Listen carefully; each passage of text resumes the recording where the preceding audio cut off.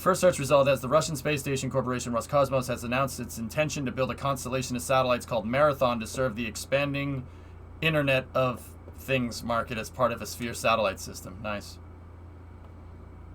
Internet of Things. Yeah, that seems to be the case there. Yep. This is the Starship and Super Heavy that were stacked last week. Do you plan on playing Car Mechanic Simulator anytime soon? I'd prefer to play it in real life, Alex, over playing the game, to be honest with you. I gotta go work on my damn truck. Alright, I think that's everything, guys. I think I covered all of it. Let's get going.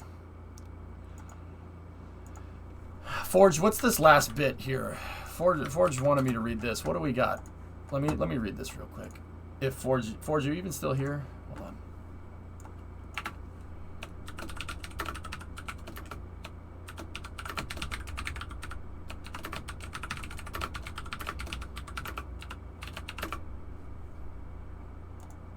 I think it's actually part 189. What is this paragraph that you wanted me to read here? Brimo bought me Lawnmower Simulator yesterday, Motorkid, as a joke.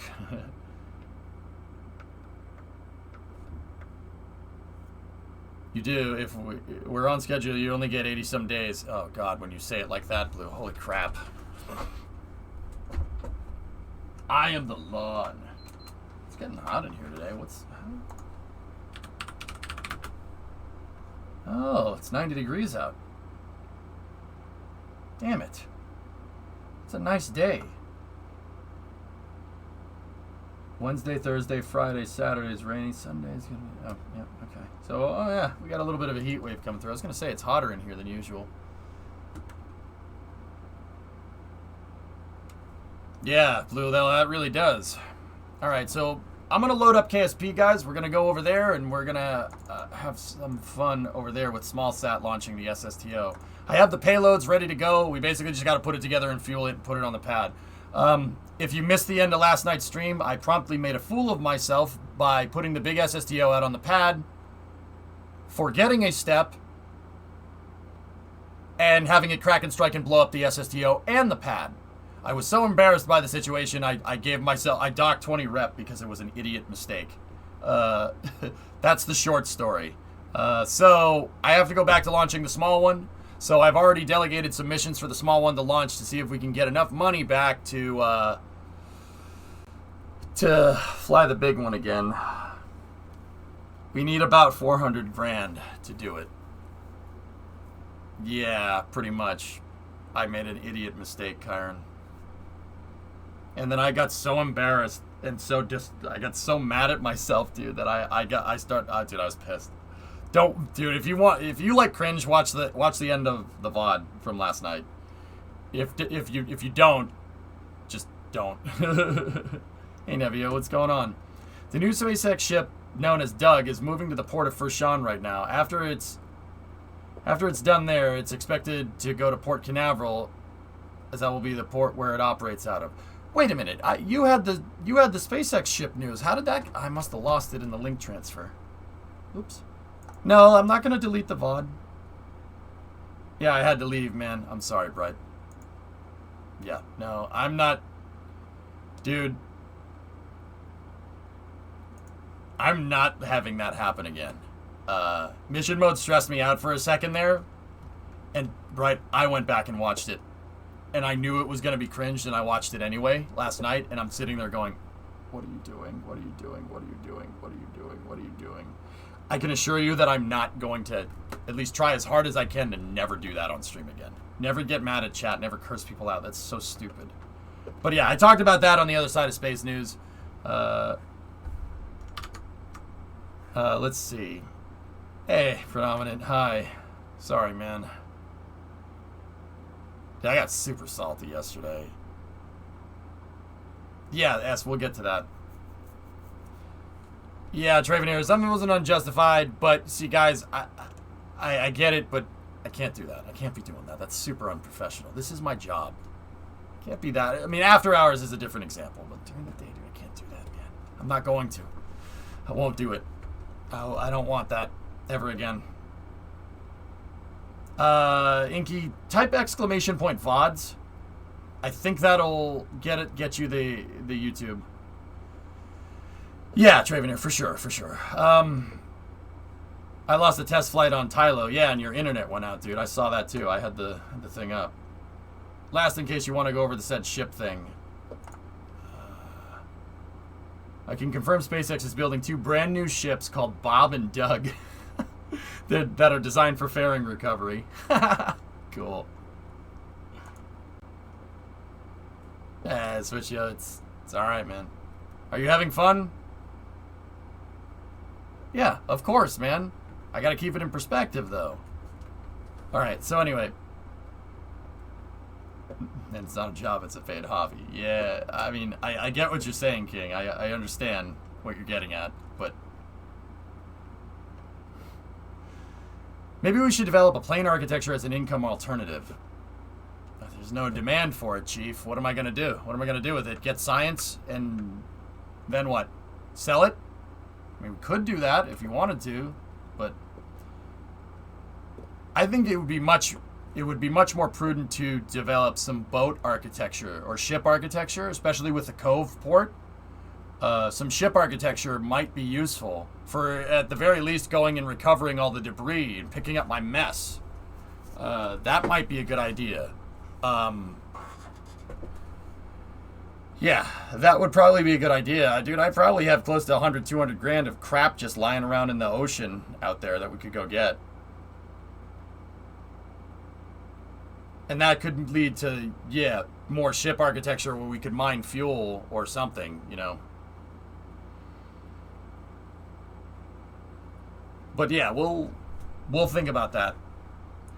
They will also be towing the drone ships when the ASDS can't move out on their own, thus cutting GoQuest and the contracted tugs. Gonna be a sad day when GoQuest leaves, as it's been with SpaceX since 2014. Oof. You think they're gonna get rid of Searcher and Navigator, Thomas, or who knows?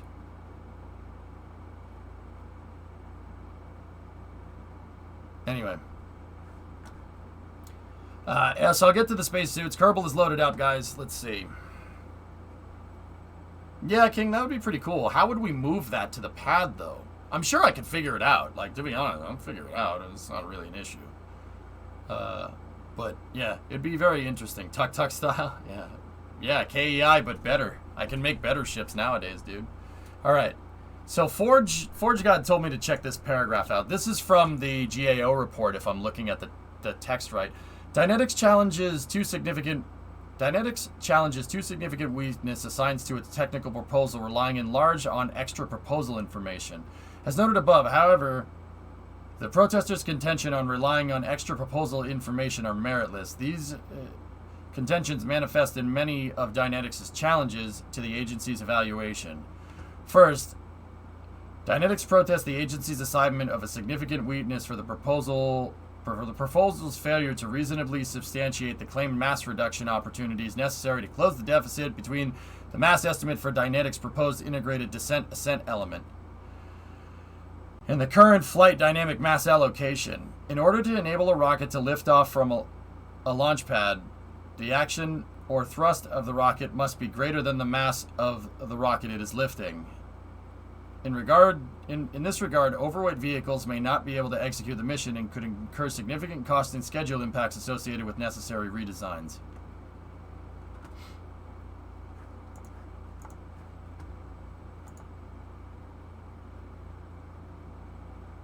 I'm going to chalk that one up to that their lander was still in development at the time they down-selected for HLS. That's what I'm going to go with.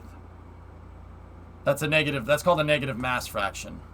It happened. Like, that's part of development, guys. That shows me that the development is in flux. Nobody would do that and be like, yep, here you go. Our TWR is below 1.0 on the moon, but yeah, it's fine. Yeah, no, that's development was in flux. How did they forget a Leidos company in that? Yeah, I don't know. It's crazy. How could they? Nah, Searcher and Navigator are key for crew recovery, especially since they need one of them in the recoveries. Yeah, okay, cool. All right, anyway, so we're back over into KSP. The suits, yeah. I talked about this a little bit in detail yesterday, but I was a little pissed off when I read it. That Investigator General report. So, NASA's Investigator General is basically what they do is they look over NASA's programs, and if they see something that's a little sus, right, they'll audit it.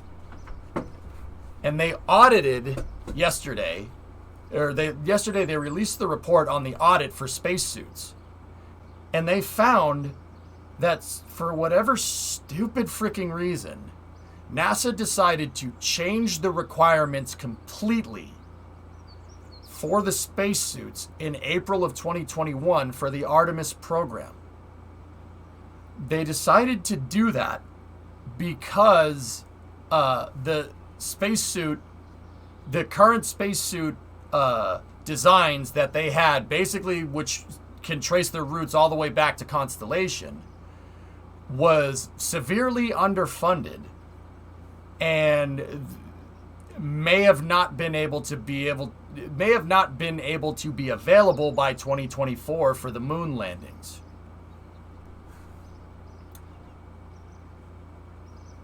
The Investigator General saw this and said, "This is stupid. I'm auditing you because we need to figure out why." So, long story short, some dingbat at NASA said that, oh, the spacesuit program got underfunded. So here, let's change the requirements of the EVA suits for the Artemis program. Let's change the requirements to make sure we're getting the best bang for our buck. Does this sound familiar? Sound familiar? Hey, JM, what's going on? Just got back from the VA an hour ago. Saw NG-16 as your first launch in person. That's cool, JM. Isn't it sick, dude? Antares is a cool little rocket, man. So, I haven't been up to date lately. Is the truck finished? The truck runs. It's not finished, Maka. I got to figure out what kind of exhaust I want to put on it. 30 billion or HLS? 30 billion. NASA's new requirements for spacesuits basically farm out most of the spacesuit components like gloves, backpack, whatever, helmet, to 27 individual commercial contractors. And that ensures that it's going to get done, but there's no chance of them being able to hit a deadline with that. So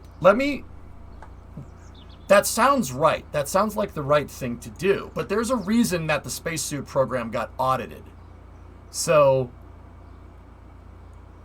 a way to explain how that works in plain English is that NASA basically saw that there was a chance that they wouldn't get the Artemis spacesuits done in time for the Artemis 3 mission by 2024.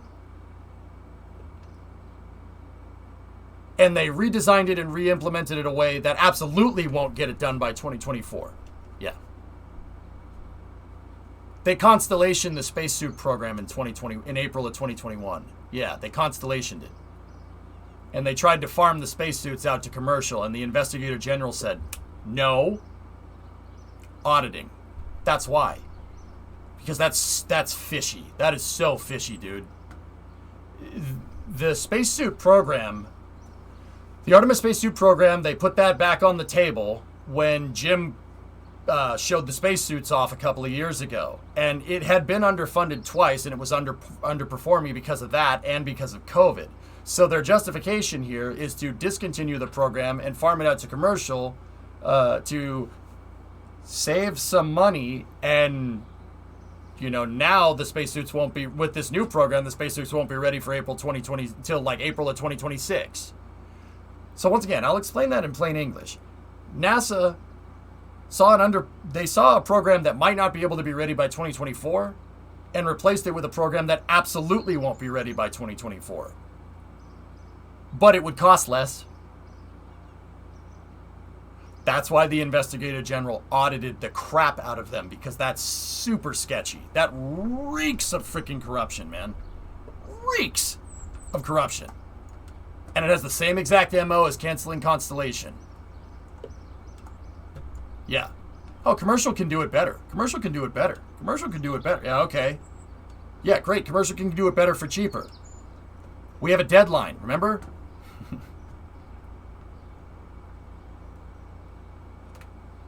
And then the Investigator General said that NASA plans to spend $1 billion total on an EVA suit up until 2024. And what they failed to mention is that that is compounding development over 3 different space programs: Constellation, SLS, and the ISS.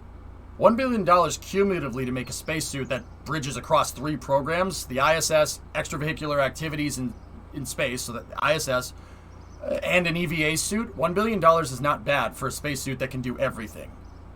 Yeah. And I don't think that's why the Investigator General audited them. The Investigator General audited them because the Investigator General is designed... What do audits do? Audits look for... When the IRS audits you, for instance, they're looking for funny money, right? They're looking for something fishy, right? Because the numbers don't add up.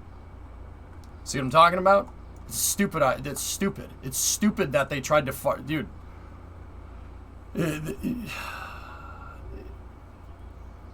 It's stupid that they tried to farm the program out to commercial. 27 commercial contractors. 27 different businesses to get one spacesuit made. That's not a good idea. That's a really bad idea. You saw this, right? Yeah, I just went over it a second ago. Did you see the part 3? Yeah, Arcsign, I've watched that. I loved listening to Sam and Taylor talk. That was my favorite part. So they wasted 4 months. No, they wasted 2 years, Sea Dragon.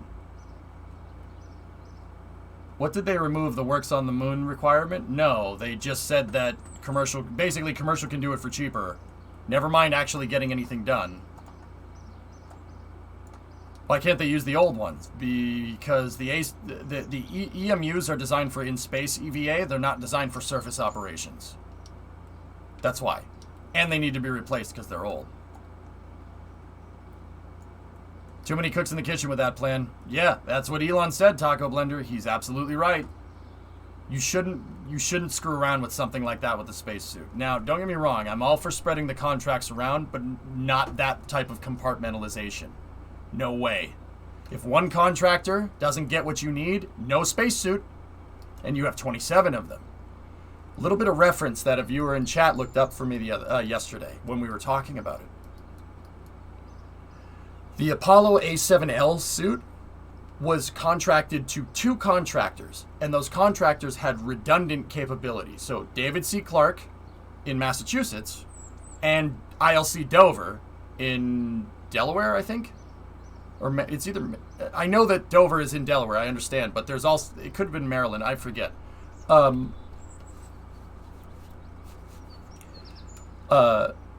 They contracted both of them to build the same suit, to have redundant dissimilar supply lines. And that still took 6 years to make. But then again, that was the first time making it. We can build an EVA suit a little bit quicker nowadays because we know how to make one, right? So, dude, this whole thing reeks of freaking, like, I'm not going to say corruption, but this whole thing reeks of conflict of interest. That's why the Inspector General audited them, because it reeks of freaking corruption. And I hate saying that about NASA, and I hate to imply that either. But why else would they audit them? The Inspector General the Inspector General and the Office of OMB, the Office of Mission Budgeting, right, for NASA, would do this if they think there's waste. It's concluded, yeah. Speaking of suits, Axiom is going to be making spacesuits for their space station. Yeah, Thomas, that's the other bit of space news I omitted today, but yeah. Elon said that on Twitter, S-Master. He said that SpaceX could make the EVA suits if they needed it. He said that in reply to that audit coming out.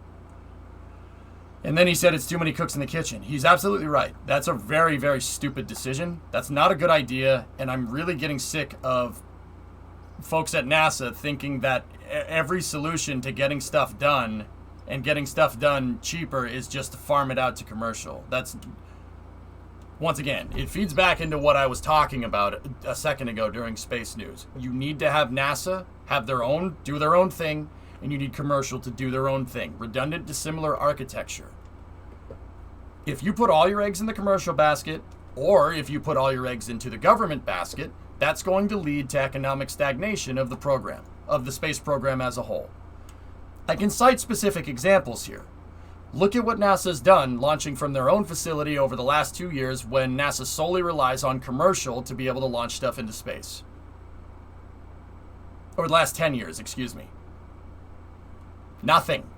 They've built SLS. You're dooming it to stagnation. Simultaneously, look at NASA in the 60s. Even with all the momentum from the Apollo program, the government can just pull the plug on that whenever they decide. Not sustainable. Bad idea. Look, I want SpaceX to do well, and it's important to understand that. I want SpaceX to do well. I want NASA to do well as well. Both of them coexisting in the space flight economic environment, I guess, is better for everybody. And ain't nobody gonna change my mind. Like, it's something that I've really, really, really had to think about. 27 different companies sounds like it was set up to fail. That's why they got audited, because it's sus, dude. That's super suspect. Right? Like, how else could it be construed? Do you think the launch sector of NASA should separate as their own entity, like a government-run U.S. launch service? Yes. Hate to ask, but 2024?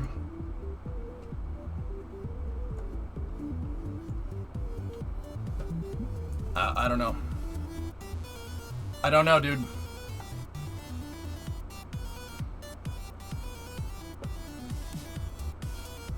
Well, Spotulous, that's why I said, look, it reeks of corruption, but it is not corruption.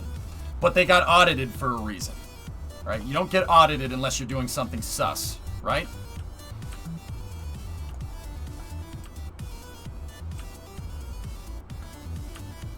That's really, really suspect.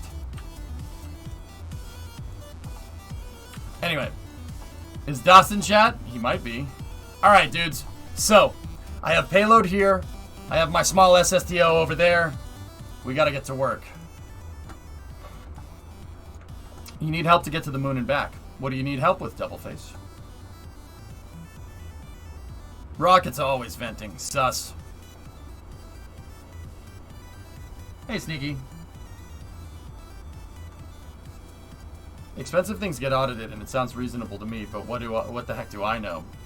Well, Spotulous, yeah, you're right. Expensive things do get audited, but in this particular case of the audit, they said that this new, if you go read the report, they said that this new method, right, of farming out to commercial is going to end up being a waste of money. You need to change a couple of things with this to get the spending under control and make sure that you have suits ready by 2024.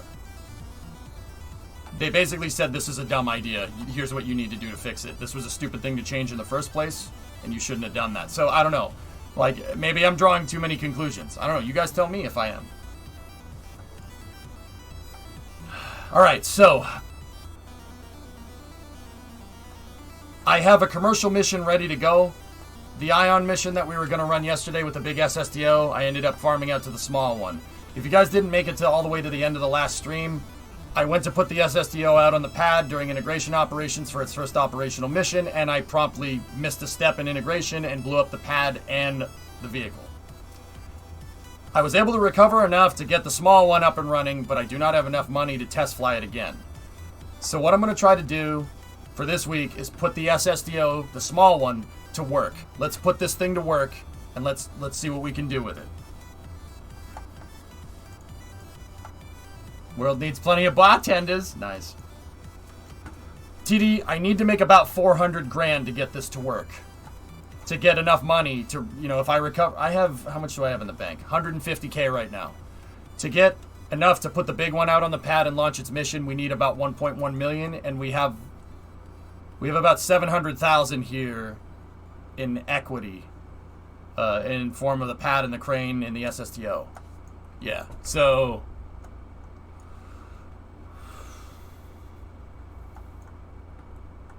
yeah, we got work to do. Do you think NASA should be able to operate their own Falcon rockets? No. I think they need redundant dissimilar architecture, KC. And don't get me wrong, that's not an end-all be-all solution, right?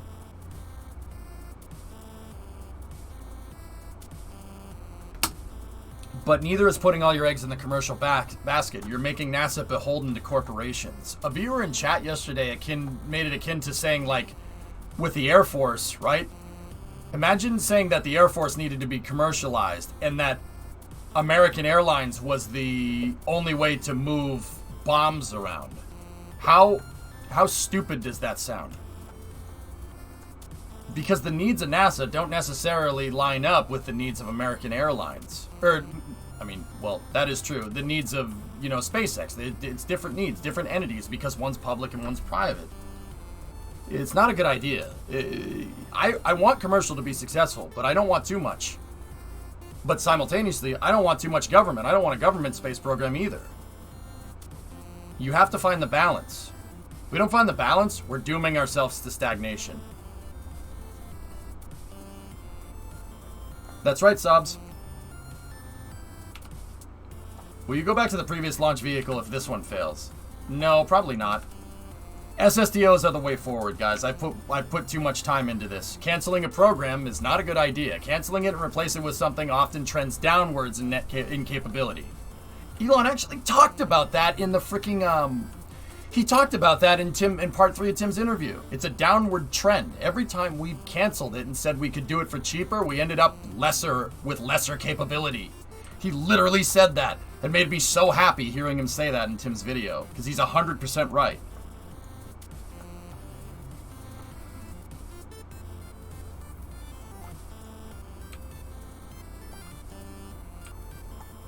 Achieving symbiosis or economic symbiosis for the space program, Sneaky, is warranted. That's the only way it's going to not stagnate. It's like if you have a plant growing, Sneaky. If you have a plant, it needs sunlight and it needs water. Too much of one, too much of the other is going to make the plant die.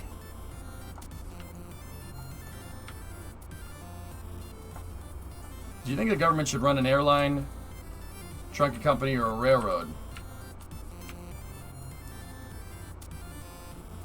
Depends. It depends, Shortline. But then again, Amtrak exists, right? I mean, what does the post office do? Post office is basically a trucking and logistics company, but the post office does stuff that FedEx doesn't, right?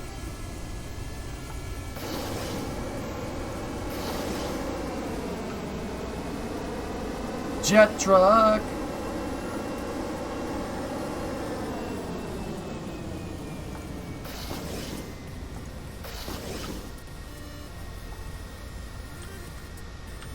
Last. All right, fellas, I gotta focus. I really can't screw this up. I gotta be careful. So let's cap off that conversation. I think you should have 1.5 times the cost of a mission before you launch it, and that should include the cost of the launch facility. Yeah. So being smart with our cash on hand. Yes, absolutely. Post office basically mandated. Well, I'm pretty sure NASA's goals to going to the moon is also law, John.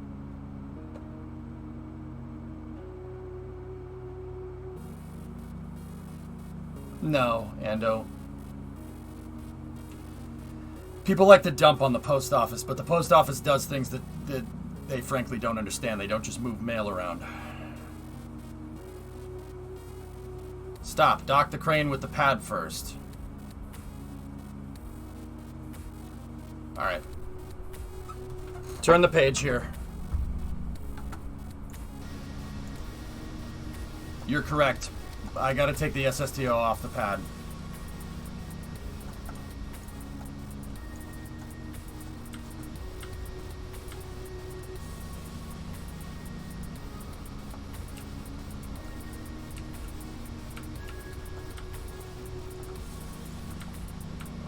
Post office doesn't haul its own mail.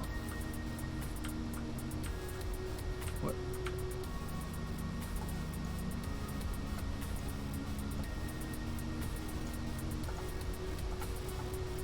We really stuck? Help me, I'm stuck.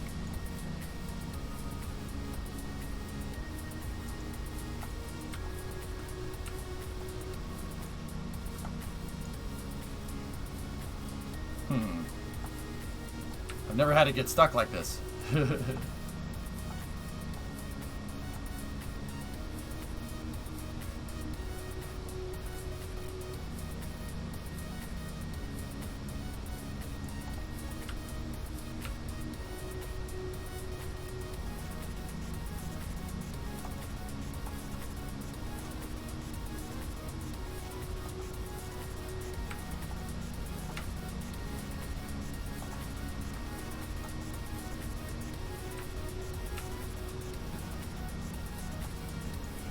What are you doing, Steph?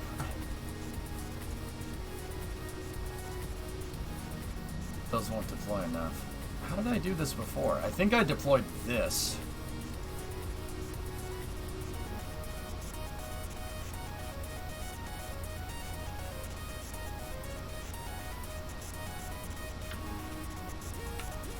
Huh. Like the engines? Well, the engines are pointed the wrong way. Those ones aren't, but...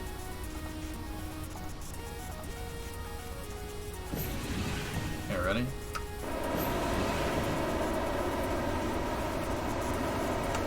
No, we gotta shut those engines off.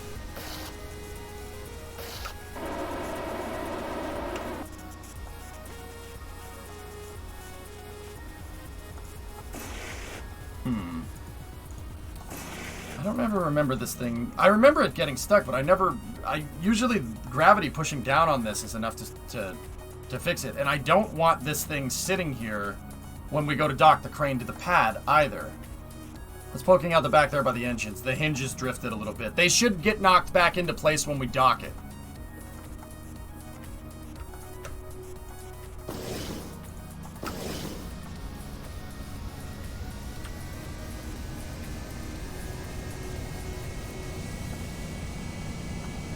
That's strange. Yeah. Okay. I can't remove these things from the pad, guys. That's... Can't do that.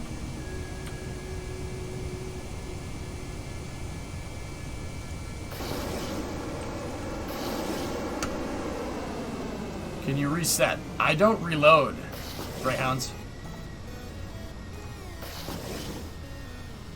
I never do that.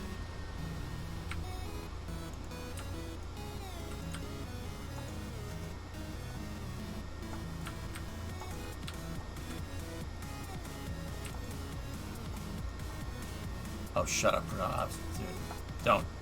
Don't start with me. I'm done. I'm just kidding around. Don't you dare. Don't you dare bust my balls right now. No, yeah, no, dude. I think it's safe to say that yesterday I was trying hard to not show it, but yesterday was one of the most pissed off I've ever been on stream, dude. That's right up there to when I lost the SSTO because it fell off the helicopter. I was mad. It doesn't happen very often, but when it does, dude, man, I gotta chill the heck out, dude. I'm not gonna sit here and pretend like I don't need to. Yeah, that was my evil twin. All right, there we go.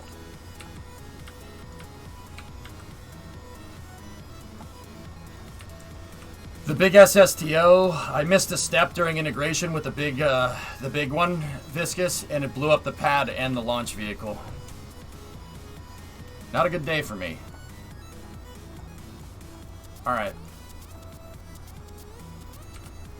Okay, so the first step in integration here is to... That's why we're using the small one.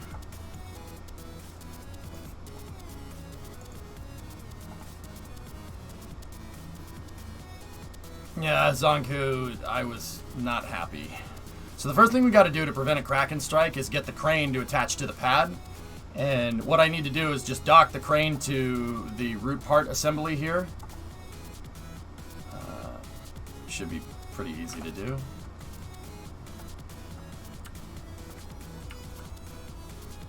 Alright. The other thing that we got to do is mess with the actuators here.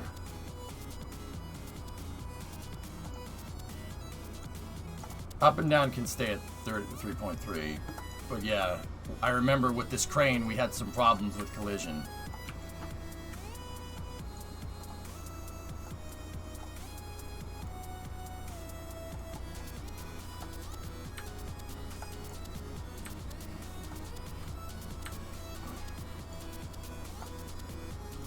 Yeah, some new, go ahead. I'm always open to suggestions, sure.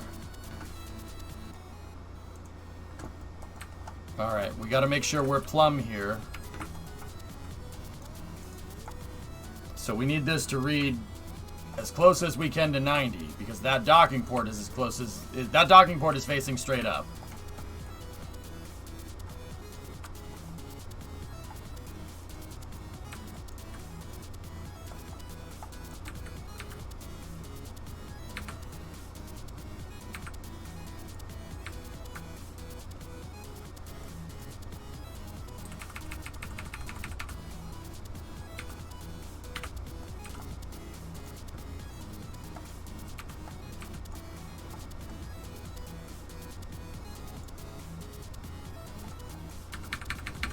Alright, we gotta get it. We gotta get it to read 89.9 or 90 on the dot. I don't need to set it as target, some new, but magnetization should help me here.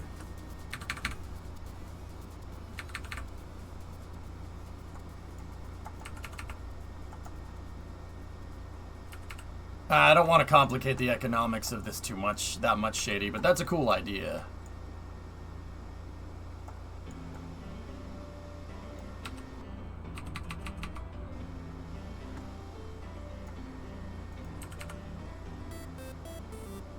It looks like 89.5 might be the best that we're going to get. Alright, let's try for it. It's because it looks like the crane might be slightly shifted left to right. That's okay. That's not a problem.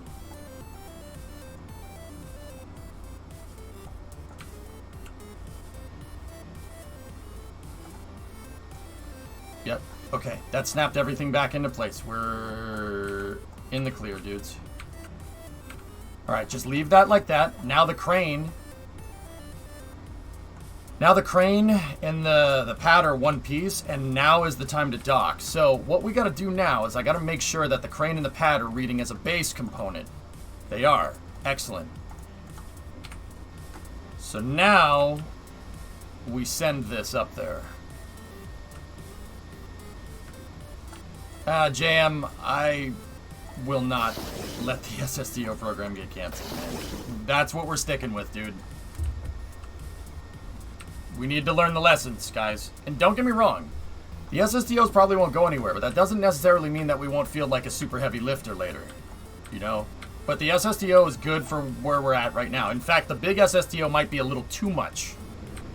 Having 36-ton capability is a lot.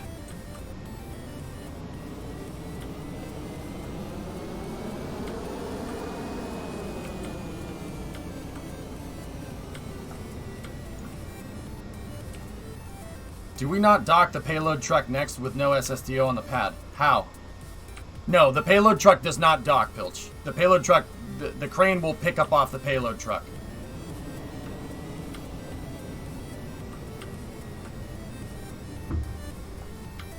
Hey, Swag, what's going on?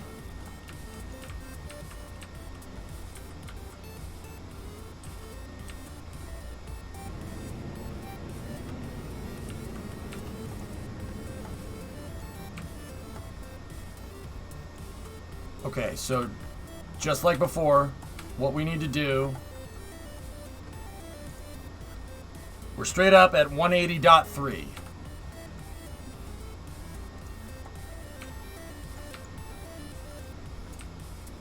And this thing needs to be lined up as well. Just nervous after yesterday. Yeah, you're telling me, man. Hey, Hooded, what's going on?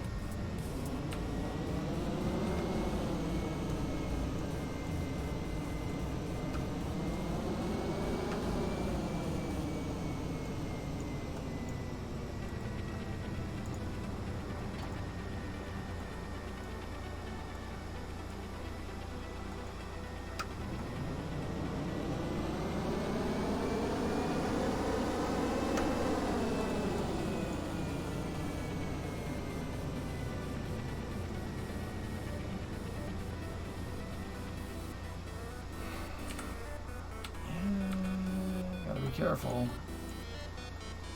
Yeah, it's okay. It's a launch pad. It can take that hit.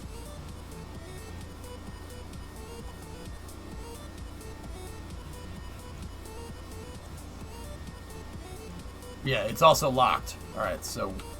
Okay, we're good. Alright, so... Now, I'm going to shut the jet engines off so I do not get the inkling to ever use those. So we don't do what we did there. Let's toggle the brakes, and we move the SSDO into position. So we're looking for 180.3, which we're at, but we're slightly pitched up. But this thing should not allow me to put this thing together here without the aligners. Once again, idiot proofing. You can't, the SSDO can't attach to the pad when it's sitting here on its landing gear. I did that on purpose. This was on purpose to make sure that I would never dock it to the pad with the landing gear deployed with load resting on the landing gear. It prevents Kraken strikes, which is exactly what blew up the pad yesterday. I had to, because we were in a failure mode, and I should have just recovered the whole damn thing, right? I deployed a gear on the pad. Look what it did. Yeah, that being offset is on purpose. All right, so brakes. Let's get our alignment cal controllers up and running here.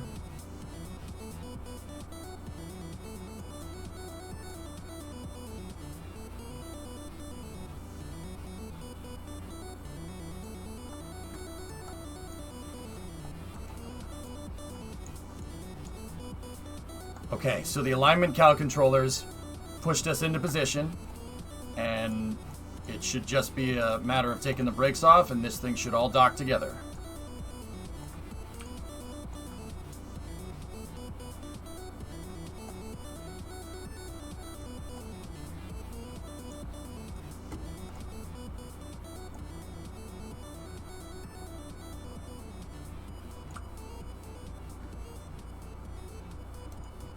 Bingo.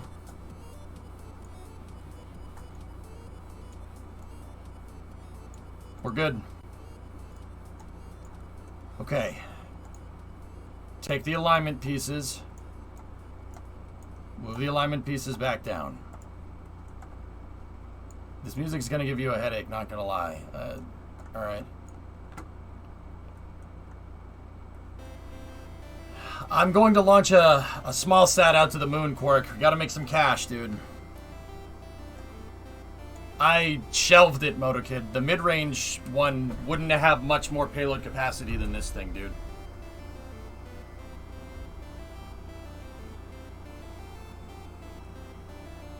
It's, I have a mission to test an ion engine out in lunar orbit. Predominant. It was one of the rideshare missions that I had on the big SSTO. I made it a small sat, and we're going to launch it in this. But what we have to do, the satellite's in the payload transfer truck. It's right there. See? I gotta install the payload.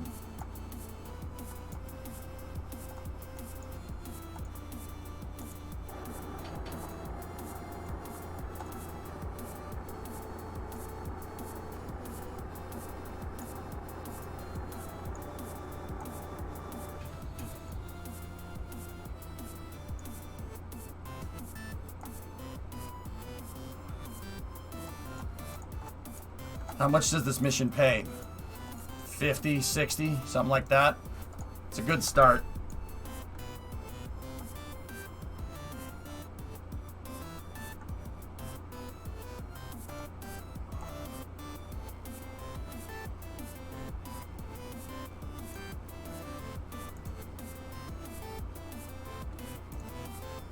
Alright, so what I'm going to do now is just try to get the SSTO to just sit up. So when we detach the jet truck, it doesn't screw up.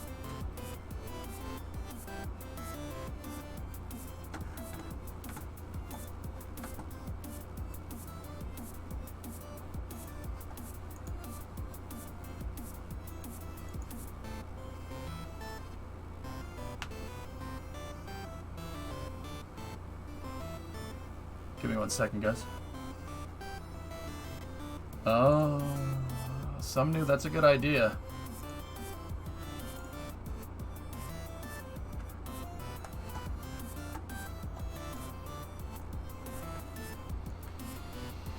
Fire. It exploded. I Kraken struck the pad. I lost the pad in the vehicle.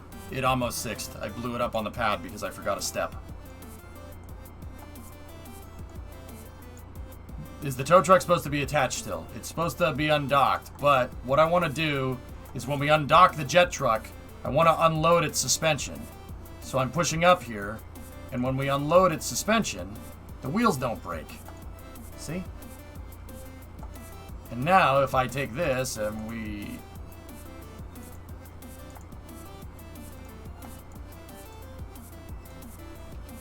If I take the SSTO and we leave it there and we take the jet truck with Herbal driving it, the wheels don't break.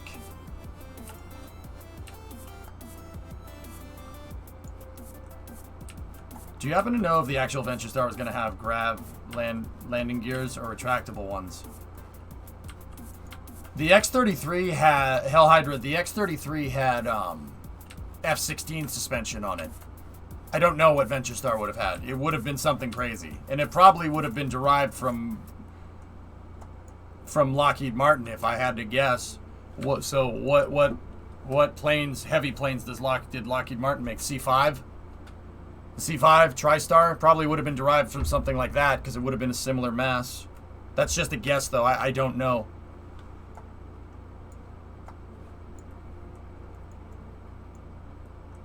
Yeah, Fire, it's okay. We can launch the small one. It's not a problem. I mean, it kind of sucks, dude, but hey, it's all right.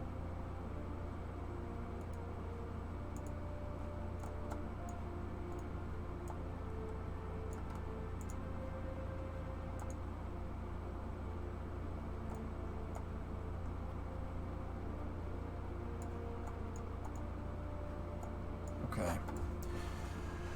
The SSDO is perfectly aligned. Now we gotta open up the SSDO's payload bay, and we have to install another component. Something happened to the big one. I missed a step in integration yesterday, and it blew up on the pad with the pad. Crack Construct the pad. I missed a step. I just straight up missed something. I was going to put it upright, and I missed attaching the transporter erector, and it slipped off and fell through the pad and blew up. I mean, a lot of it survived, but lost about 500 Gs again because I'm an idiot. Dude, I screwed it up so bad. Well, Sneaky, that's what I mean. I try to idiot-proof it. I don't know how I'm going to idiot-proof that particular step, but I assure you I won't forget it now, that's for sure. Yeah, Death, that was a good idea. Yeah, plane-like landing gear is what made the big SSDO work. But don't worry, we're going to use it again. I am going to fly it. We're just going to use its little brother here to... We're going to use its little brother here to get it working.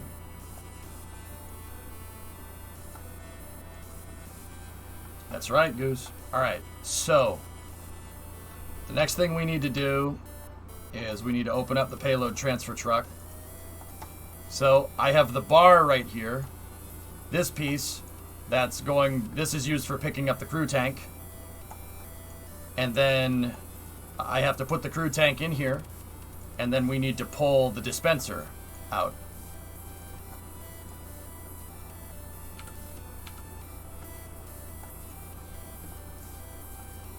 Okay, so undock.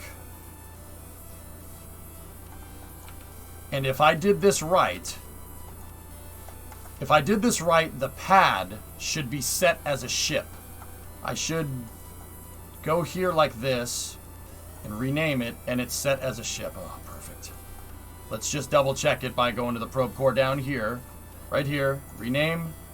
It's set as a ship. We're good. That's not little brother, that's stepsister. I mean, sure.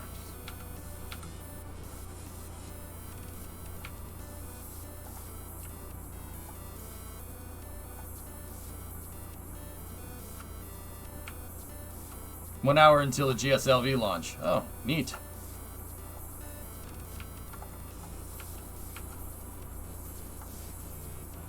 Anyone else hearing something coming from the stream? It could be just the background music, guys. What's the cage for?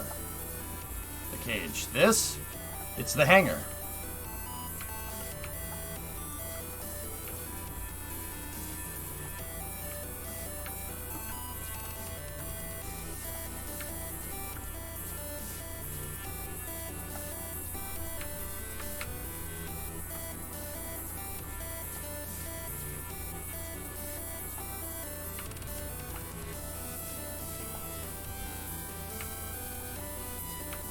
Sneaky Gem Gems is my favorite.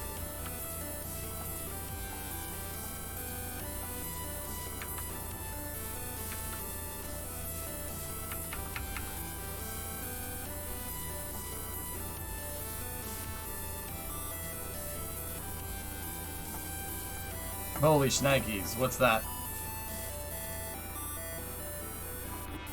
What's that? So Christian Davenport says a Blue Origin spokesperson that I spoke with today left open the possibility of taking the HLS fight to the Court of Federal Claims, and Bob Smith said in a statement to the Post that Blue Origin is hopeful that NASA will take an advantage of our offer to waive $2 billion in development fees.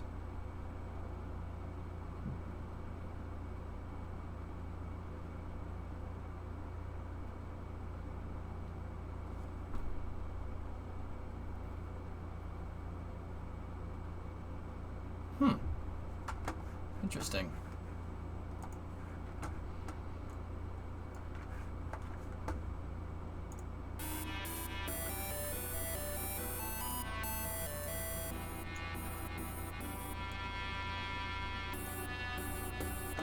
Interesting.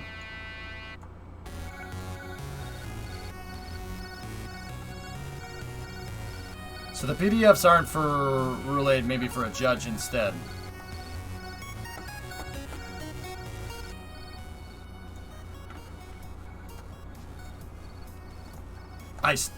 No, it's for politicians. Blue Origin wants. See, it's bizarre, man. Is Blue Origin gonna get a return on investment from something like this, even if they foot the bill? No. I don't know, man. It's very strange.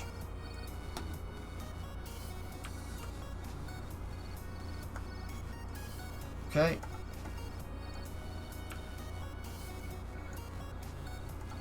Looks like the thing bucked around a little bit. That's okay.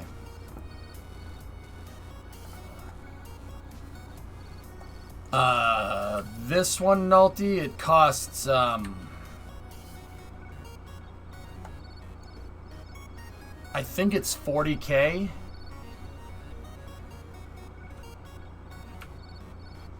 Well, see, that's the thing. Why is Blue so adamant about this? Why are they so adamant about this? Are they going to make money? Are they going to make money off of building lunar landers? Like, it's not the most profitable thing to get into.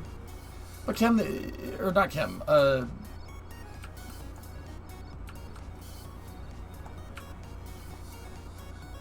the adapter's backwards.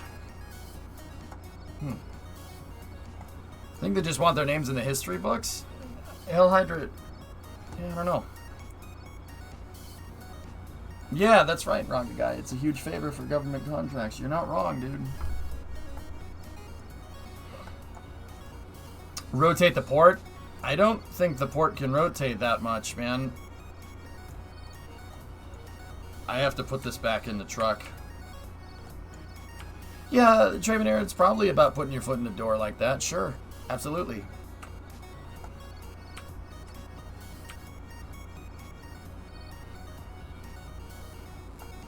You want to eat, you got to be sitting at the table. Yeah.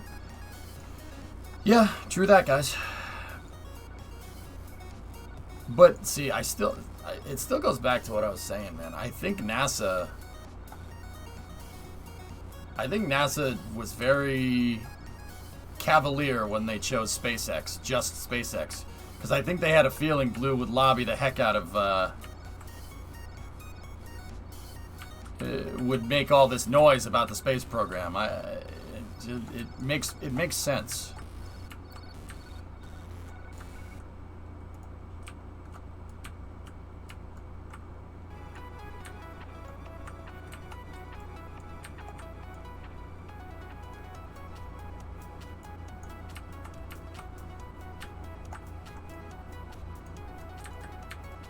But yeah, I don't know. I gotta focus on this, guys. The talking and working stuff doesn't work, man. That's how I blow something up.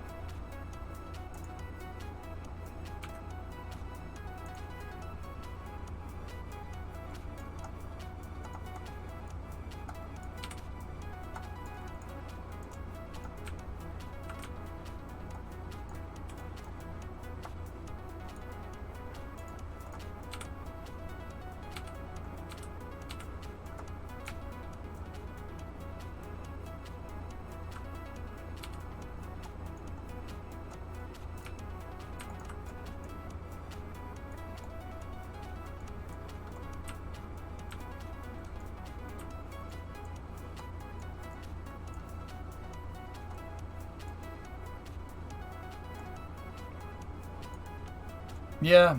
Yeah, Rocket Guy, I mean... Yeah, Rocket, that makes sense, dude. I mean, I just... Yeah, it's peculiar to me that NASA doesn't jump on this, you know? Like, why? Why would you not jump on this? You have a very rare opportunity, unless they are, and it's just, you know, we haven't heard about it. You have an extremely rare opportunity where somebody's literally willing to... Well, you have two companies, SpaceX and Blue Origin, and the national team are quite literally willing to foot half of the bill for your space program. Like, why wouldn't they do that? Yeah, Hypersonic, just go back in the VOD a little bit, dude. You'll figure out what we're talking about.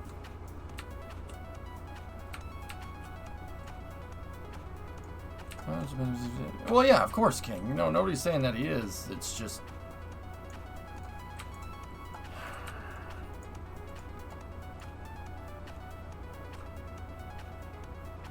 What if it's a way to try and get NASA more funding in the long run? Sneaky, I think that's why NASA chose SpaceX. I think that's why they didn't... I think that's why they sole sourced HLS. They knew that... Jim knew this was going to happen. He pitted the contractors against each other. Smart idea. TJ said it's not... Oh, Blue Origin is not going anywhere. No. They ain't going anywhere, man.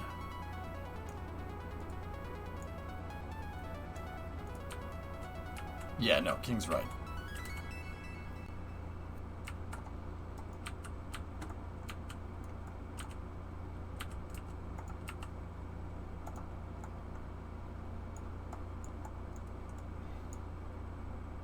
Okay, we're at 89.9.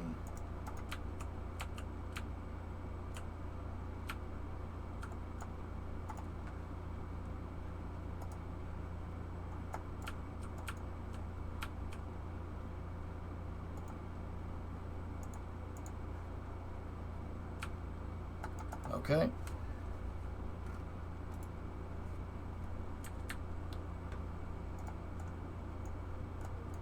I think NASA also might think that other companies might cut corners. Yeah, it's possible, dudes.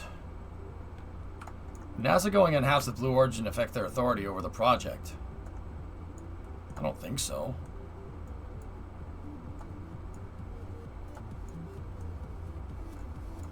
Okay. So we got to take the other payload out, and I got to place the other payload in here, and then we got to take that payload and we got to install it, but I got to turn the truck around if we're going to do that.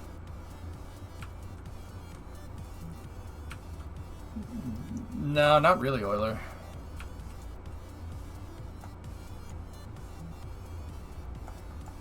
That's payload integration, KC. You gotta go slow and you gotta be careful.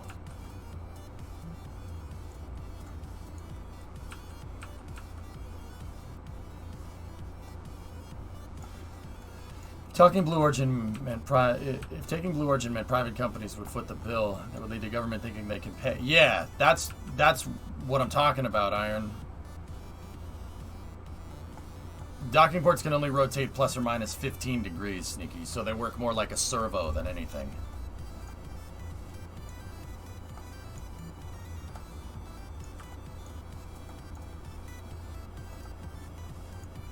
Discovery, go at throttle up.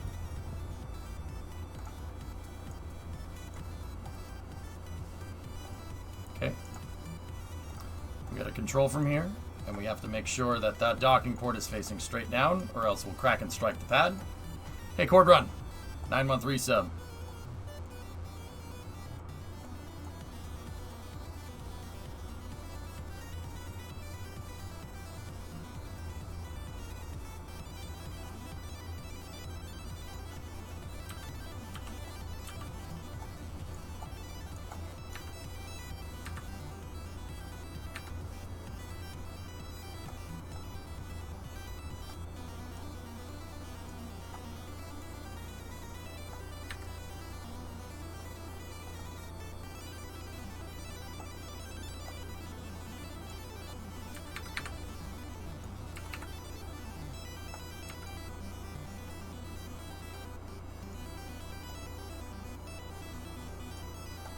be careful here, dudes.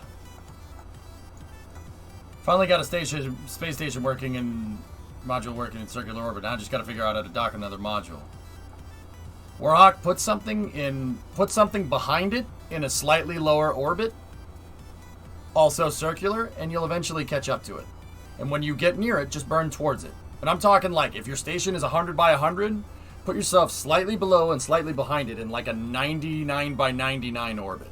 And you'll eventually get within 1 kilometer of it, and then just go towards it. Just burn towards the target. I mean, that's how NASA does it. It's a little more complicated than that, but you get the idea.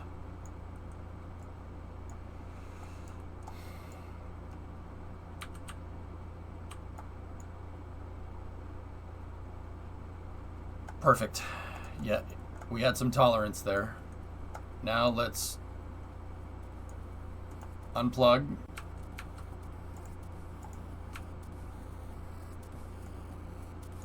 Unplug the crew module.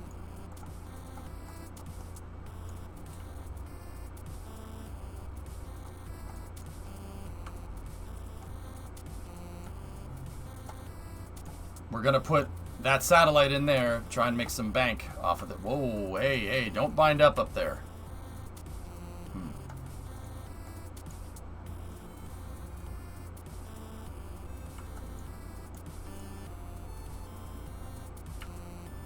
We gotta be careful.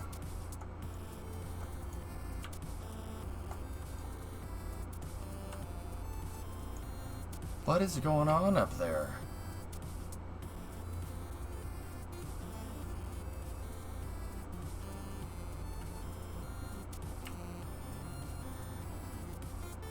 Strange. How did you build this crane? Is it part of the spacecraft? No, the crane is a different vehicle right now. I mean, when I dock payloads in, the crane becomes one vehicle, but it's a separate thing. Get push? Yeah. It's a separate thing, and it's on its own landing gear, and I can roll it into position. You'll see it roll back when we go to launch. This is the launch pad. The launch pad and the payload in the hangar are the same thing. They're not the same vehicle, though, but they work together.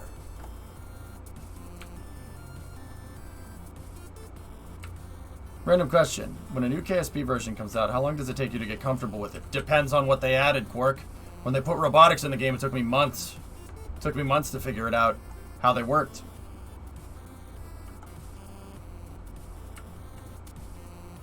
Wouldn't it be better to turn the truck around now and put the crew module in? Sure. Yeah, I suppose.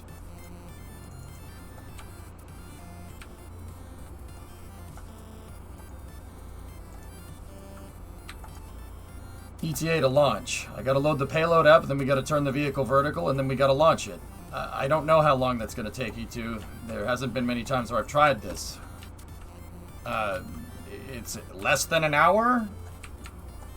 More than 15 minutes, I guess. I can give you a nominal window, and that's about it. Yeah, I'm not sure, man. So, once again, I pushed the small SSTO back into service because the big one exploded on the pad. And I lost a lot of money, and I don't have enough money to launch it again. So we need to make some profit with this thing, dudes.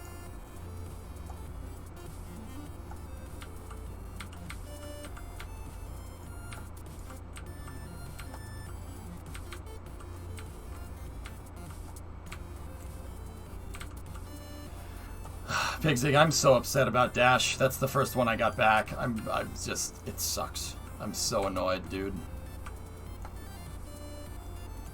I lost it for a stupid reason.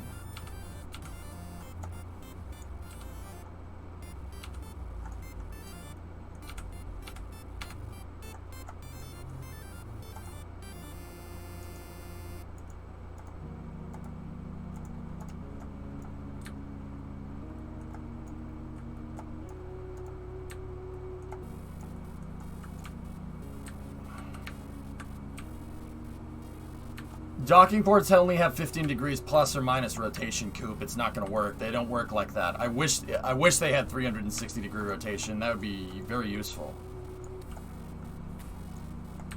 K33 is what we call it right now, Strange, but no, not really. That's just serial number 10.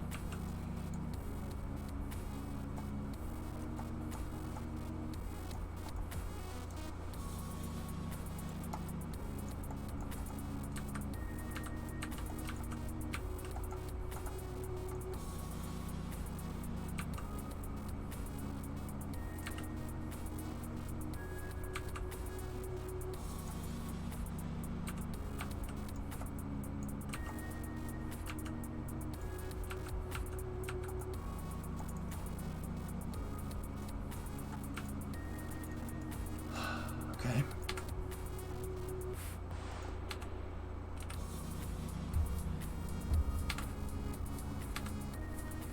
I mean, this is what we're gonna eventually have to do with the big boy, but I don't wanna have the integration facility on the pad because that would be so many freaking parts.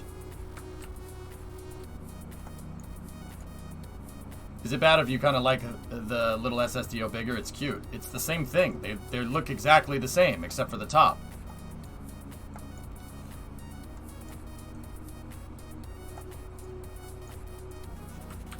I don't know, game coder. I'll probably just call them by their serial numbers from now on until I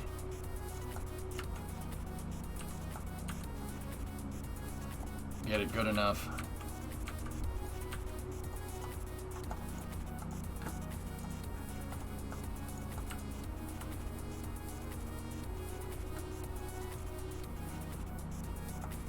Okay, we're at 89.9.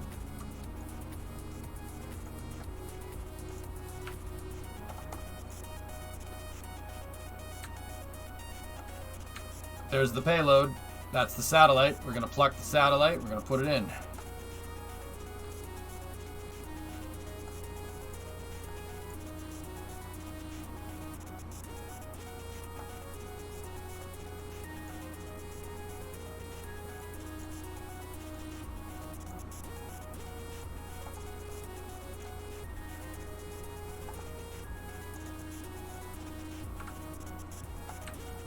Bumpers.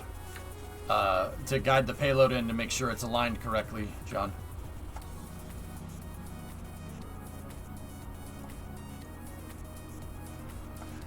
So this thing is a small sat launcher, guys. It can't launch the big payloads that the big one can. It has about a 2-ton satellite capacity, and that's about it. So hopefully we get enough small sat contracts. Call it ingenuity.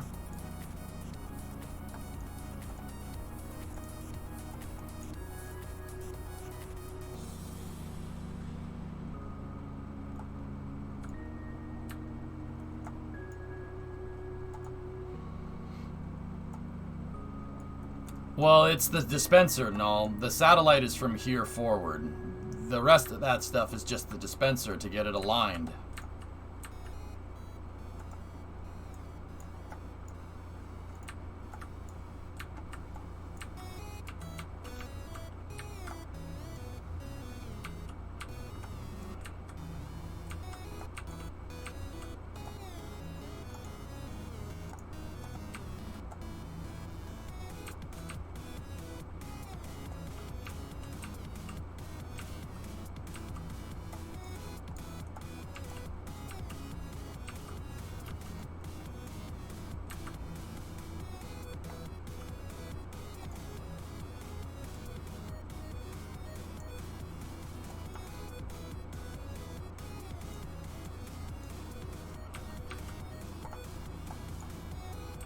Okay, 89.9, here we go.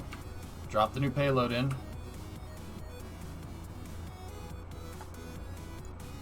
Good.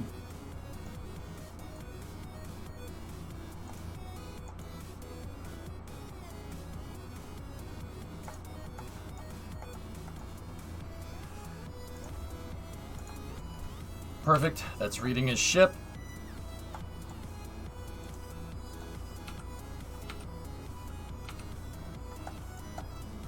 Okay. We're integrated.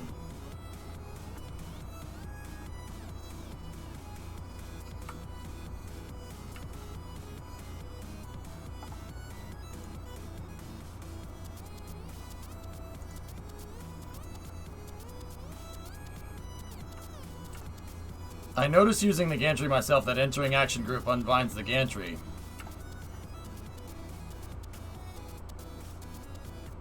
That's never happened for me, French. You must have done something that's different than what I do. I don't know what you did. I know that stuff can unbind. Sometimes Cal controllers unbind themselves, but I don't remember why. I'm out. Bye. What is this music? I'm out.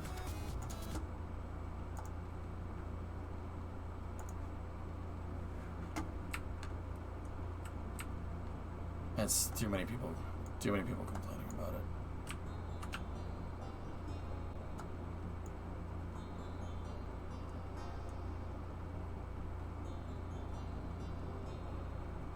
Yeah, King, people don't like it. I'm not... It's alright, but see, now that I put Robert Parker back on, there's other people who are gonna be like, oh, why'd you turn that other stuff? Guys, I might just go silent. I might just go silent because dude, I'm not listening to the music, you know?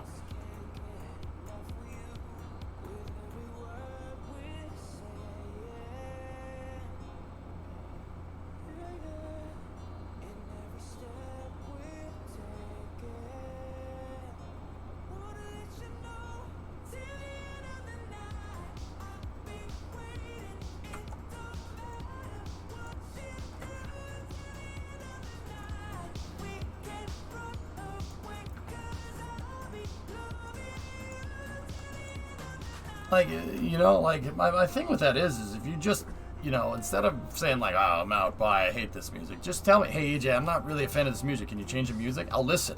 Like, I don't know. It is what it is, dudes. I'm not going to let that stuff bother me. All right, so let's take the crane. Where's Gleblis? Where'd she go?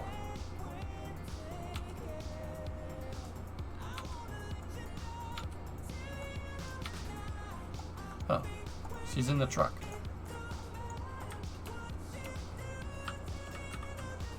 Actually, you know what? We can just push the crane with the truck. That's fine. Everybody loves who are... Yes, that's right.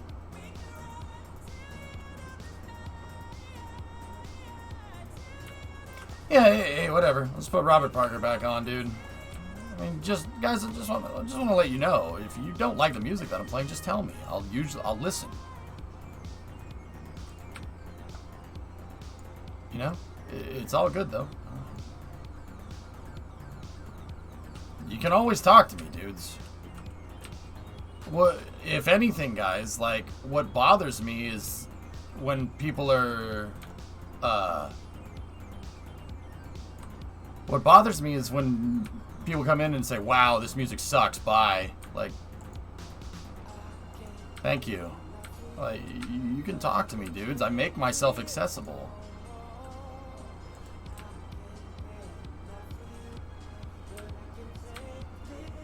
I dislike Robert Parker here and so whatever. John, if I... Discovery, go and throttle up. Dude, if I had a choice in the matter, I would play more music, man. But Robert Parker is one. If Robert Parker and Popsky are some of the songs that I know for a fact won't, you know, DMCA me. Like, and I get it. People are now what people are gonna do now, John, is say, oh, you can do this, you could do this, you could do this.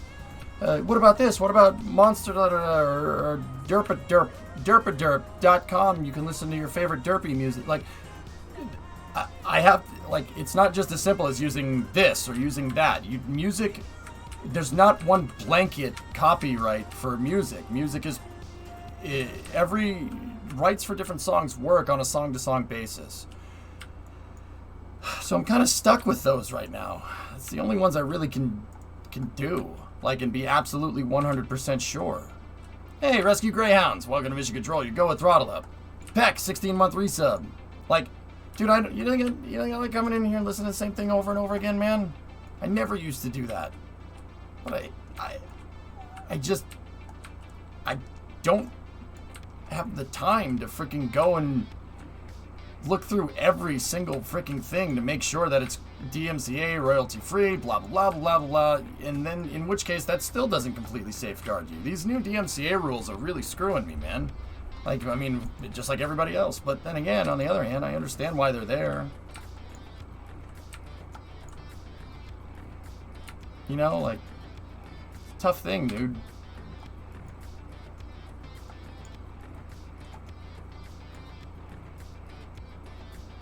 You should hire someone. Yep. Yeah, that'd be nice. But the other thing, guys, is do I really want to sit there and do this with the music and wait for this and do that, and when I just could be streaming? And like, basically at the end of the day, guys, is the music that big of a deal? Like, do you come here for the background music? Man, that would really suck if people did. You know, so is it that big of a deal in the long run? It's supposed to be background music. It's just supposed to be something in the background that, you know.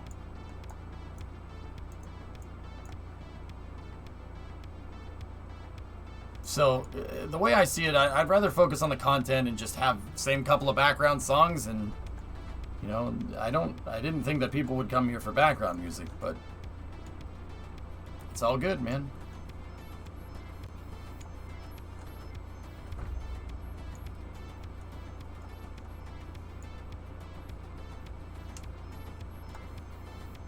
I mean, that's the other way I could do it. I already have the music off for, I already have the music off during launches, so you guys can play your own music when I launched. I mean, we want to go radio silent for a little while? It wouldn't bother me.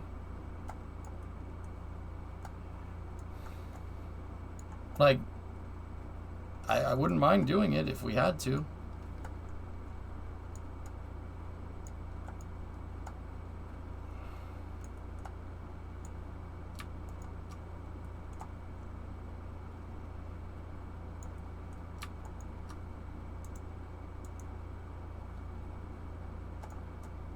Yeah, you guys throw on what music you want, dude. No problem. I don't have a problem with that. I can listen to the white noise. I just like having the background noise in my AC. That's fine.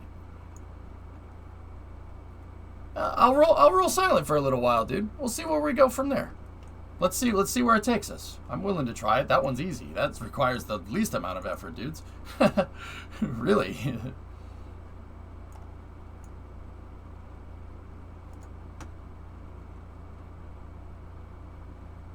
Okay. Let's try out radio silent. You guys tell me. Tell me what you think at the end of the stream. All right. So, and for you VOD viewers, if tell me the next time if you can catch me live, if you want to do that, tell me. I'm interested.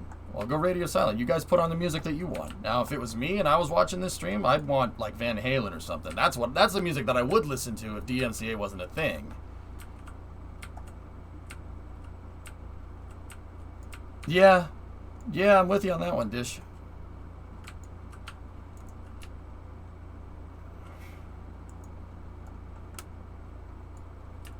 I cannot play GTA radio, Eukerman. I shut off all the radio stations in GTA. Yep. Like I said, fellas, I mean, you guys, I know it seems like, well, EJ, why don't you use this streaming service or this streaming service? Because there's no blanket there's no blanket copyright for music, dudes. It works on it's on an artist to artist basis, and even then it's on an album to album basis. It's just, yeah, that's how that works, man.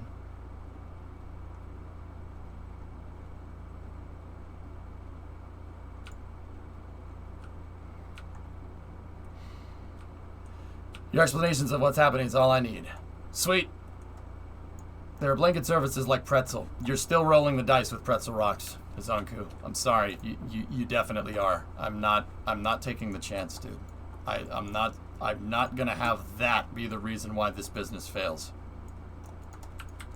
If anything, I want to fail on my own damn terms, not somebody else's.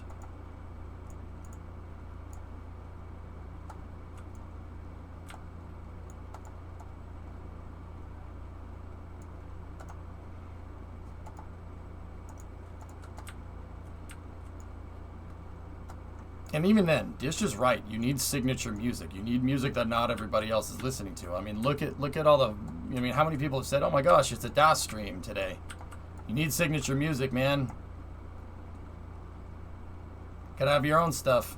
That's important. Okay. Payload is loaded. So what pretzel wrong is supposed to be 100% stream friendly. Yeah, it's 100% stream friendly, dude, but that still doesn't mean, just because it's stream friendly doesn't mean you can't get DMCA'd, guys. And that's the problem that people have with DMCA in the first place, is that you don't, dude, I could DMCA somebody right now. Yeah, even if I don't own the music.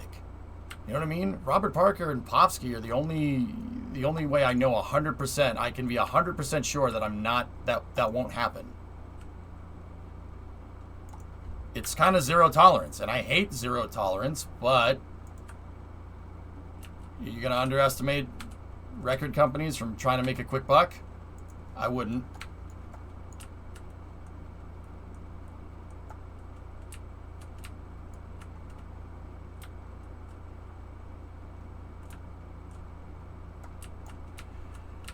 Yeah, sneaky, but that doesn't mean it's not going to happen, dudes. It doesn't mean it's not going to happen. Look, I hate that I have to be this way. I hate that it has to be like this. This is stupid. I just want to listen to my goddamn music. But, hey, I'm not taking chances, bro. And then there's not, there's the YouTube VODs that get uploaded, man. On top of that, I got to be cognizant of that now because we upload to YouTube, and that's even worse.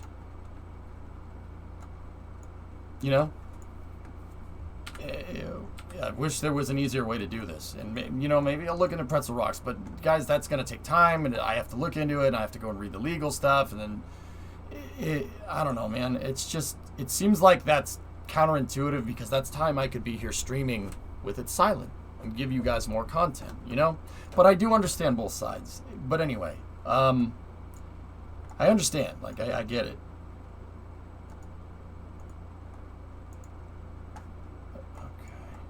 Pitched up at 6. Why?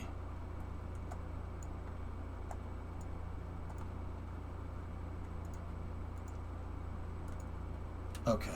I need to look at the auto strut hierarchy here real quick, and it's going to be a mess here. This is going to be somebody touch my spaghetti.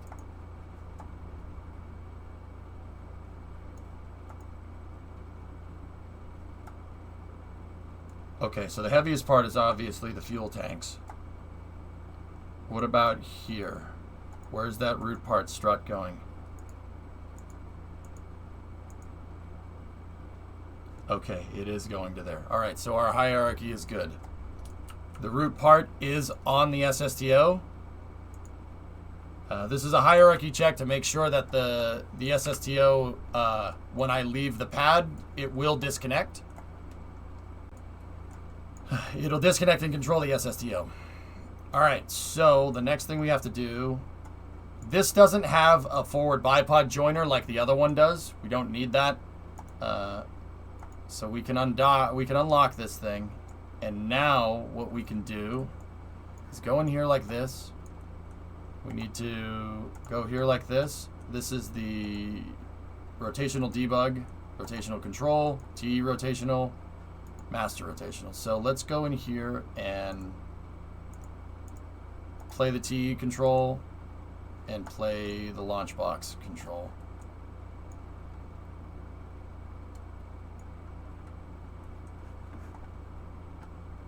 Q about YouTube VODs. Will space...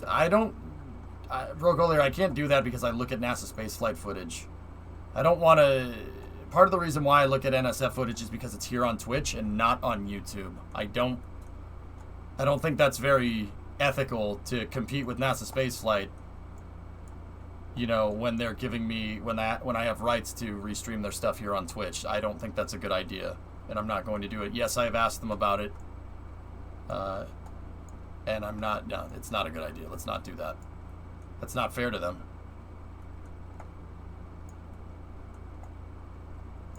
Hey, it's all good, guys. Let's just roll. Just enjoy. If you want some background music, you put on the background music that you like. That way you can listen to me with copyright music. Go figure.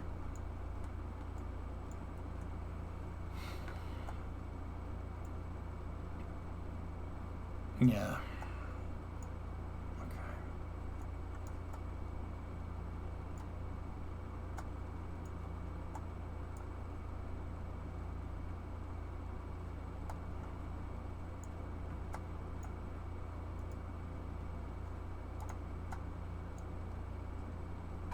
See this right here with the big SSTO not docking those together? What it's doing right now means the thing's going to fall over.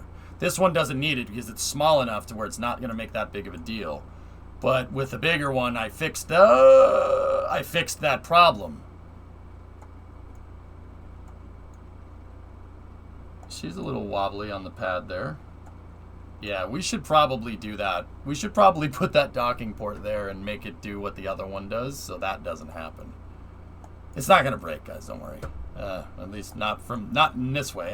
Don't worry. I've demonstrated capability of making stuff fail in multiple ways.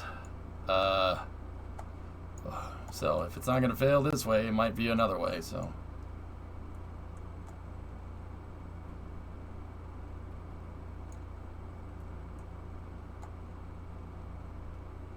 Okay, she's upright.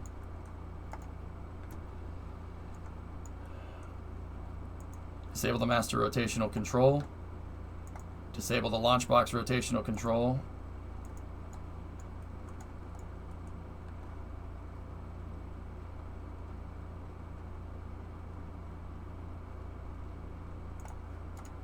Okay, now what we need to do is we need to lock out the launch box hinge.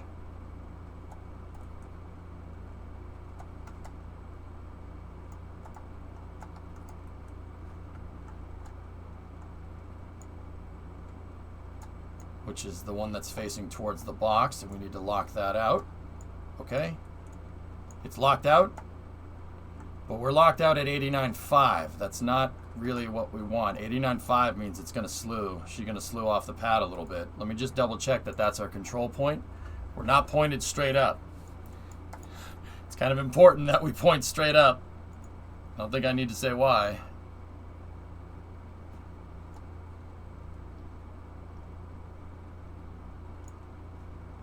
That seems like as close as it's going to get. That hinge is locked at 90. Alright. So the SSDO is filled with fuel? No, it's not filled with fuel right now. That's the last thing I gotta do. Yeah, switchio maybe. Alright. 89.3 seems to be as high as this thing is gonna go. I think that might be because I have some drift due in the components here.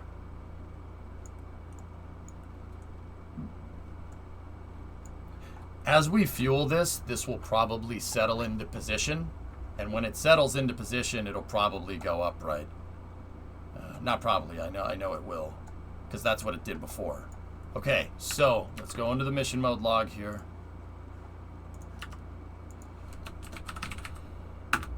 Oh, that's just the rules. I don't want that.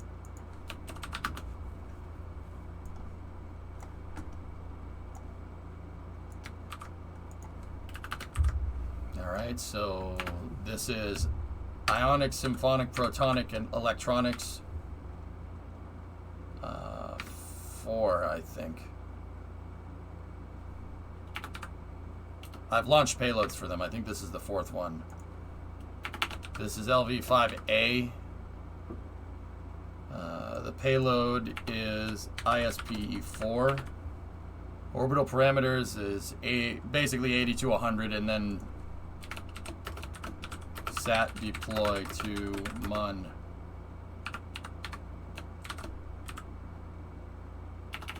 .315 km by 315 around the moon. Inclination, we can set it to 0. It's going to take about 10 minutes. So year 4. Okay, year 4, day 269. 00:01. Y4, day 269. We're going to launch at 00:02 on the dot. That gives us about 10 minutes and 30 seconds to fuel this thing, which is about how long it takes. Payload mass is nothing. It's I think this payload is 400 kilograms. Launch Complex 1A, this is the first launch. This is the 111th total launch from this complex.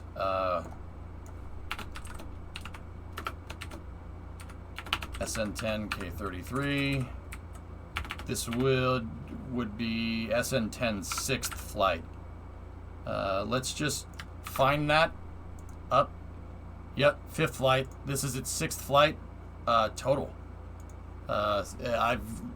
I've launched SN10, this small SSDO, into space 5 times previously and never recovered it. It's been out since. I've just left it out in a field, basically, and we brought it back.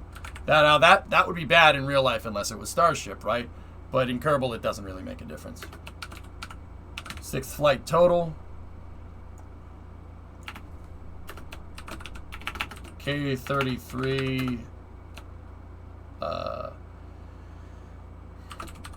Commercial mission.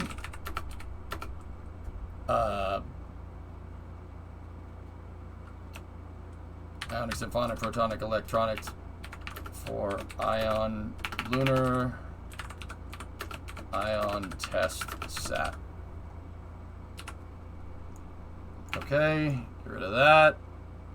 Get rid of my notes. Commercial operation. Mission. All right, let's do this. All right. We've gone through the go poll here. We will now move to fueling operations. Unless chat has you seeing anything you don't like. We are slightly misaligned. It will slew us off the pad, but just a teeny bit. If anything, we're gonna cook the pad just a little, which is not that big of a deal. The big SSDO likes to fry the pad. This thing is not that bad.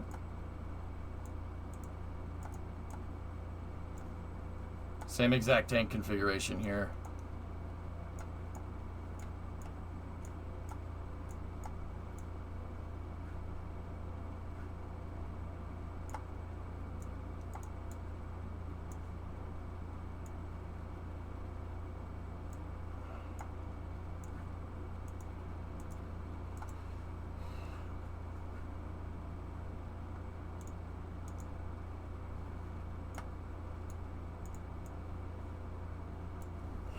If you send me a copy of the mission log, I can migrate it to Microsoft Excel. Don't worry about it. Yeah, no. I'll have Drummer. Help me out with that, okay?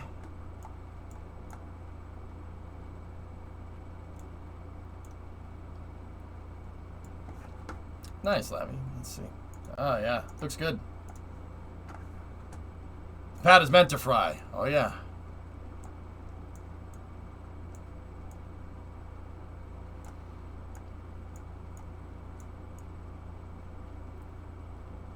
Okay, that's the X200.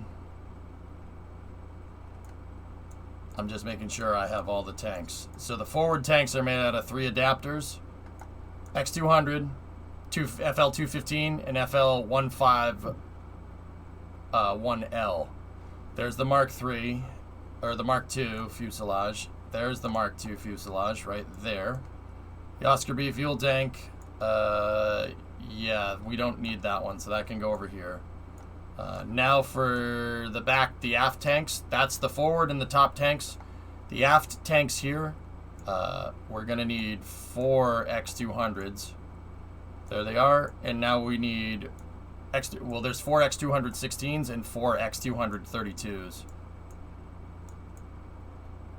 And yes, this is how I play, dudes. Because it's reusable, I have to refuel it every time. And it pays to refuel it on the pad.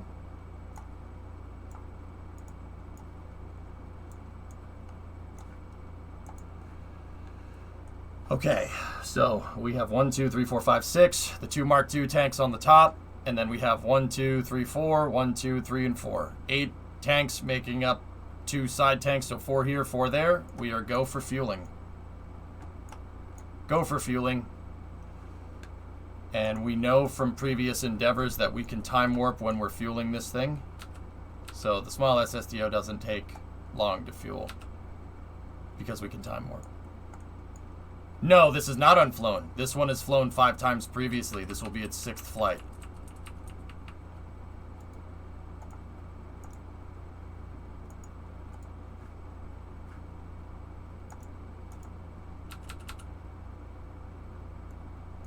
Do you really want gophers fueling my craft? Nah, not really.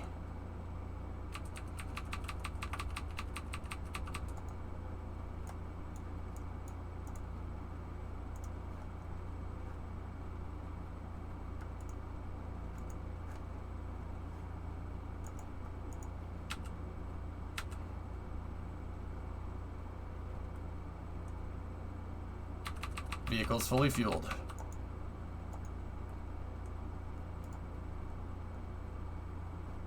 Okay, we are fully fueled up and ready to go. The next thing that I need to do is, sometimes I've noticed that if I leave one side of the fuel farm filled with fuel and the other side not filled with fuel, it makes the hinges drift for whatever weird reason. So 2,000 kilos, Josh. 4,400 pounds. It could probably do 5, but yeah, it's a small sat launcher, dude. Like, think of it like Electron or, you know, Astra or Firefly Alpha. Small sat and KSP. In real life, this thing could launch tons of small sats.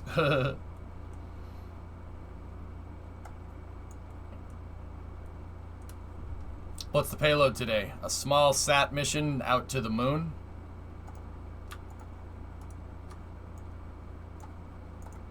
I just got to equalize the tank load here. Yeah, Lordy, my mission mode rules they're punishing. You really got to know your stuff to play by this game. Play this way. It's tough. Hey, Lordy, I have 10,000 plus hours in KSP. If I can't play the game right, that's on me, you know? Plus, I like the challenge, dude. I can literally send anything anywhere in Kerbal at any time. We can make drives that could approach the speed of light before. I've made engines in Kerbal in the stock game utilizing some physics glitches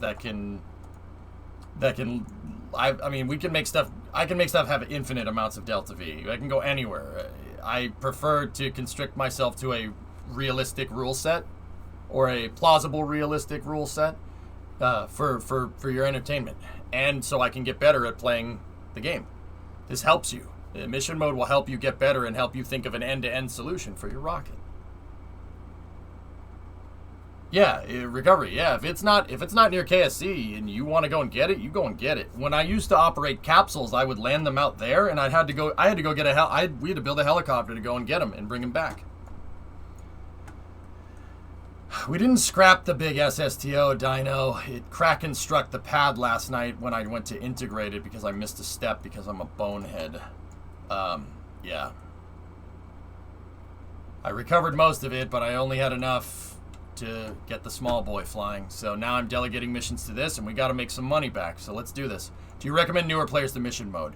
Not a chance. No way. Don't do that. Okay, let's do this, dudes. We're inside of 2 minutes. T-minus 154. We're going to go for full strong back retract here. T rotational control is in play.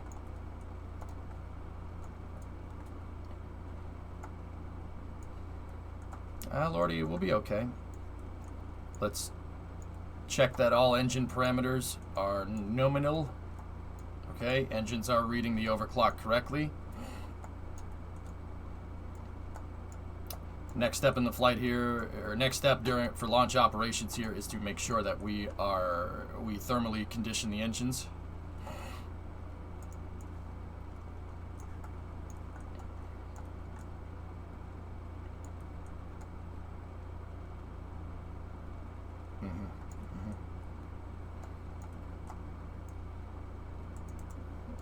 Okay, we are sitting at T-minus 1 minute and 30 seconds.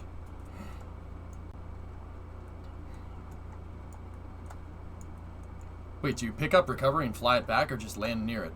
Lordy, this SSTO that you see on the screen here, I just call it 10 right now. That's its serial number. It's the 10th one that I've made. Yeah, I used flags to make numbers. 10 has flown 6 times. Or this will be its 6th flight into space. It's flown 5 times into space. I've never recovered it. I never recovered it. When I landed it right back over there on the runway, I had a truck, a little tug, come and tug it back over here and flew it again. It's been on the shelf, though, for a little while because I was trying to launch its bigger brother the other day. We are paused at T-1 minute. I tried to launch its bigger brother, and I don't have enough money to launch it again.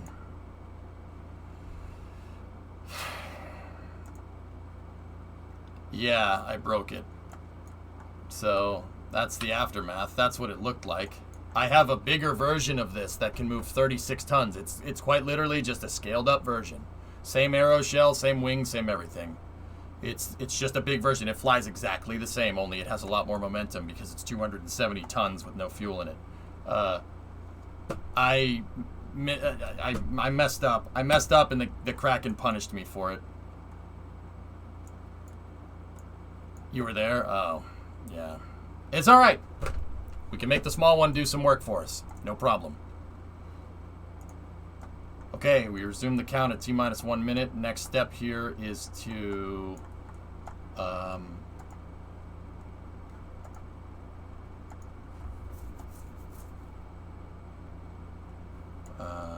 wait a minute. That's not reading correctly. Hold on.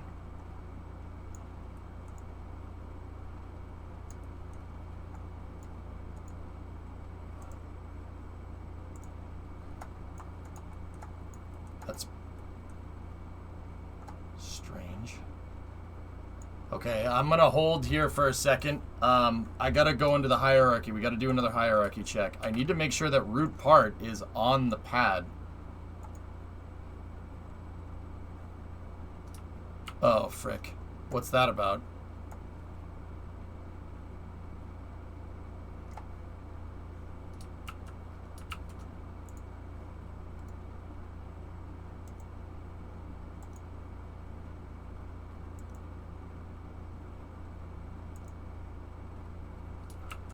Don't do this to me today, game. Come on.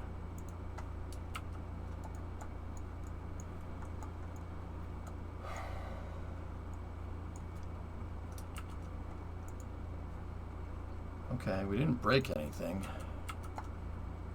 Is the crane... Why is the crane still attached? It's not. It's not attached, dude. I don't know what was causing that, but root part is on the SSTO. What I'm wondering is... Okay, so right here... Oh. That's why this is messing up, because it's... Yeah, we're getting... I know what it is. It's basically... Yeah. Pilch... Because we docked payload to this thing, when it was like this, the auto struts reran... And when the auto struts reran, it fell a little bit. That's the result of integration right there. Because we integrated on the pad. If I do this again, dude, when we integrate on the pad, the SSTO cannot. It has to be perfectly straight, and it has to be auto strutted to the pad to make sure that doesn't happen. It doesn't drift. Yeah, that's what it sounds like, Snackless. That looks like docking port drift. It's okay. It's fine. And that explains why we're misaligned. But it should, once again, fellas, this should be okay. What I'm noticing is, usually when I know the hierarchy is good for sure, is when this one says make primary docking node. Now that one says make primary, and now... Okay, so that should be correct right there. So what I'm going to do is we're going to pick up the count here, and I'm going to... We're going to go launch date 2, and we're going to go 0005.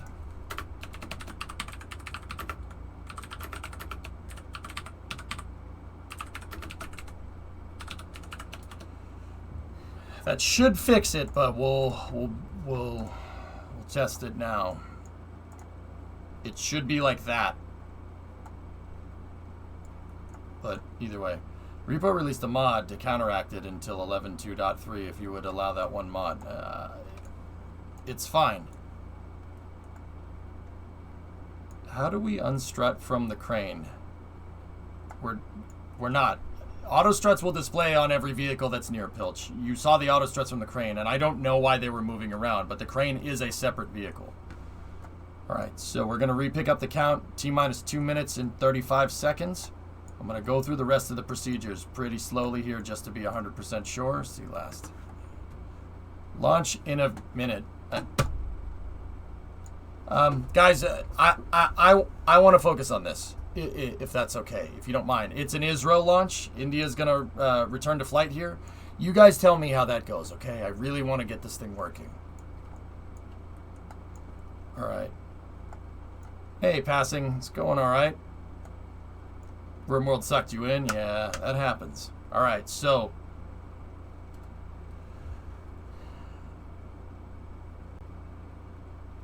let's do TVC checkout. Thrust vector control checkout is confirmed.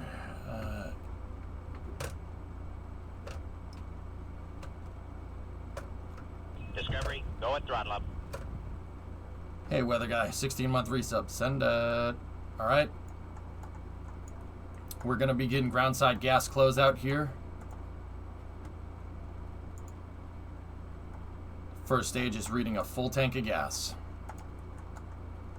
Well, not full first stage, but you get the idea.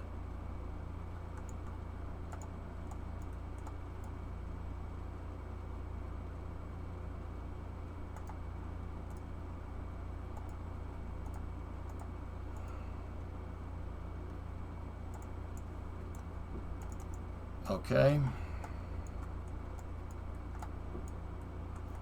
We are primed, good to go.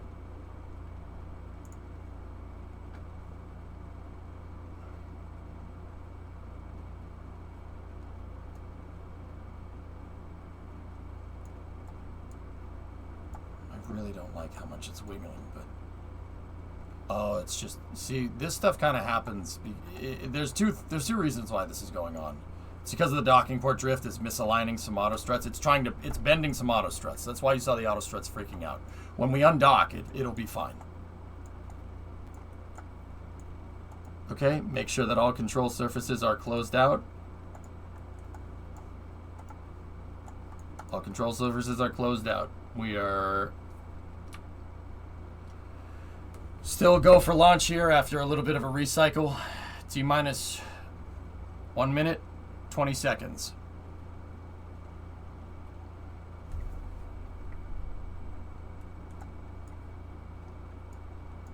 Yeah, living, if it does pop, it's going, if this thing does pop, it's going to pop not because of the pad, it's going to pop because I crashed the damn thing. But hopefully we won't do that.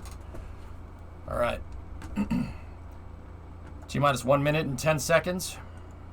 We're going to switch to internal guidance on the vehicle.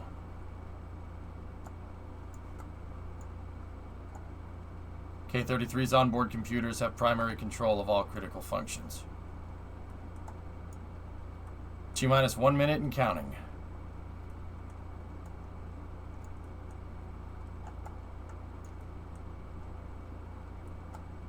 Okay, groundside pyrotechnic is armed. So the only thing I have to be really cognizant of here is if the hierarchy is indeed backwards from our fix, I'm going to separate the SSTO and it's going to shut the engines off and it's going to try to come back down onto the pad. Yeah, I should just, yeah. If that happens, I basically need to peg the throttle key and it should go. Liftoff, GSLV, very, very nice. Which is not ideal, but it's something I can compensate for. I'll keep an eye on it, Sparrow. I basically have to hit the Z key in case that does happen.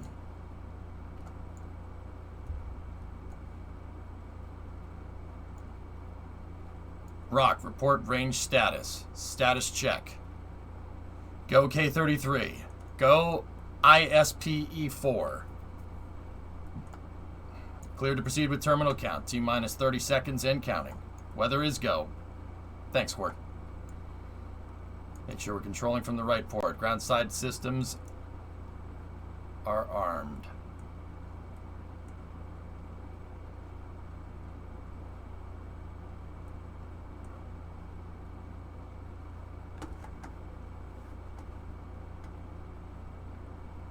Okay, so our simulation time is a little bit low here.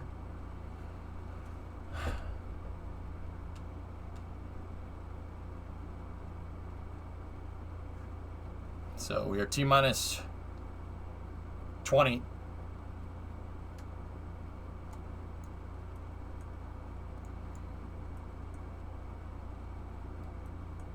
Ten, 9, 8, 7, 6, 5, 4, 3, 2, 1.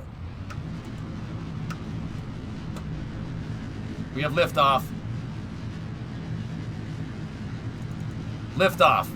K-33. Carrying the ISP-4 payload destined for the moon. Vehicle has cleared the pad. We are go for roll program.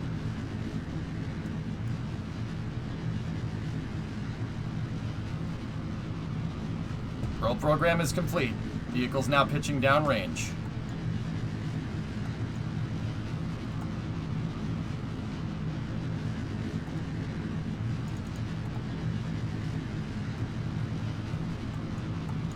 Everything's looking good.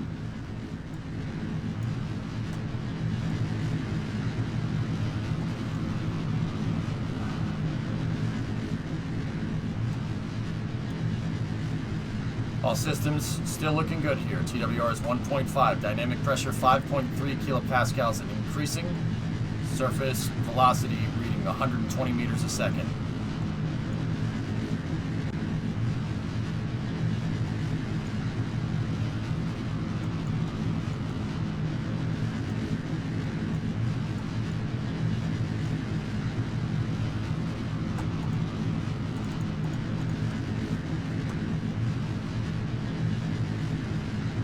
Okay, vehicle's pitching over. Dynamic pressure is reading at 12.5 kilopascals. Vehicle velocity is now 240 meters a second. Altitude is 7,800 meters. Pitching over the vehicle. Stand by for maximum dynamic pressure. We have max Q. 1 minute 15 into the flight. 10 kilometers and increasing. Stand by. We are a go for transonic. Okay, we're well into the transonic regime here. Vehicle's now into supersonic. Everything is looking good.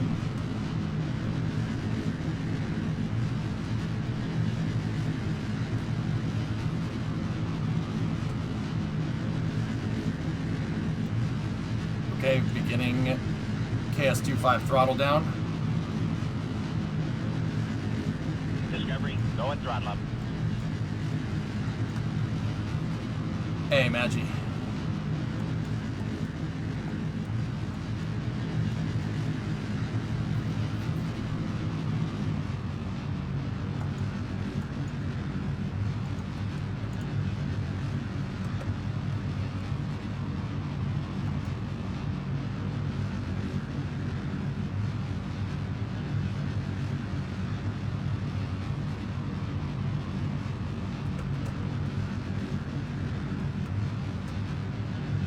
Vehicle's crossing 1 kilometer a second. Everything's looking good.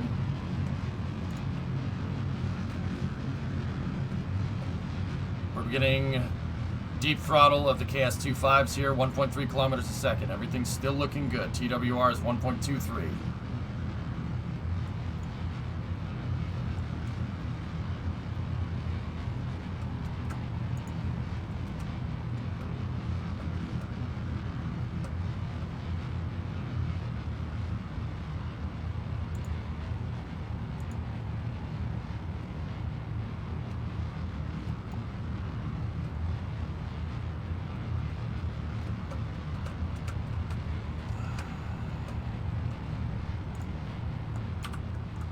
Trajectory is looking good.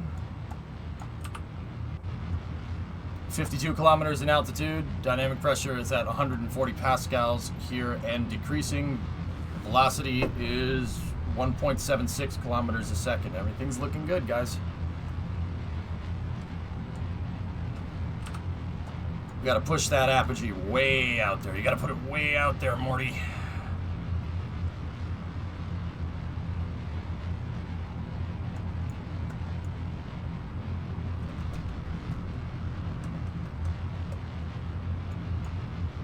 Stand by, press for MECO.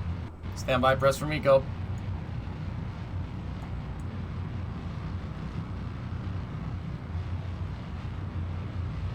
Mark it. We are pressed from Eco.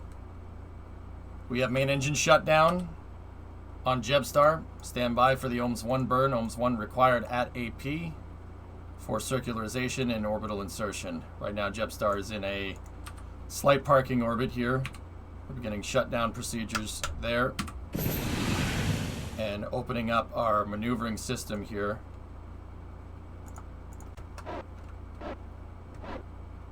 Repositioning the vehicle for insertion.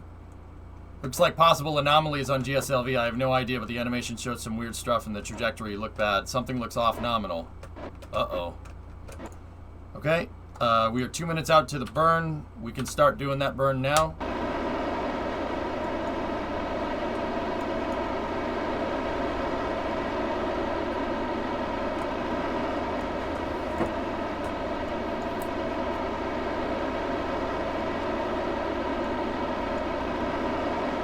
Yeah, DJ. Maximum dynamic pressure rescues, basically, the really plain English way to explain it is that it's the pressure that builds up on the top of the vehicle. It's the pressure that builds up on the top of the vehicle because the vehicle can't move the air out of the way fast enough. So you compress, the air is compressing against the top of the vehicle. That pressure from the air compression is your dynamic pressure. It does change as you go up into the air, hence dynamic. Video clip. GSLV is doing 360s. Uh-oh. Oh no. Iman Demon, 35-month resub. Alright, let me pause this out for a second. What's going on here?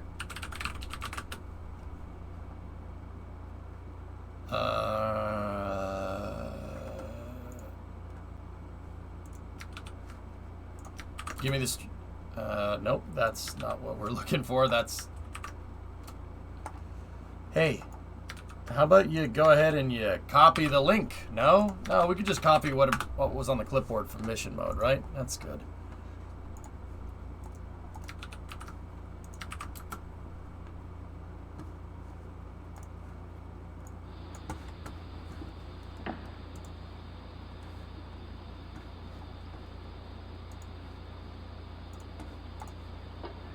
Oh yeah, that's no good. Yeah, that's a big trajectory difference.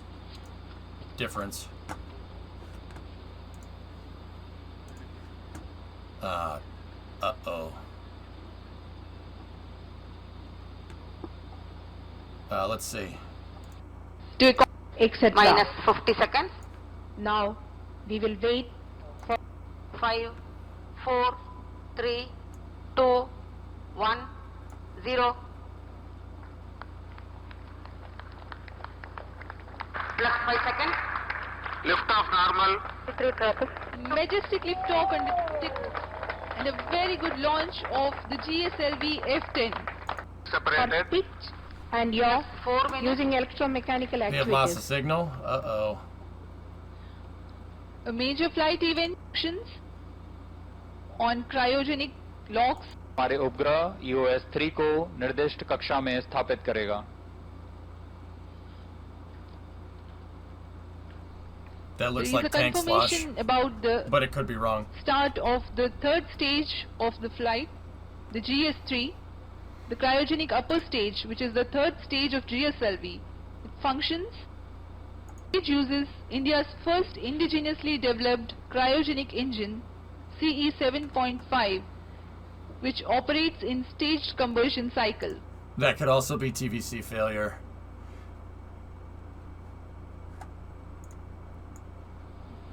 Put us back to live.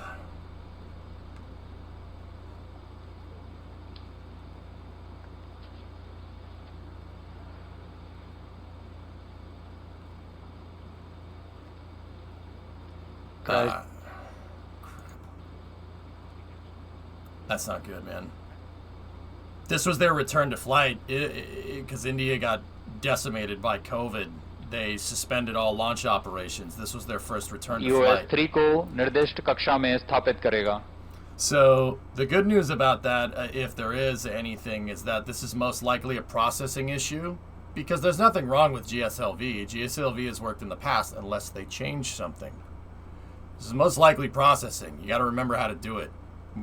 So you know, guys, what I say about space programs picking up steam, right? That's very important. Once you have that momentum, you try to keep that momentum at any way possible. If you have to stop, unfortunately, due to COVID, you lose that momentum. You kind of have to pick up where you left off, and sometimes this stuff happens. The same kind of thing happened with the Europeans with Vega. There's nothing wrong with Vega. But there's something very wrong with Vega if you cross the wires because you forgot how to put the thing together, and the thing ends up slamming into the ground. Because the thrust vector controller is crisscrossed and the thing noses into the ground instead of nosing up. I'll bet you money that this is most likely the result of that. It's processing. But that's just a guess. It sucks. That really sucks, dude. You don't want to see this happen with anybody. No changes to the vehicle.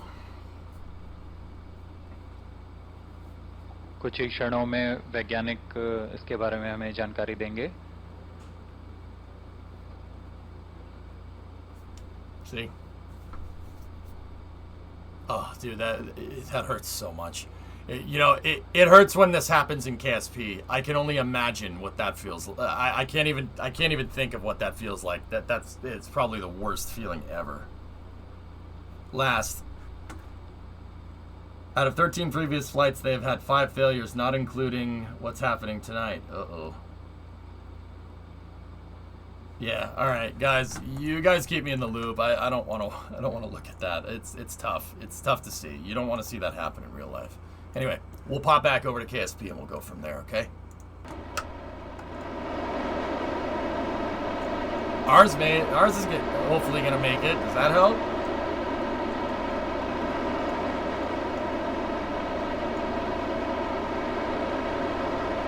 Stuff's difficult, Swish.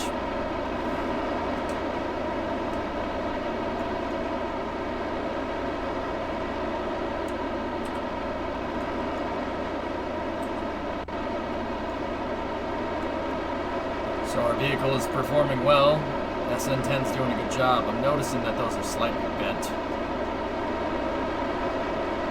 Well, Israel doesn't launch people rescues. Not yet at least. Maybe someday.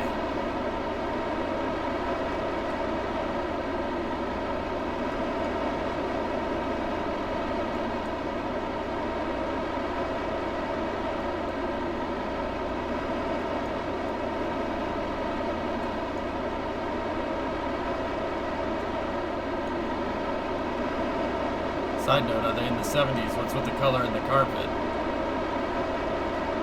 Hey, man. It's just other folks do other things differently than us, right? You know? GC flight, lock the doors. I don't say that.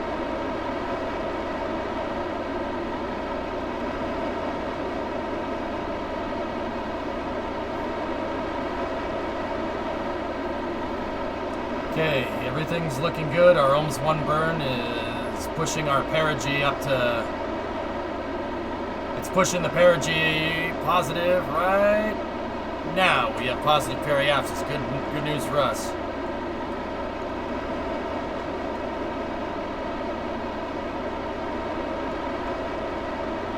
Okay, stand by for circularization. We've gone past our apogee here. No problems though. Got about 70 seconds left on the burn here. Mission failure confirmed. That sucks.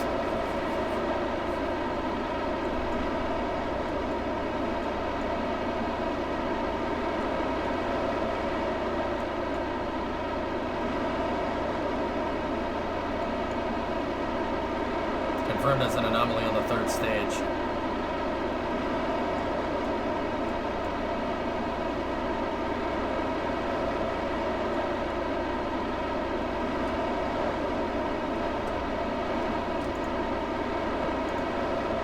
Stand by.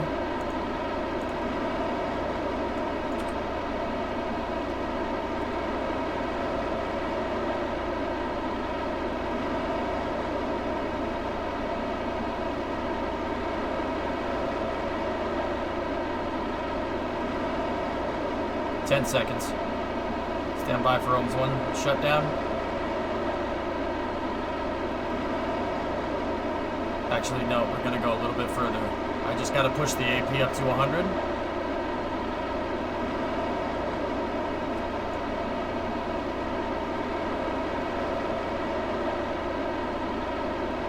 Stand by for ohms 1 shutdown.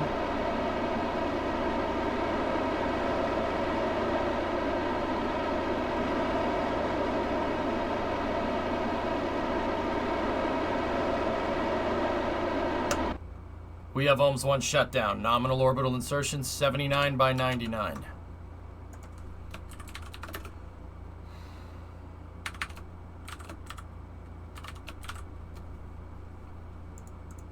Okay, we're gonna brush up the orbit with the RCS here. And then we're going to circularize at 100 in preparation for SAT deployment here. They renamed the Glenn Research Center in Ohio to the Armstrong Flight Facility. Oh, neat.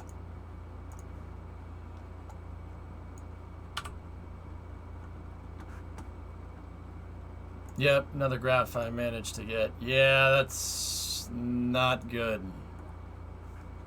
What does lock the doors mean? Well, in the event of a mission failure rescues, in the event of a mission failure, you need to preserve all the data because now it's an investigation.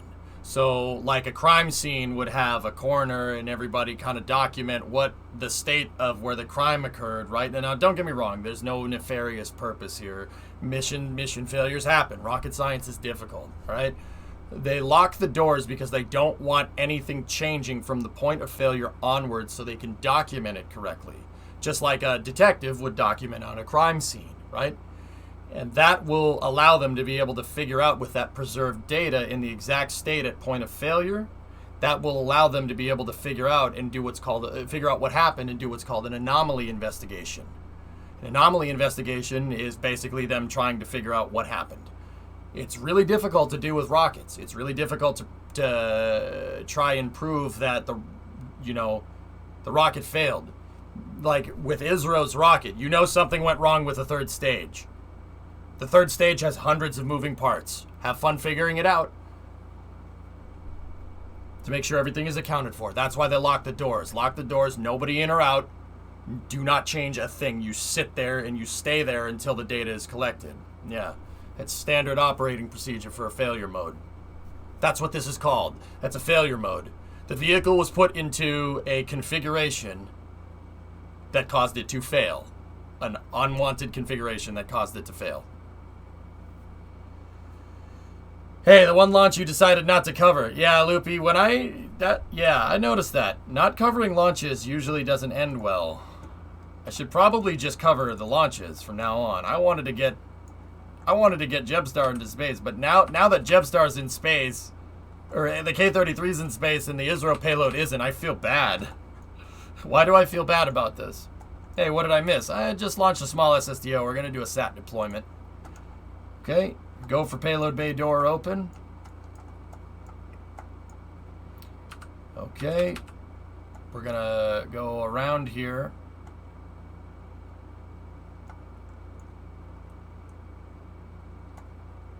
I'm not worried. It's a loss and it's a pain in the butt, that's for sure. And we don't want failures in spaceflight. The reason why we don't want failures in spaceflight is because part of the reason that spaceflight is so successful nowadays is because people are willing to insure payloads and rockets. Because the reliability has gotten to the point where you can insurance. And insurance premiums are what makes the industry move to an extent. Failures, it doesn't matter who does it. It doesn't matter if it's ISRO. It doesn't matter if it's the Europeans. It doesn't matter if it's us. It doesn't matter if it's the Russians. Failures can increase insurance premiums. And if insurance companies are less likely to insure payloads and rockets, rocket companies are less likely to exist because they can't recoup their investment after a failure. That's not good. That's not a good thing for the industry. Really? We don't want failures? I mean, no, Pulse, we don't. Are you going to impact the satellite into the moon for seismograph data? We could, Inky, yeah. Yeah, there you go, Cornbread. I've watched SpaceX fail on stream, though. About that. Yep. Here's your anomaly analysis. EJ wasn't watching. Vehicle didn't have a chance. Okay. That's right. The entire industry has to pay more. You got it, Greyhounds.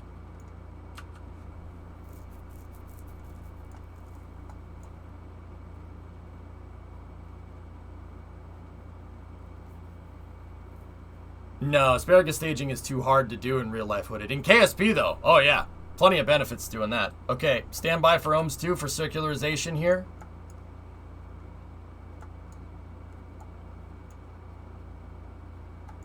I'm noticing that this bottom is bending a little bit. And it was doing that on the big boy as well.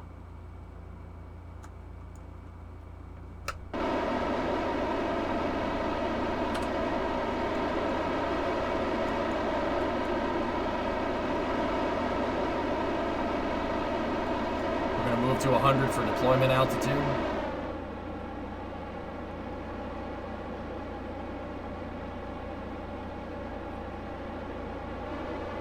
That's right, Penta.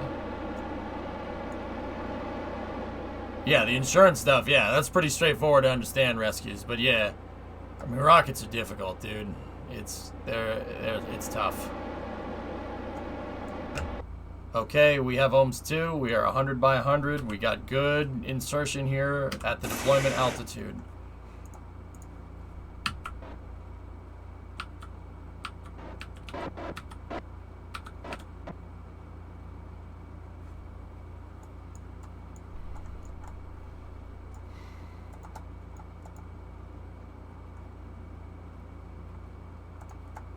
Okay.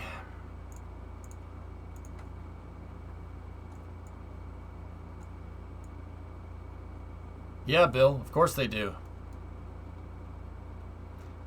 Now, industry premiums do change per the provider, obviously, right? It's like if you're a safe driver, your car insurance can go down, but there is a tidal effect there. I.e., yeah, this was insured by somebody. Somebody's got to pay some money. Or the other way to do that is to launch your payload uninsured, which is what FalconSat decided to do on Vega, and it bankrupted an insurance company. Or, no, that wasn't uninsured. That one was insured, and it bankrupted an insurance company. The second Vega failure, VV-19, had uninsured payloads on it, worth $5 million, and it failed, and somebody was out $5 million. All right. Let's go. We're going to move the dispenser into the right position here for deploy.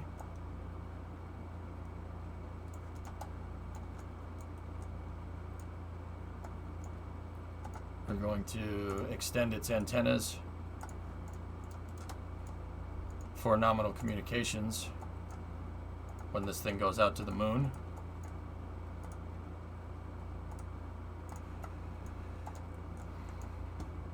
Okay, stand by.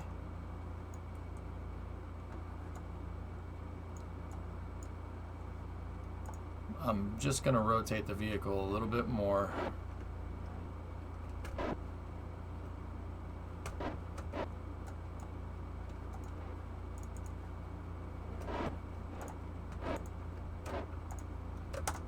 Okay, we are go for deploy on ISPE-4.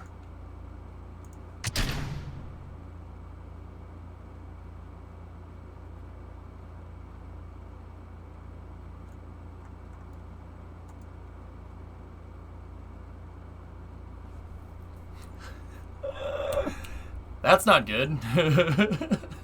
That's not good. Why did it do that? That's not okay. Alright. Huh.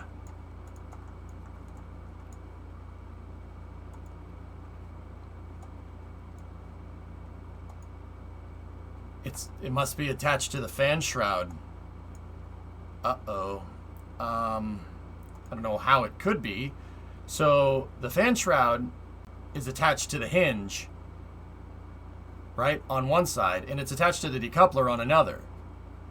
But the fan shroud does have an inner docking port there, but it should be covered on both sides. This looks like, yeah, there's no nearby objects.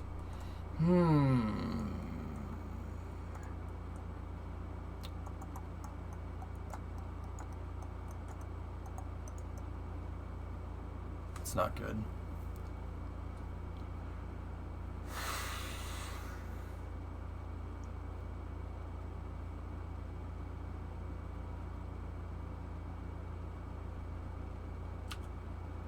Where's the station?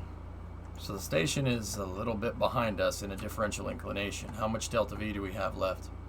254. There's no Kerbals around, guys. Okay. Well, great turn of events. It looks like this is attached to the structural fuselage, which it should not, or that fan shroud, which it should not be. It should not be attached to that. I don't know why it is. But yeah, I probably should have checked it. That's okay. New satellite, new payload. So, what we could do, we could deploy this. I could deploy it down here, and if we deploy the thing, if we deployed it right now, I could fire the engine. Right? We could fire the engine on the satellite, and hopefully it breaks the fan shroud, it overheats it, and destroys it. But then, I would have to worry about that, the dispenser debris being up here. A processing problem. Literally, Checkered, yes. It's not the decoupler, it's the fuselage, and it is pointing at a collidable piece of the fuselage. That's absolutely a thing. It might work. Normalization of deviance. Well, it's okay to have deviance on a mission if you're trying to get it to succeed or at least come back. I don't really want to come back down with the payload, but I also don't want to risk blowing the fuselage up either. That'll still leave space junk. That docking port and the decoupler will be something that we can't get at. Yeah, I saw it, Goalie. I think the dispenser can be sacrificed. Hey, Cornbread gifted a sub to NASA. Thank you.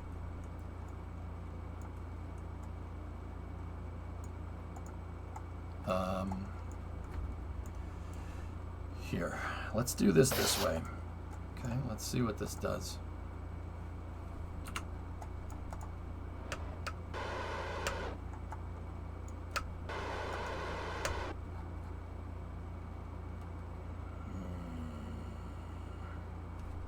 Didn't heat anything up.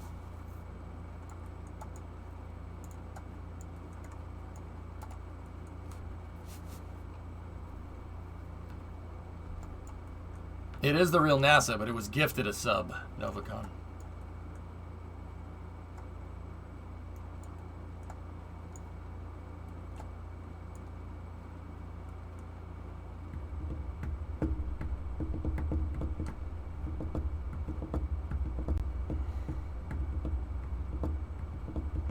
There is an engineer on the station. Yep. Now the real question is, would it be better to just bring it back down and pull the payload out and recover it, fix it and put it back? We could do that. It's not that big of a deal. Catch the debris in the payload bay and get it into the atmosphere. Well, it can't shoot at it anyway, King, so that plan's moot. Spin it around fast and inertia will take care of it. Nah, you guys don't understand. I'm attached to the fuselage here and I can't destroy this thing. And if I launch the satellite with the dispenser attached to it, it's not going to have the delta V to reach its final orbit.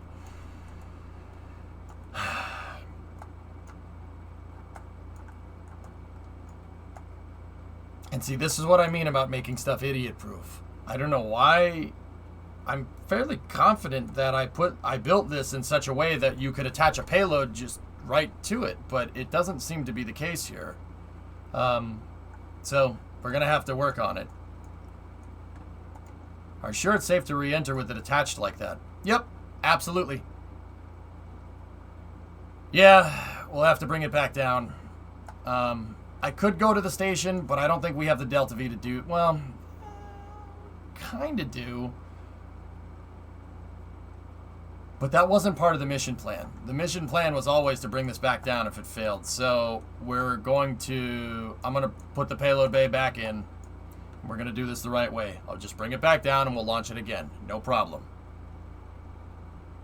Bring the Kerbals to the SSTO. There's nothing that they can come over here with. What went wrong? This is attached to a structural component. It's not attached to the decoupler. The decoupler didn't work. It sucks, but hey, this is what I mean by... This is what I mean, fellas, when I say that I want to build out the SSTO and kind of feel it out to what the SSTOs are good at. This is all just basically... I need to do QA before we give these things operational missions. That's why I wanted to do commercial missions with the big one, so we could figure out problems like this. But it's okay. New save, new station, part 1. Let me see for a minute. Hey, that looks good, man. Good job.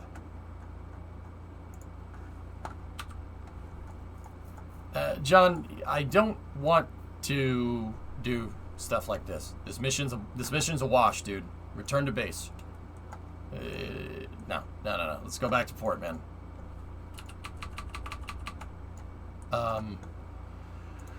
Let's close up the payload bay. So we just need to bring this thing. We need to get this thing about 2 kilometers a second slower and about 60 kilometers lower, and then land it right back on that runway. Let's move to deorbit procedures. That sucks, but don't worry, we can launch it again. It's no problem. We have all the crane and everything to take it apart and fix it. It's okay. The night is still young, chat. Now, it sucks because we're probably not gonna launch this mission for profit, but hey, it's okay. We had these kind of teething problems with the Freedom program too. It's all right. And then look at how successful that ended up being. So it's no problem. The payload isn't deploying. It's attached to the wrong piece. Levy. We have the down mass capability. The safest thing to do is just bring it back down. I'm not gonna lose 10 either. That would suck. I mean, there's still a chance with re-entry, but I'm pretty sure I can get this thing home. Not pretty sure. I can get this thing home. Okay. We're going to prime the orbiter maneuvering systems for the deorbit burn.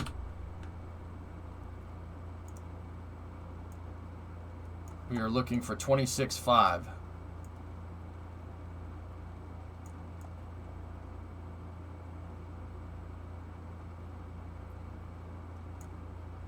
$26.5 on the dot. Deorbit burn is programmed in. Am I missing anything, chat? I don't want to use DART, guys. I do not want to introduce that type of deviance into my space program.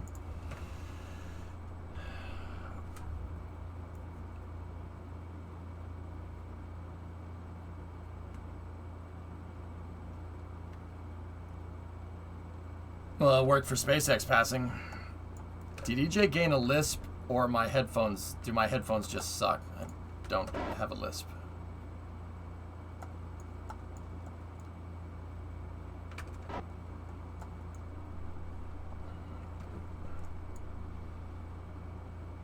No, we triggered the decoupler, Cero, and it did nothing, so yeah. We only lost like 20 to 30K of fuel, guys. Don't worry about it. This thing is inexpensive to launch like the big one, so trust me, it's just better that we just bring it back down, and that gets us another launch, which is good.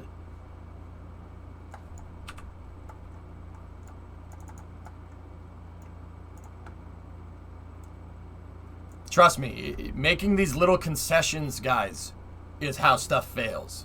That's not a big deal. I can take care of it. It's not a big deal. I can take care of it. It's not a big deal. I can take care of it. Then you've taken care of too many things and then the vehicle blows up on the pad. See what I'm talking about? Don't do that. It's a bad habit to get into.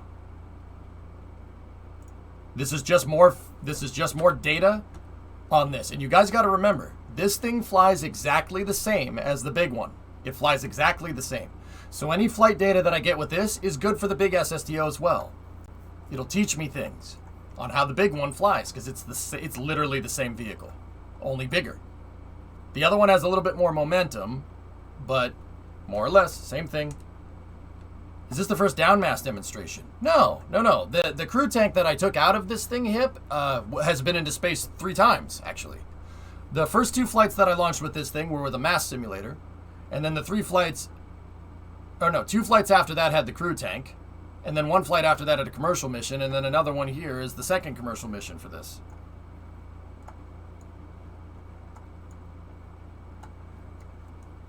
Aero surfaces, RCS, and gear. Yeah, alright, so deploy that down. That was the plan there.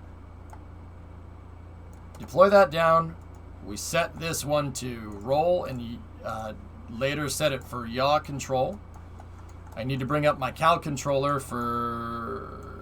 This is body flap pitch control right there. Or I could just X out of it.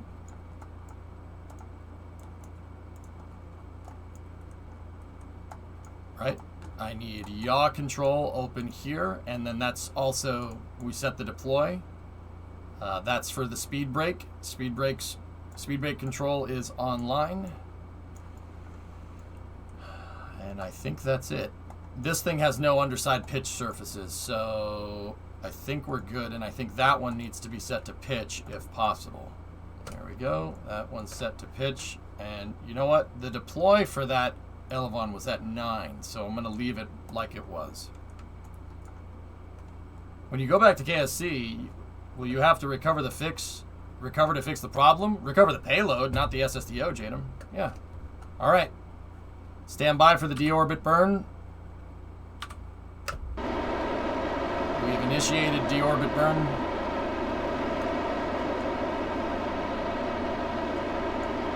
The uplink is good, Bond. We'll refer to the VOD, lols. Most of the checklist is up here, Hypersonic. And I rarely make a mistake. Yesterday was very rare, I'm telling you. What about the abort to docking port? The payload is attached to the structural. It's attached to the payload attachment fitting. Just base, the decoupler is attached to nothing. I should have checked it. Processing problem, just like what Israel supposedly has.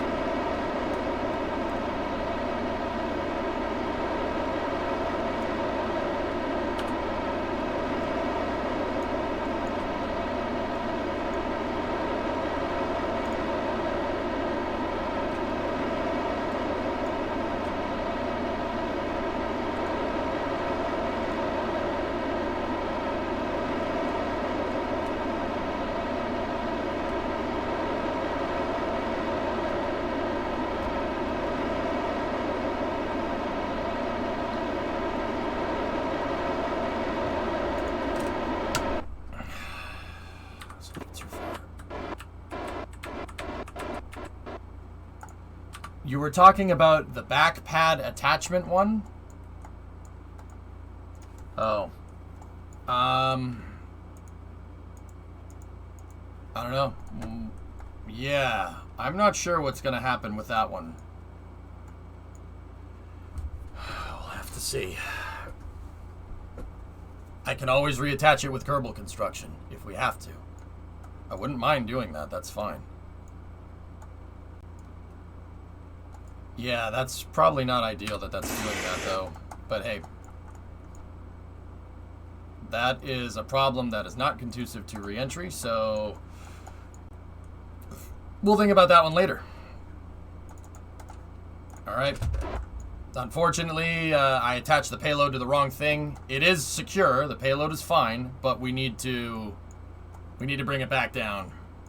That's the root part, though. It's not. The root part is the probe core. The root part's over there. Yeah, that's not the root part. Hierarchy. The hierarchy doesn't flow that way because the SSTO. I need to be controlling the SSTO from the pad. The hierarchy is flowing from the pad to the SSTO, so that's not the root part.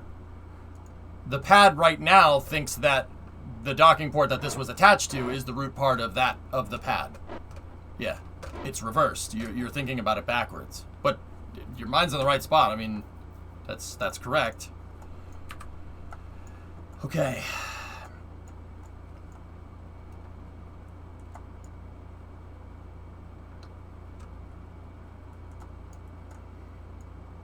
No, lulz. Every payload that this thing has flown previously has had down mass. That's way heavier than this.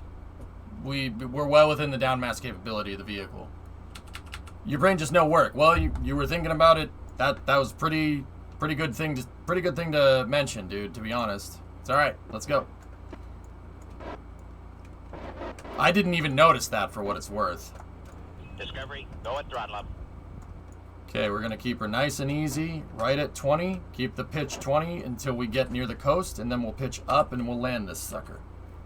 We're gonna land right at dusk. No, the payload was attached to the wrong thing, Spiffy. So I attached it to a structural component. So it's fused, but it's fused. Yeah, it's not gonna deploy either. It's okay. I'll bring it back down. We'll pull the payload out. We'll deintegrate it. I'll recover it, and we can put another one out. Let's do this.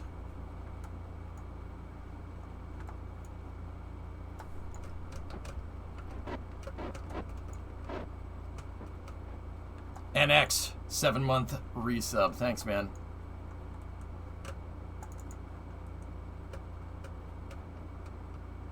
That's what I like about mission mode, dude. Mission mode forces you to really think. You really got to be careful here. The reason why you really got to be careful is because you're thinking about all the complicated things to get this thing to work right, and then something small, just like when you first started learning KSP, right, Doom? Something small is going to nip you in the butt. It's always, that's how, dude, real space flight works exactly like that. Look at Vega. Look at all the stuff that came together to get Vega to do what it did. And it failed because some idiot crossed 2 wires. He bound X thrust vector control to Y and Y thrust vector control to X, and Vega, instead of doing this, it did this and nosed into the ground. It's always the small stuff that's going to get you. That's what makes this fun. It keeps me from, it keeps Kerbal from it keeps it from getting boring.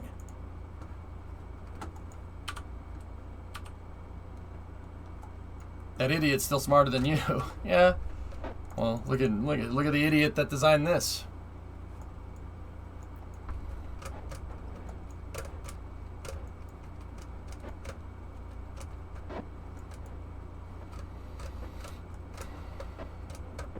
Yeah, it's always the small stuff that's gonna get you, Shady. And the whole point of mission mode is to show people that it's always the small stuff. You really need to be on your game. That's super important.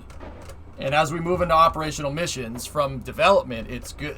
That's why I just don't mind launching this thing again, because it's good for me to get back into understanding what I need to do for operational missions.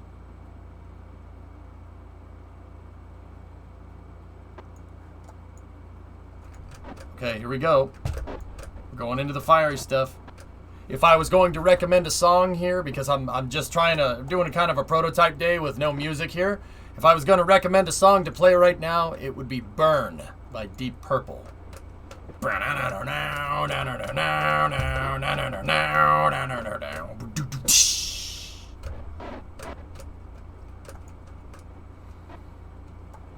Sky is red. Don't understand. Earth was shaking, she stood instead. Still I need to burn.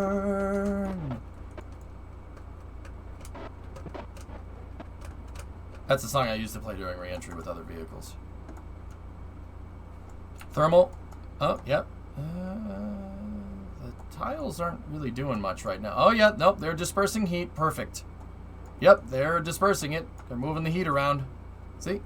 Very good. Go at throttle up.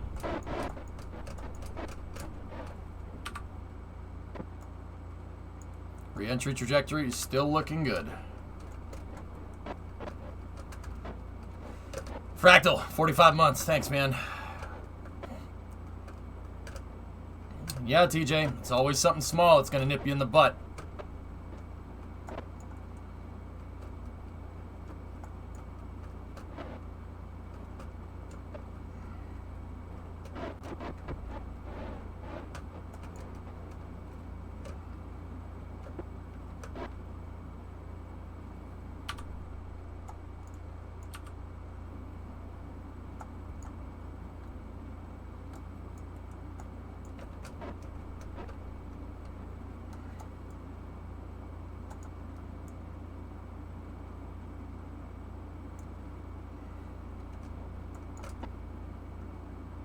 Or you could play Johnny Cash. You could play Ring of Fire. Hello, everybody. My name is Johnny Cash.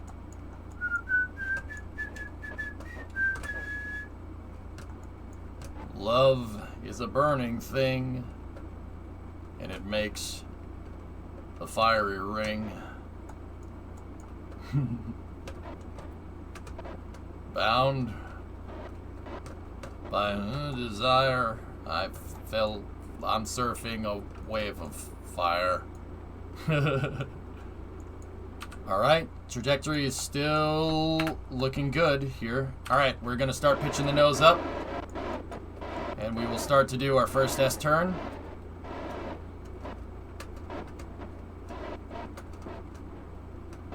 Everything's looking good here. Move these into the nose up config.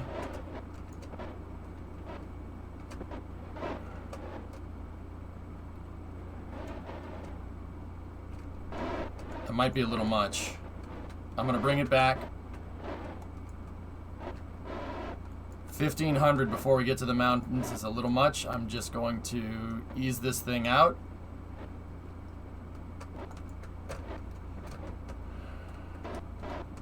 We do not want to nose down too much, guys, so I'm going to move this back up. We're still a little bit high. It's okay.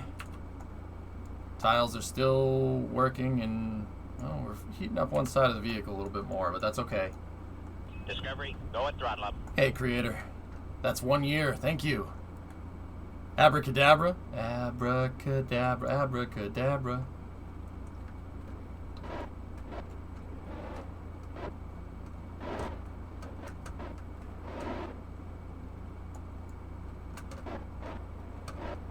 Alright. We're good. Get that nose up. Slow this sucker down.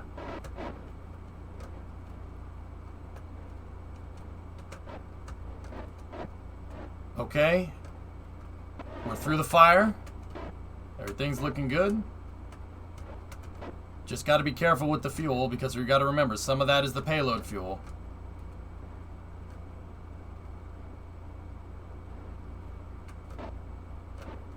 "40 degrees, rescues, but it varies because you have to fly the thing.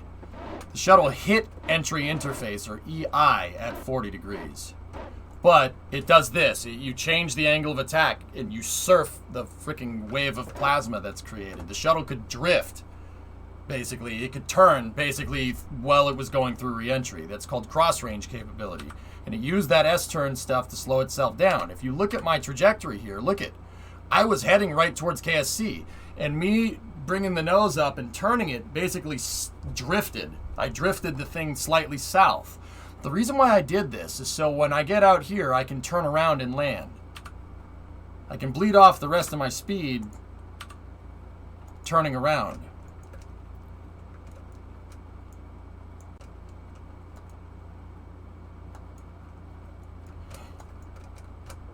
We just basically have to get subsonic here, and then we can fly this thing like a regular plane.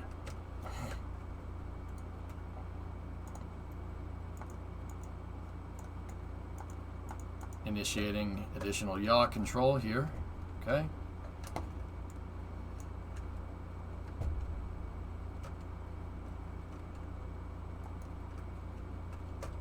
Okay, we're in the transonic regime. Should hear those sonic booms down there at the Kerbal Space Center.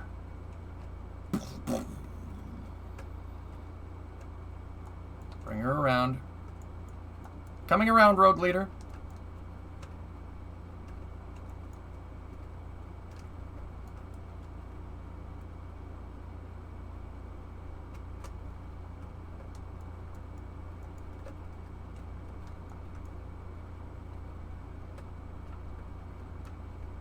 Come here, you.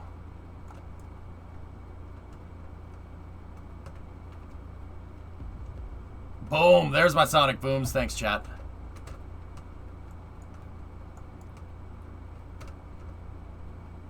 Okay, we're bringing her around town. Bringing it around town.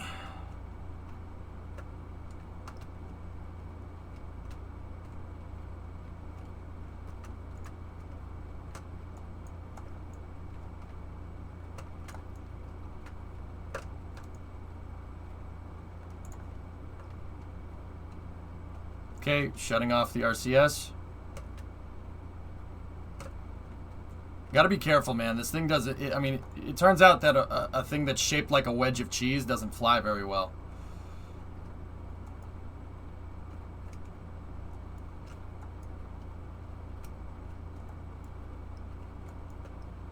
Okay, we've brought it around town, and we're going for a heading alignment here with the runway.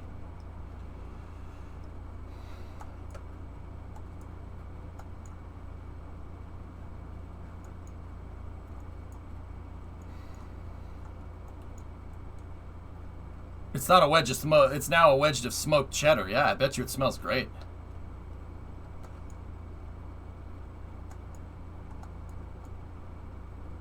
Okay, coming in for a dusk landing back at KSC here.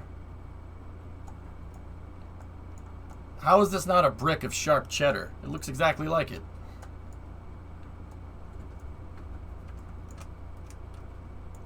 Okay, zeroing out the body flap and starting the flare maneuver here.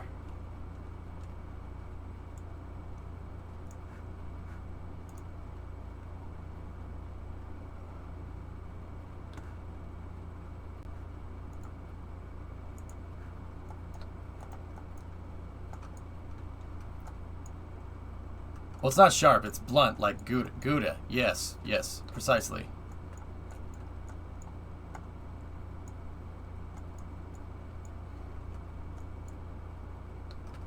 Okay, here we go.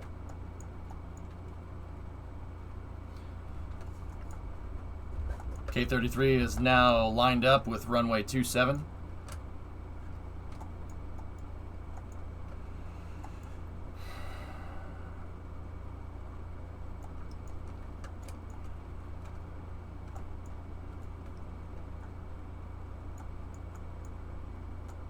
$1,500. Everything's looking good here. Speed is at 100 knots.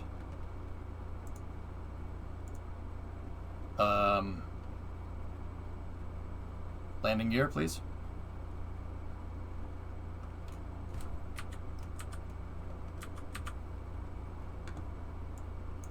What the hell? Oh.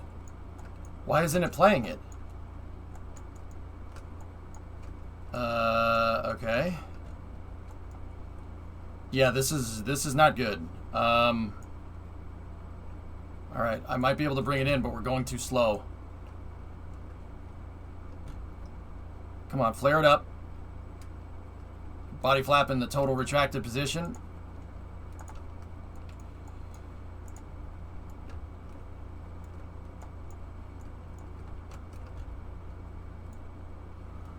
That was close. Where's the KSP sounds?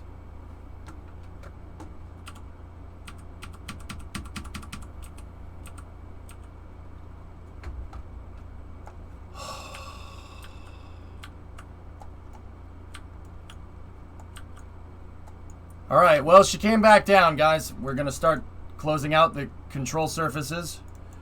All control surfaces are closed out. Resetting body flap pitch. Body flap pitch is reset. Speed brake controller is out. Pitch controller is out. We are rolling out on the runway. It's being quiet so you can concentrate. Dude, that almost screwed me up, Jason. I was getting ready to do an emergency procedure to just stall the thing to see if the gear would deploy. Can I check the payload fuel for you? Yeah, what about it?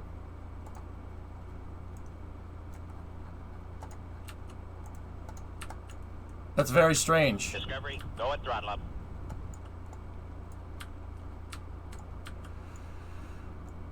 Okay, we have wheel stop on the K-33, year 4, day 269.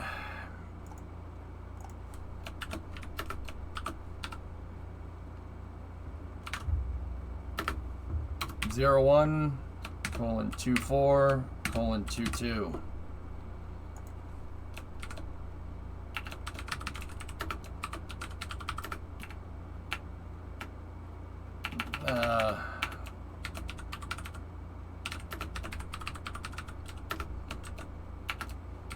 Payload failed to deploy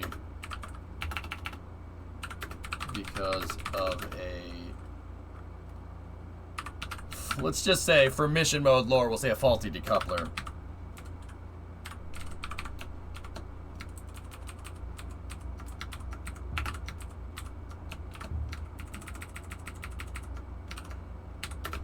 Vehicle and SAT landed at runway 27. And then in my additional notes, EJ attached the payload to not the decoupler. Hey, not the worst result from a mission though. I'll take partial. I'll take partial success. But hey, how's that for an end-to-end system? 33 is pretty good, huh? Pretty good little vehicle. And remember, the big one flies exactly the same. But I'll tell you, the big one would have crashed. The way I hit that thing into the ground, the big one would have just crashed. We would have blown it up on the runway. It would not have been able to take that hit. So we got to be careful. But I don't know why I don't have sound. That doesn't make any sense.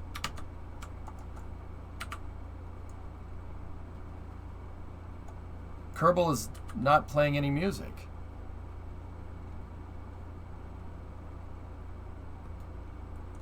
That's very, very, very, very weird.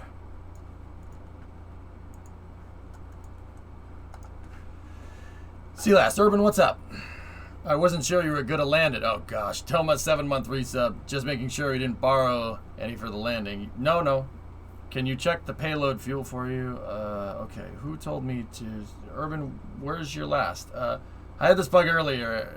Restarted to bring the sounds back. Dude, that almost cost me. The sound, whatever that sound bug was, almost screwed me over. That was very close to failing, man.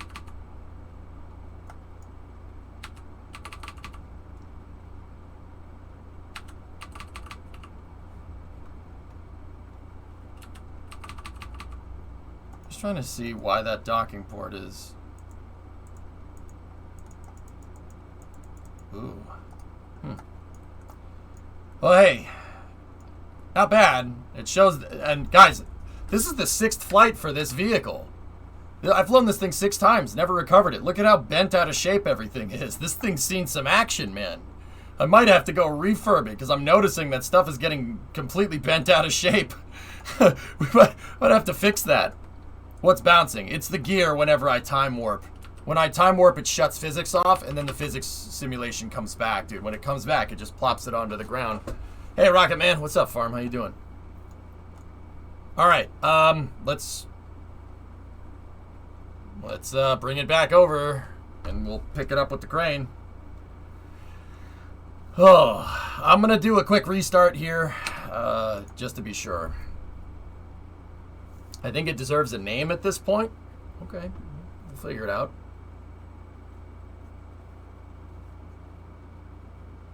It is not a replica of the X-37P Hybrid Buffalo. No, not the X-37, the X-33. It's supposed to be a functioning replica of Venture Star. The X-33 in the Venture Star program. Lil Chungus, yep.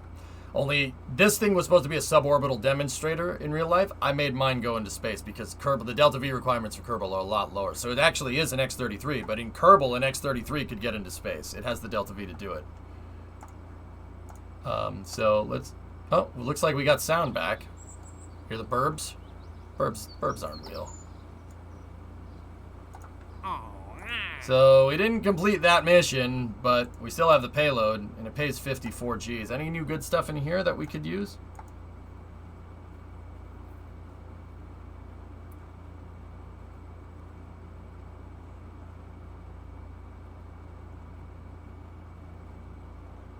Yeah, Hyper, the cool thing about this is that I have a crane and a launch complex that I built out of parts in KSP, out of stock parts. And I can reuse it. That thing that you just saw, that's the 10th one. Don't ask what happened to the other 9. They're not with us no more. But that 10th one has flown 6 times. That was its 6th flight. Unfortunately, we didn't get paid for it, but it's okay. It's not the worst thing to happen. The worst thing to happen was when I lost my $50,000 SSTO. This thing's bigger brother last night. Because, Buffalo, I built VentureStar. That's supposed to be the X-33. I made VentureStar. And it is ridiculous. It's a really awesome vehicle. Yeah, see, there's the big one. See the Kerbal right there? That's the big boy. That's how it ended. Yeah, how it started. How it started. How it's going. Yeah, that was a costly mistake. I screwed up when I was putting it on its launch pad. Badly. Yeah. Yeah, 500K. Yeah, that's right. That's right. It was 500K. Thanks. Thanks for reminding me. Ow. Ow.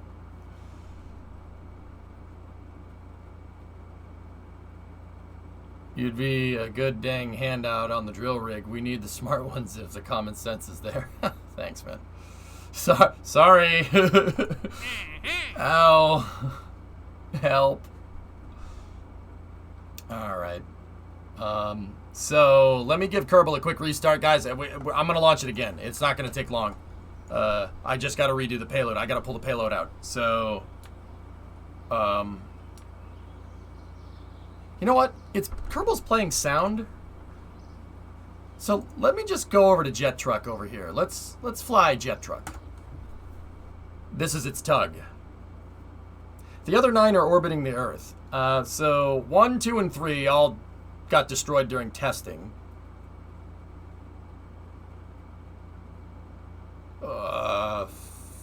I don't know what happened to 4, 5, and 6. I forget. 7, 8, and 9. Well, 7 crashed into the ocean. 8 crashed into the ocean. 9 crashed into the desert. Or no. 6 crashed into the ocean. 7 crashed into the ocean. 8 crashed into the desert. 9 is stuck in orbit.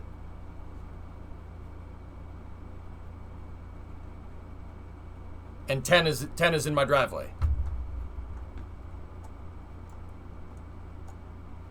Here, hold on. Ready? Yeah, no sound. All right. Well, we'll give Kerbal a quick restart here. Any plans to bring 9 back? We could do it. I could do it. 9 would need to be refurbished, though, Creator. It's an old design. I redesigned it between 9 and 10. Are we recovering for refurbishment? If so, you can avoid integration. I kind of want to keep that thing as the test mule, John, just to see how far we can take it before it get my money's worth, you know? But then again, refurbing it isn't going to cost me anything because it's on the runway. How much cash would you get for recovering 9? It's the K-33s are worth about 100K a pop. Yeah, the first one, it fell into the swamp. So I built a second one. That fell into the swamp. So I built a third one. That blew up the launcher, and the pad then fell into the swamp. But the fourth one, lad, that stayed up. That stayed up. Yeah, Caldaria, one day this launch pad will all be yours. What, the curtains? No, not the curtains. Yeah, it might pay to go and get that one. That's 100K, but I don't know how well that thing's going to handle during re-entry, guys, so... but Father, I just want to say... No, you're not having a song in here. What, you don't like her? What's wrong with her? She's rich, she's got huge tracts of land.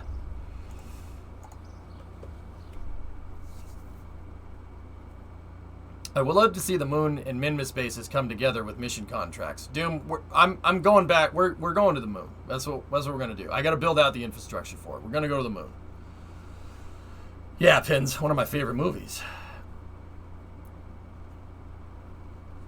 All right. Do we have sound?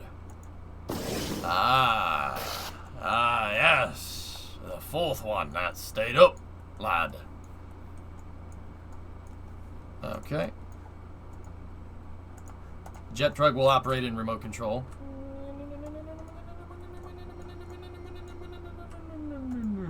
No, or not.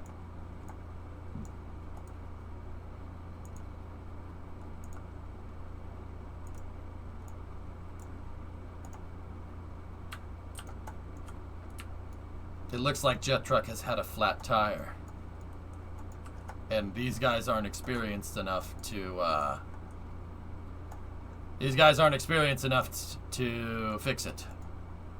They don't have enough stars. Unless we, come on. Ready? And...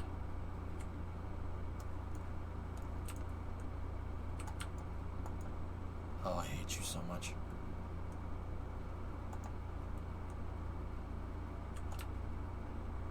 You know what I think? I think we should go to Manchester, get a nice cold pint, and wait for this to blow over. Yeah. Can we remove the tire? I'm pretty sure you can't remove those things when they're damaged. We'll just put another one out, dudes. It's not a problem.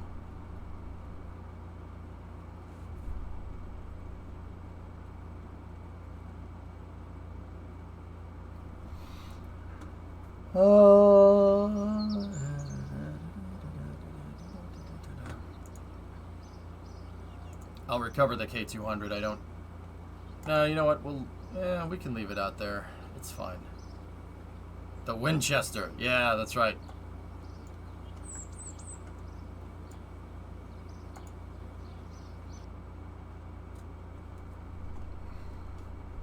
The flight readiness firing for LV6. Getting 89.4 pitch on this, so I'm gonna press with a flight. First flight shouldn't have that out of family data, Lavi, but if you're sure.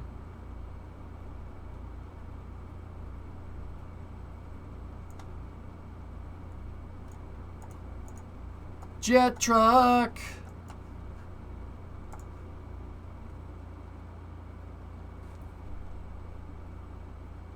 What's happening with the phase interference on the pad in Jebstar? Is it back in normal space-time today?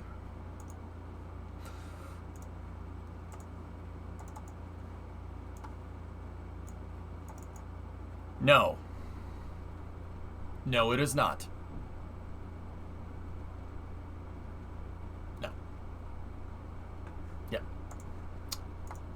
We've been using the small one today for reasons. yeah, we're using the small one.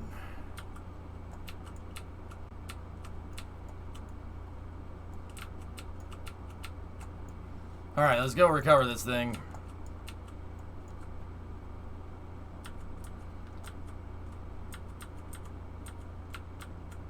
Literally took my first swig of the pint when you said pint. Nice try. Hell yeah. Time to start a Jeff Bezos rocket to launch Kerbals past the Kerman line for experience. It's actually not a bad idea, Bram.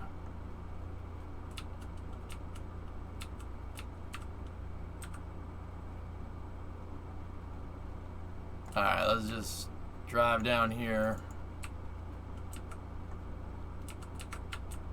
Jebezos. Jebebos. I'm Jebebos. Jebebos.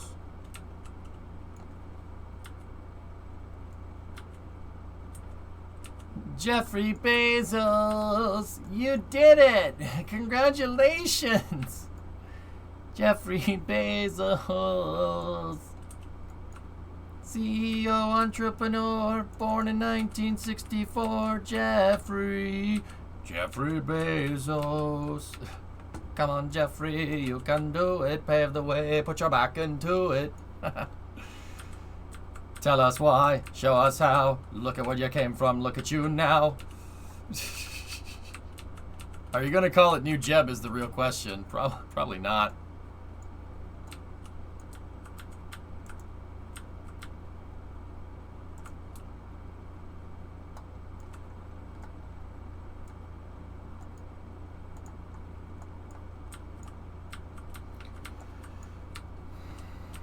Okay, let's get Jet Truck aligned here for a tow.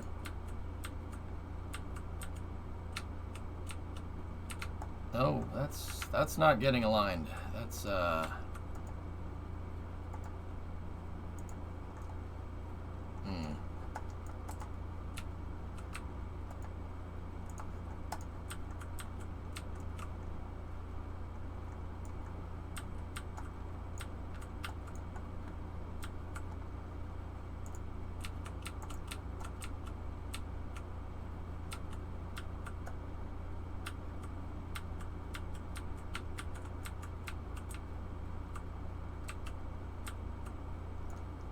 we go. It plopped it back in. Nice.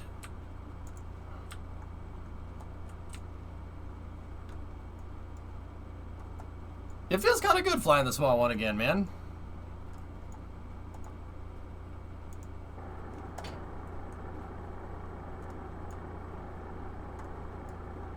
Sometimes I wish we had internal combustions in the game. Yeah, me too, man.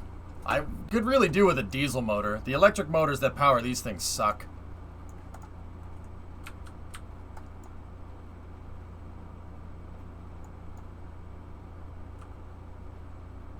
Well, once again, guys, the big SSTO is called Jebstar. This is just the K33.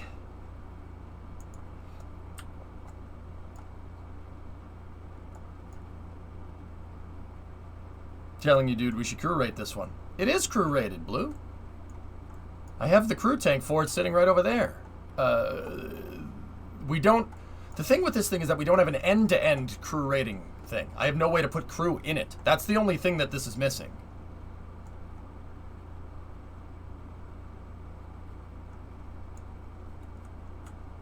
Bill Star. Yeah. No, this thing has enough to be able to get to the station with Kerbals up and down. And frick it, dude. It's safer than Dart. It's way safer than Dart. I mean, did you see that? Did you see that entry? That entry was spot on, man. I was able to fly this vehicle all the way down. That's what I keep telling people about whenever you're building a shuttle or some type of re-entry vehicle. Dream Chaser style vehicle, X-37B Buran shuttle, you know, X-33, doesn't matter. You need to be able to fly that vehicle through re-entry. These vehicles rely on, I mean, it's a space plane. It's a space plane. It's designed to fly during re-entry. The shuttle's whole shape is not based off of going on the way up. It's based on the way down. That's why it looks like an airplane. Can we see Dart? Dart's a little mini shuttle. It didn't work. It killed Jeb rescues, but it looks like the X-20 dinosaur, kind of like that. GSLV has a 57% success rate. I mean, that sucks, Phil. That sucks for them. That really sucks. Really disappointing. I wanted to see them to do well. I wanted to see them do well.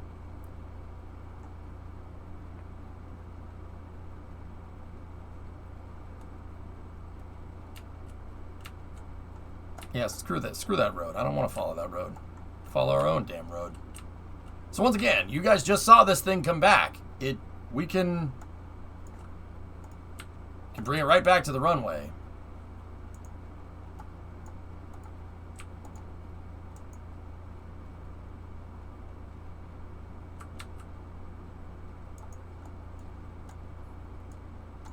Where we're going, we don't need roads.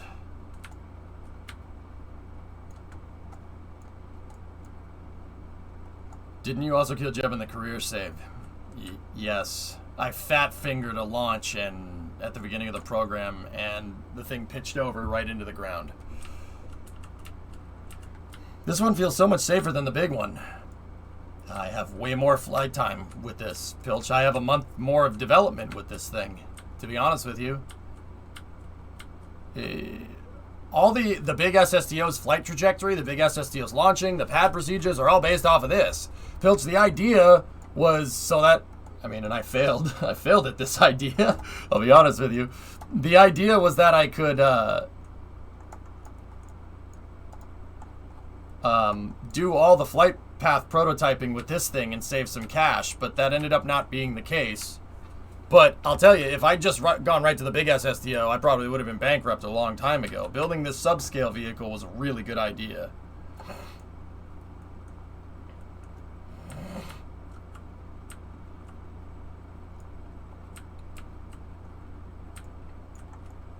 Yeah, Graham, pretty much.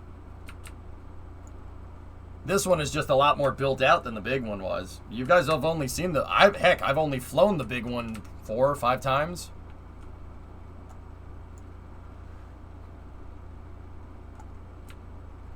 .2 tons placed into a 100-kilometer orbit with 1,000 meters of delta V left to spare and lots of TWR. So probably we'll try to uprate the single core to 5 tons. Vehicle ended up being well aligned, just leaning a bit, but I need to figure out a more reliable system to separate vehicle from the pad as the CAL controller wouldn't cooperate. That's why I use singular docking ports, Lav. Yeah. That's what I was trying to tell you.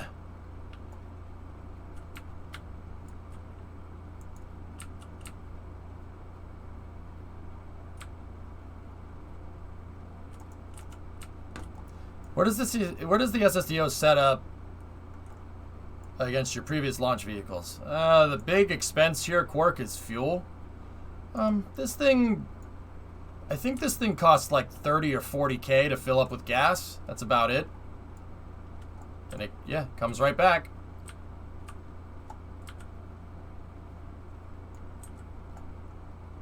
Oh, yeah, don't, so Lavi, use the docking port to attach. Use auto struts for stability in that regard. So where your docking ports are, just put a bunch of panels there and have the panels set to root part. And then when you dock the vehicle to the pad, all the panels will hold the rocket in place. That's what I do with this. That's my secret. I use auto strut as hold down points, not docking ports. It's deceptive.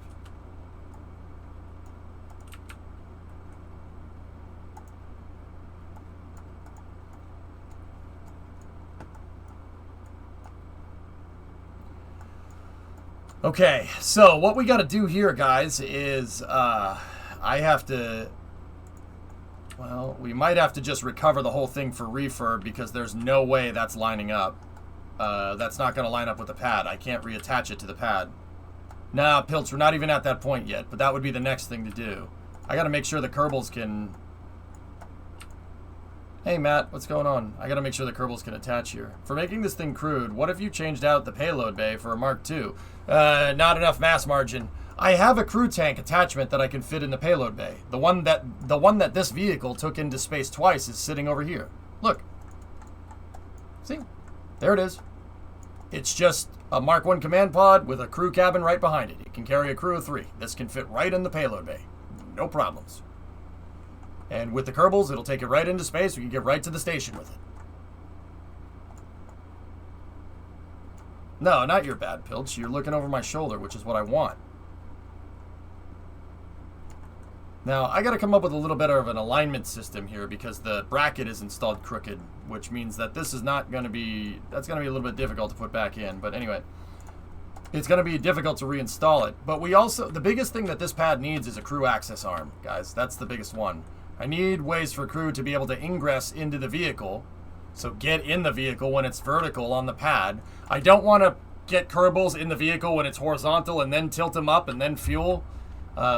Because this is kind of like real life. You saw what happened when we went through integration procedures yesterday with the big one. I could forget a step. I could mess something up. I want the vehicle basically to be in a stable state before we go and try to do anything like that. So I want a crew access arm for this and for the big one. All right, let's pull that off.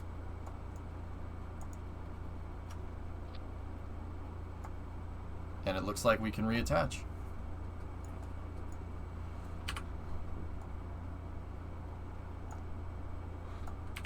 That looks like it worked just fine, actually. So let me just double check.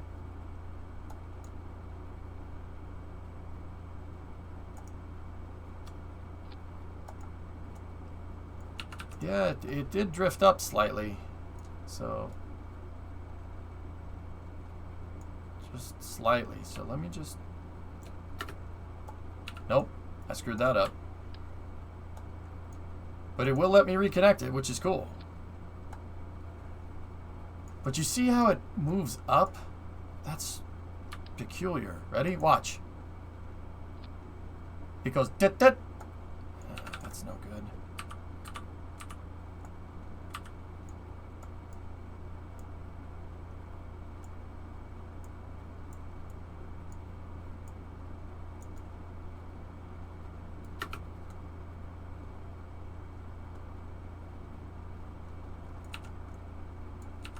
That's not aligned on this axis now. It's over there. You know what? I'll just try to node snap it again.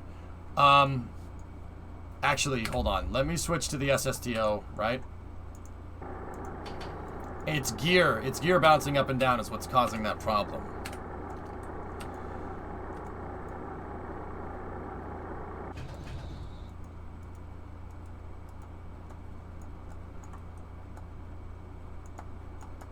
Ready?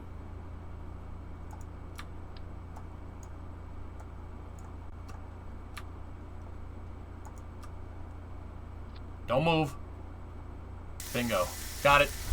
We're good. It's the gear that was making it do that.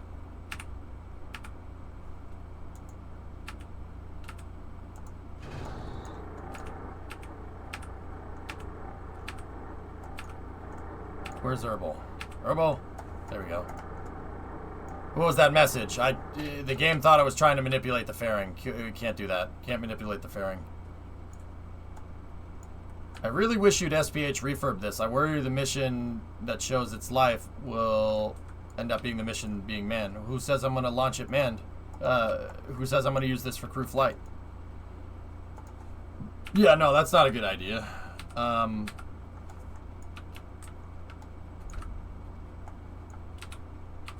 Yeah, I probably won't use this for crew. I'll use a new one. Fatal Allen, nope, no mods, dude, no mods.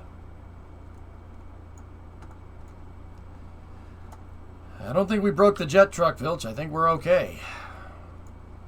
Next thing we got to do is we got to move into the other payload procedures here. I have to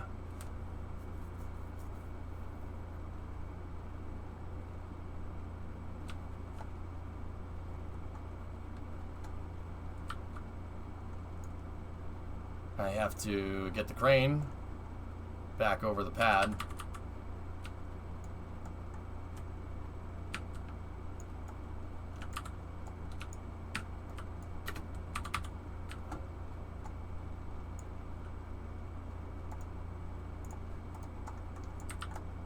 What's the part count on the SSDO and the pad? Cumulatively here, probably about 1,000 parts, maybe a little more. Do I play with mods? No. No, vanilla mods. Here, you should get this mod. Nah, Jonas, I don't know, man.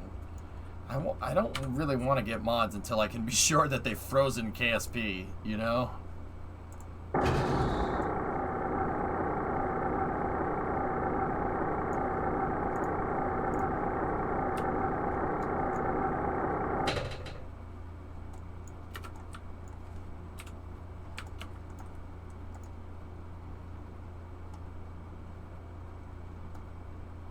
I played Fallout 4 a long time ago, Inky. Yeah, used a variety stream a lot more than what you've seen, you know, as of recent. When was the last time you played Fallout 4? Probably like 2016. Been around for a little while, guys. This ain't my first rodeo. I even have the Fallout mods. Dad joke, those mods are probably way out of date. We should probably delete that command. Jeez.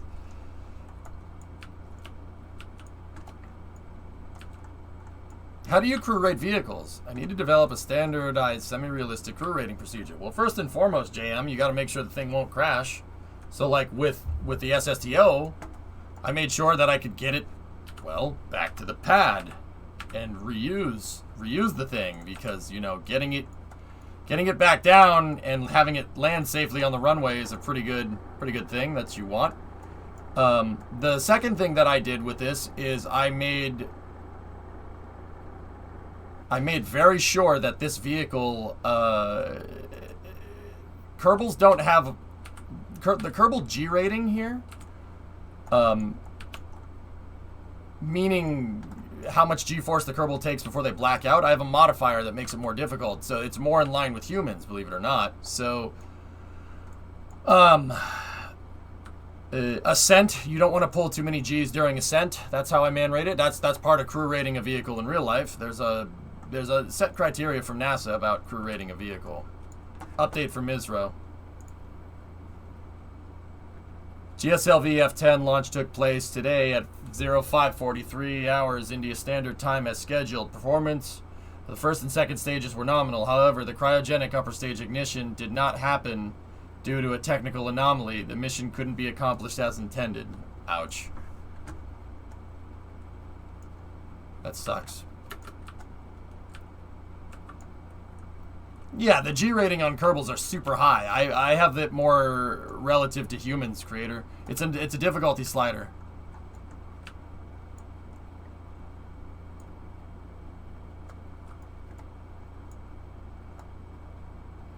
Hey J Tacos, what's up, dude? So guys, stick around. We're gonna go for another launch here. I just gotta pull that payload out, and yeah, I just gotta pull the payload out. That's really the big thing. I gotta install a new one.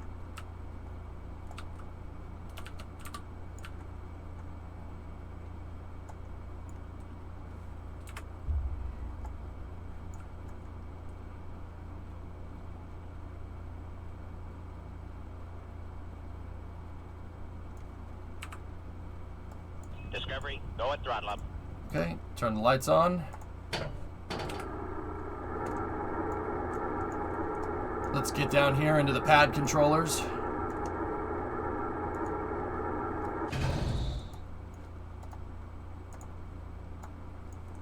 Unlock. T, your rotational control set to forward. Launch table rotational control set to reverse. And move it back up. Hey, Metric, 45-month resub. Thanks, man.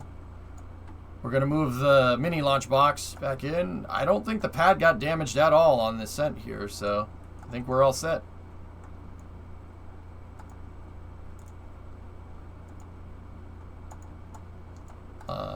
Unfastening the small docking port here.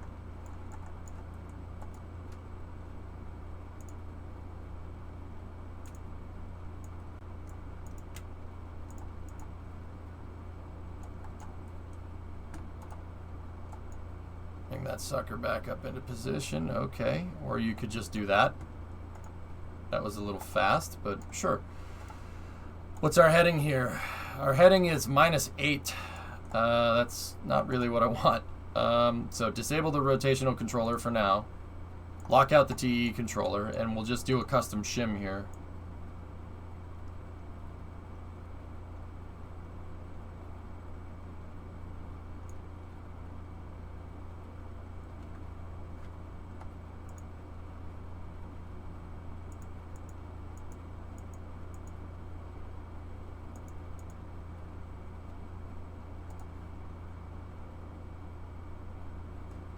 Okay, gotta get that as close to 0 as possible.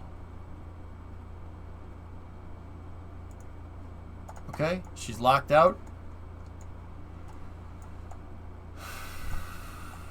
Okay, now we gotta switch back to the crane. And yeah. We gotta switch back to the crane here, and then I have to dock the crane.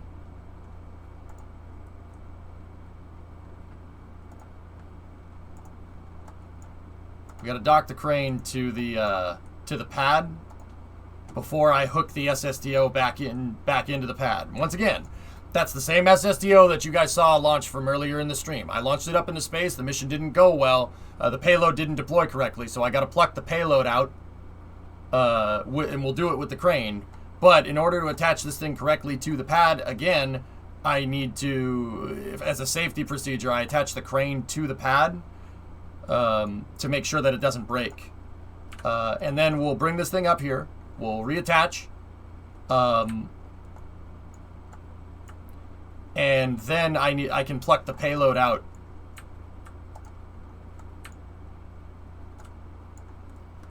How are you guys enjoying the musicless the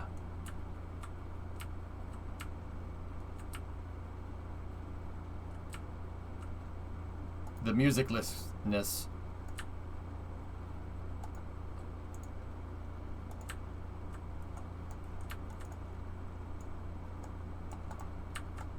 It's not bad with no music? Okay.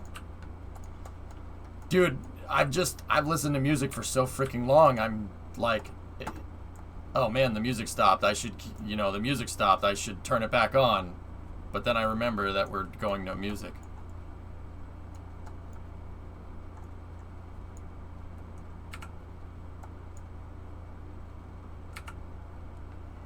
Okay, gotta make sure this reads 90.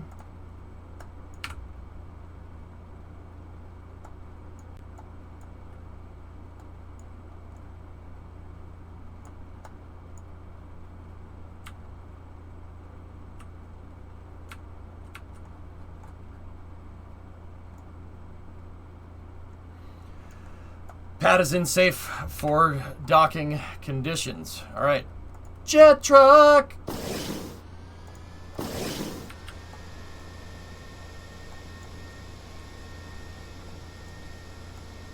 J Tacos. Yeah, I wanted to test the waters to see what it was like with no music. It's weird.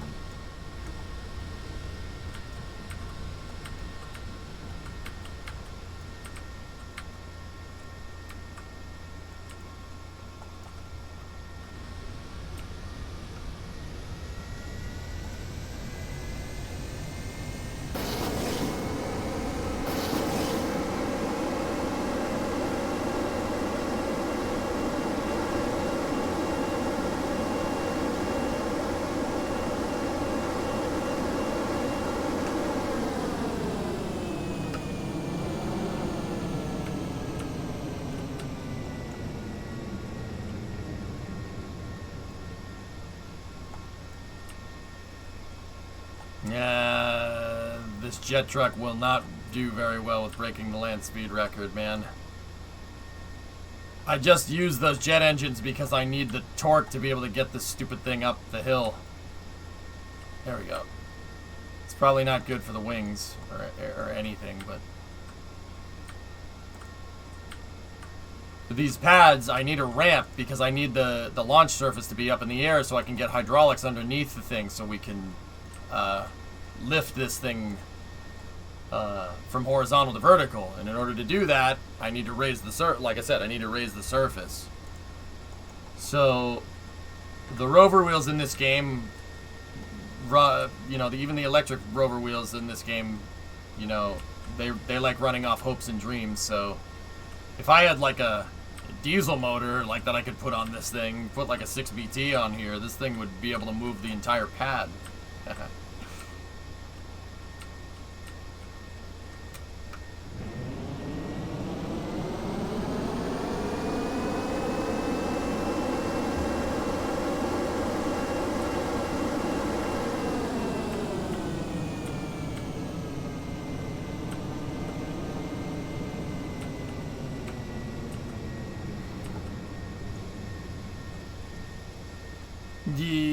Yeah, the wings slightly move this. They slightly hit, but it's no big deal. It's really not a problem. It's just a minor annoyance. It's not going to change the engineering on the program, guys.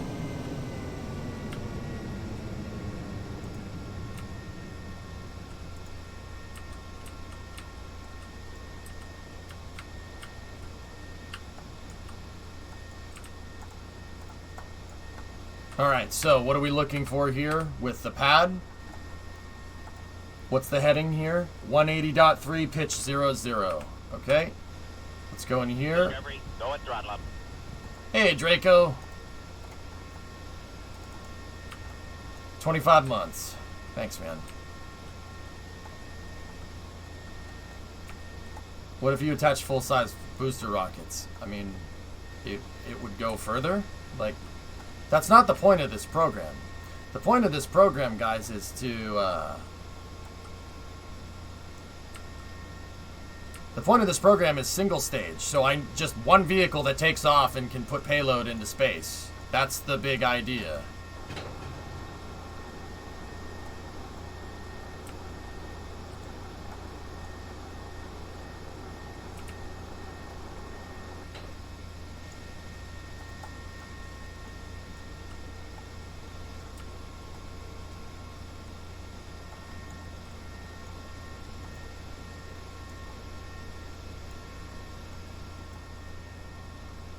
Strange.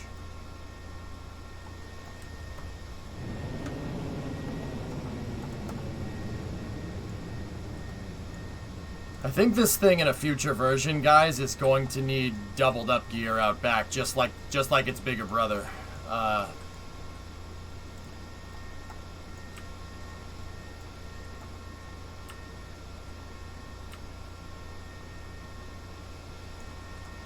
Because it is lurching back a little bit.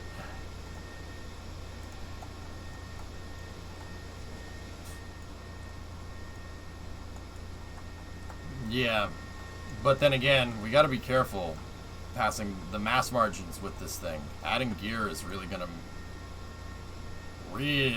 affect payload capacity. Okay, let's get the aligners placed.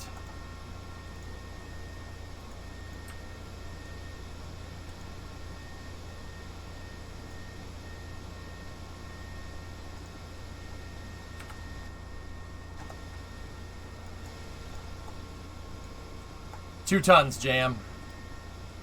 It's a small sat launcher, but it works. It's a good vehicle.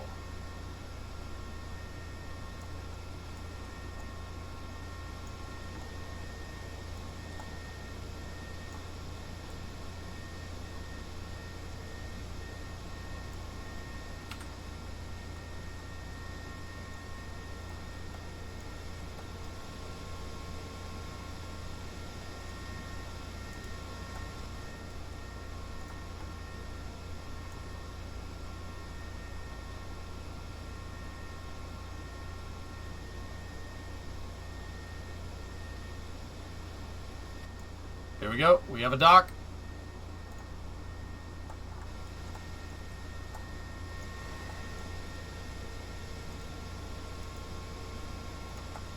Okay. You can shut the jet truck off. Yeah, Voodoo, we could do that. Mm-hmm.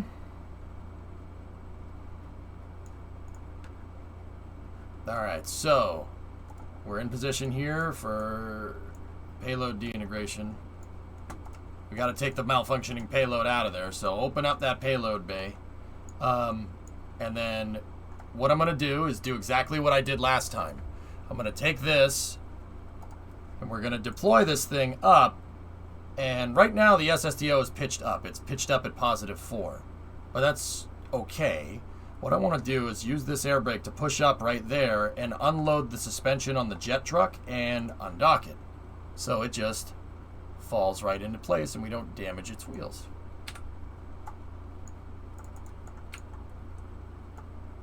Because the other one had a broken wheel, and that broken wheel came from separation there. You can make a vehicle way cheaper that does the same thing. How much can the small SSTO put into space? You said it costs around 30 to 40k fuel. If it's less than 10 tons, you could probably get away with less using an expendable rocket.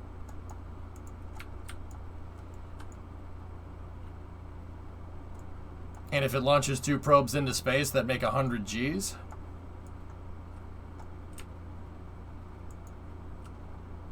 I mean, a rocket that does what this thing does is, you know, per my mission mode rules is going to cost just as much. I mean, don't get me wrong, we'd have to rideshare missions on the SSTO or make our own fuel, as other viewers have noticed.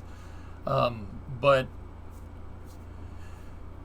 I have chat funding me too, so chat funded missions can more than offset the cost. I'm not worried.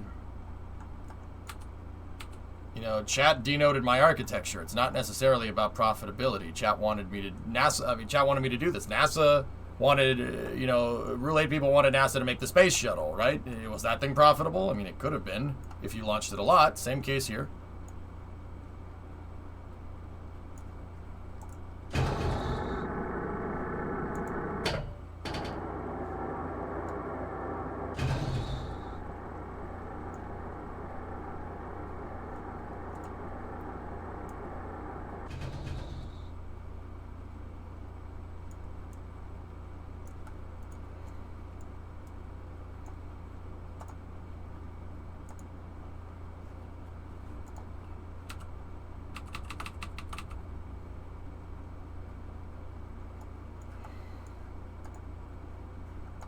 Okay. All right. Yeah, creator, I know. I know.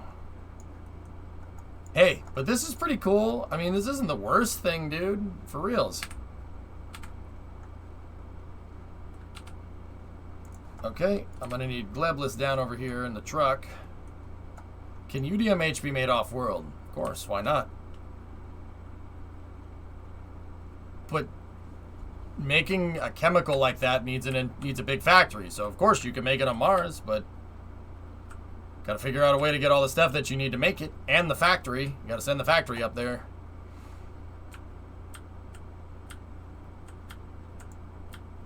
You seem a lot more relaxed. I told you I was going to come at this day. Well, just base. Today versus yesterday, dude. I mean, it was stressing me out, man. It was stressing me out, but that, you know, that's not an excuse to act the way that I did and be a piece of crap about it. So I'm not going to be a piece of crap about it. So I'm going to make it better by not being a piece of crap about it. Right? So, yeah. The only thing really left to do is just go. Just come at it. It's a new day today. It's a new day, and we already have one successful, well, partially successful mission under our belt. It's a new day today. We'll approach this day different. But yeah, I mean, guys, I'm not sure unless we can really start doing some cost-effective missions here in ride shares with the small one, which I'm not sure is going to work out in our favor, but we might have trouble making all the money back for the big SSTO. But completing some small missions could give us missions that could give us an advance. And that advance could subsidize heavy SSTO development, which is kind of what I want to do. That's what I'm kind of banking on. These small stat missions are basically to get my rep up so I can get a good enough paying mission to offset the cost. That's what I'm trying to do, at least.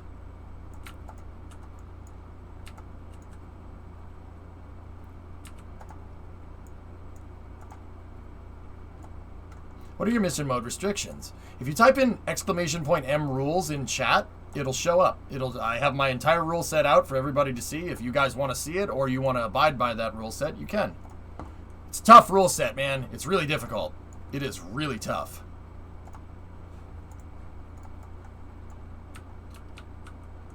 This was meant for playing like this is meant for very experienced players. I would not suggest any new players ever trying to do something like this. JM got it, guys. If one person types it in, there's a cooldown on it.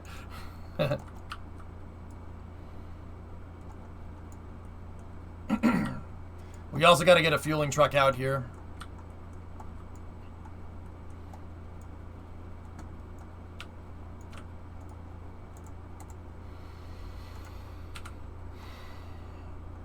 Okay, so now we undock from here.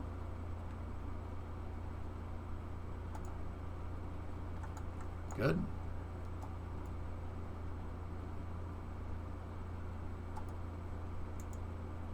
Okay, the vehicle is still stable. Very nice. All right, let's get the crane out here.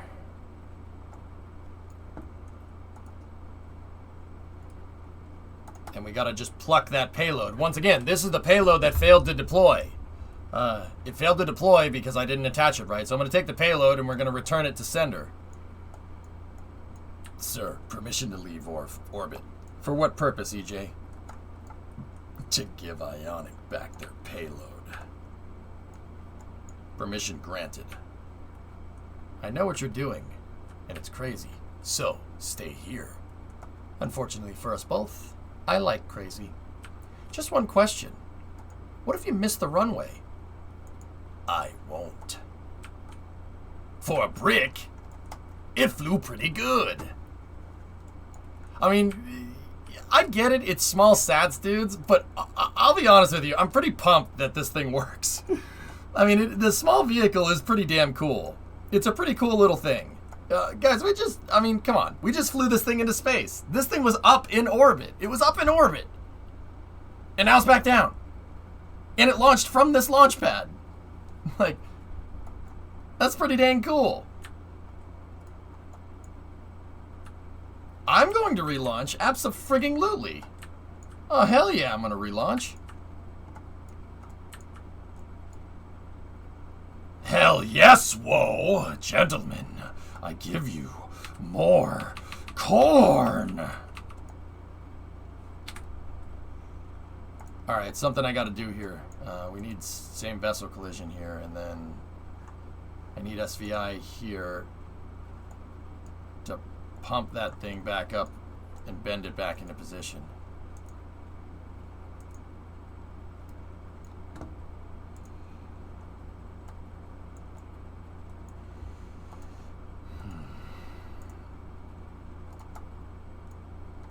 Yeah, man, these docking ports really like to drift around, these new ones. I see why Repo released that patch. Look at how everything is bent. Everything's bent out of shape. That could be an issue. You know what I'm going to do, guys? Just because this is a junk payload, I'm going to separate that dispenser. Yeah, that's actually a really bad thing that those are on the bottom like that. They really shouldn't be doing that. I'm worried that if I separate it, those panels will be on the backside. But this time, it shall be different. It's not different at all, is it, Steve?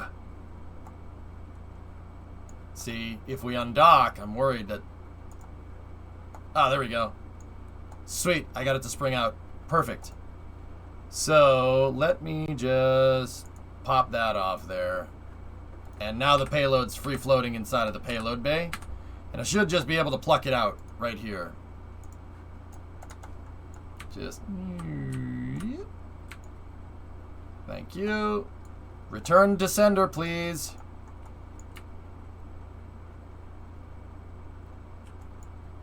So, I'm pretty sure I attached my fuel tank to the fan shroud.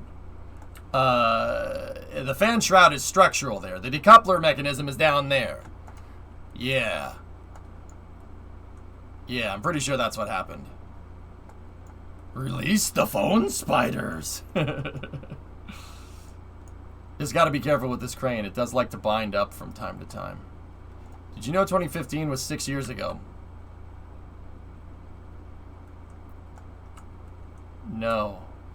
I didn't know that. Thank you.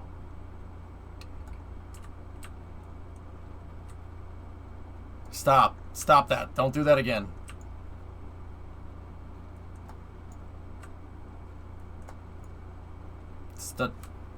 Don't do that.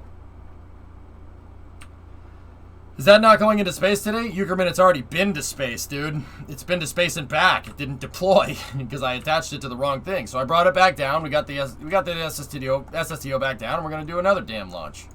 I'm gonna do another one right now. I'm doing another GARAM launch right now. Right now. It means everything. Yeah, Zero, if you could just not do that, that would be great.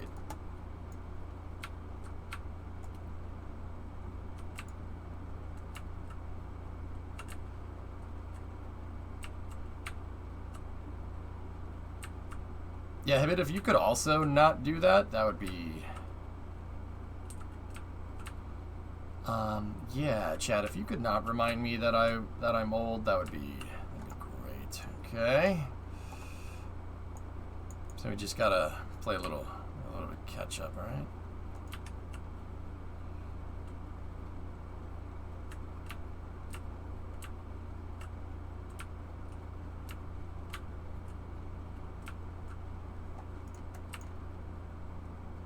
Come on, duck. Oh, let's not do that way. Alright, I'm just going to go ahead and stow the crane, and we're just going to leave it there for a second. And we'll leave the SSTO in the hangar with its payload bay open, and we have to, Hey, their probe doesn't friggin' work, dude. Moment. Yeah, that's NASA's official procedure. Somehow this wasn't... Dude, what a savage. What a savage individual. Oh my goodness. Oh my god. Oh, what a dick. What a dick. So bad, man. Oh, dude, what a troll. Oh my goodness.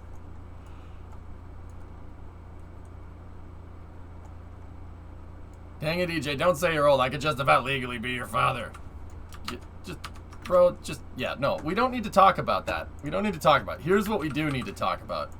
One of the richest guys in the world, just crap posting on Twitter. A Blue Origin spokesperson I spoke with today left open the possibility of taking the HLS flight to the Court of Federal Claims, and Bob Smith said in a statement to the Post that Blue Origin is hopeful that NASA takes advantage of our offer to waive $2 billion in development fees. Somehow this wasn't convincing.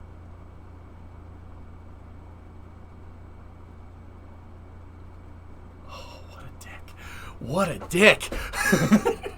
What a dick. Dude, that's so screwed up. Oh my god. That's their lander prototype at Johnson Space Center. This is supposed to be inflated. After SpaceX won the HLS down select, they started taking it apart. And someone snapped this picture of it deflated. Oh, what a dick. He's just messing around. That's the funny part. That's why it's funny. Go home, Elon. You're drunk. Oh, that's so mean. That's so messed up, dude.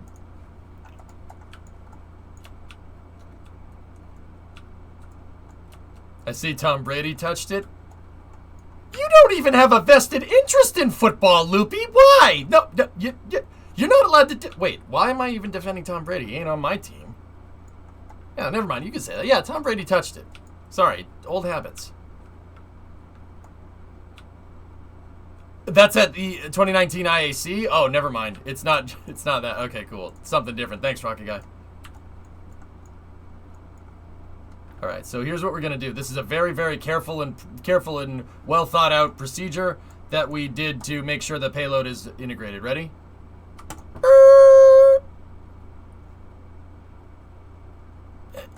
Nope. Nope.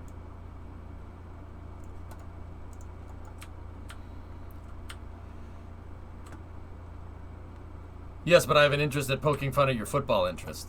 I don't make fun of stuff that you like, you jerk.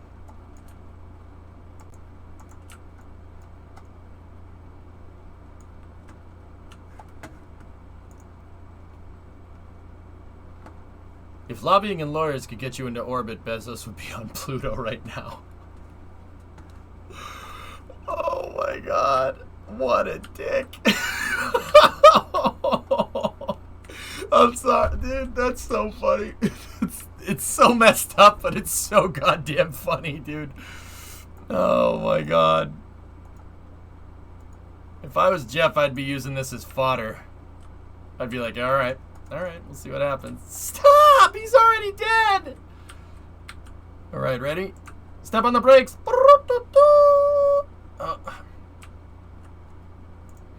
Alright, fine. Payload's being stubborn. It's being stubborn when it's up on orbit, still being stubborn. Hello? Payload truck? Yeah, if you could just not drive yourself and not accelerate, that would be great. Yeah, Glebless, stop it, stop it. Stop.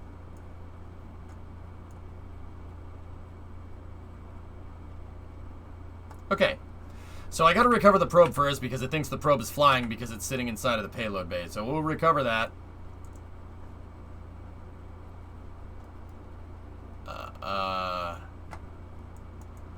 So we'll recover that.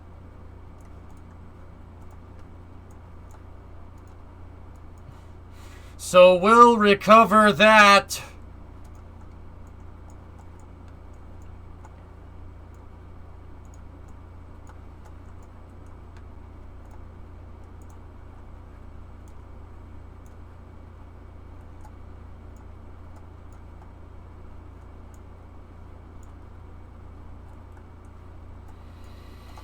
Well, at least the payload dispenser still works.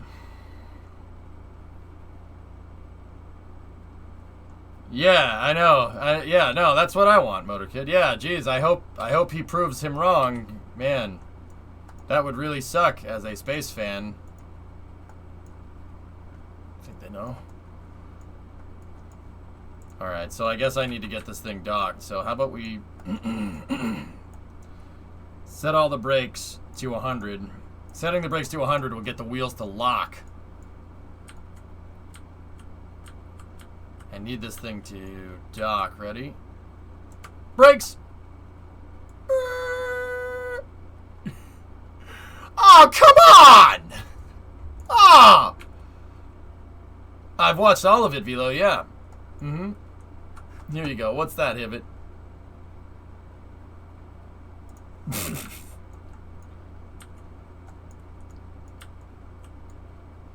Come on. Just... Merde!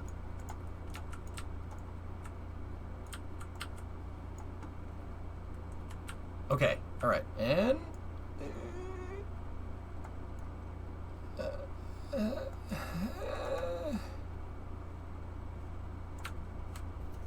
Sto mal!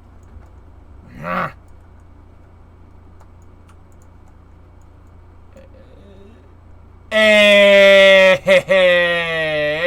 high fives all around, bros. Dang payload, why didn't you just go home? That's your home. Are you too good for your home? Answer me!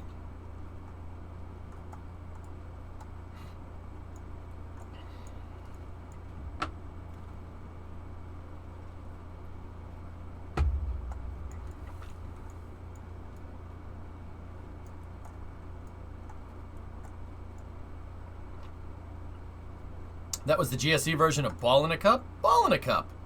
Yep. Okay. Recover.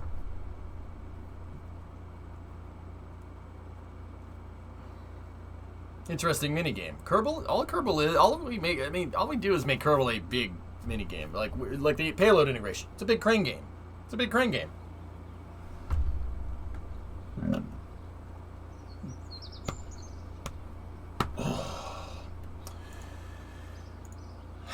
Nice. It's a big crane game. Any new contracts? Build a surface outpost on the moon.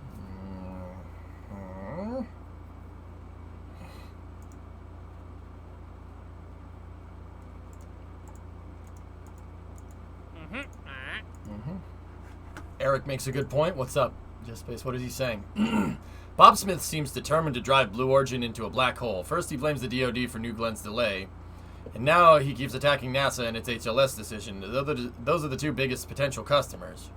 He's just playing the defense contracting game, dude. Everybody does this, man. He's just playing the defense contracting game. That's all.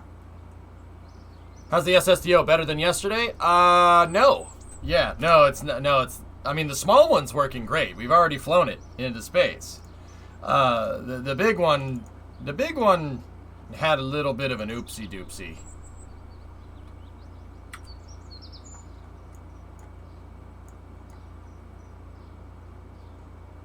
Yeah. I got my shuttle engines back though. So small one's already flown today, guys. Yeah, already flown. We're gonna fly it again now. The payload malfunctioned. I didn't attach it correctly. That just hurts to look at. Yeah, I'm not particularly proud of it, T-Man. Not a high point for me. Yeah. not a high point. That was about 500 Gs down the tubes. Yeah. I got most of it back. Well, half of it. I actually saved the SSTO. Mostly.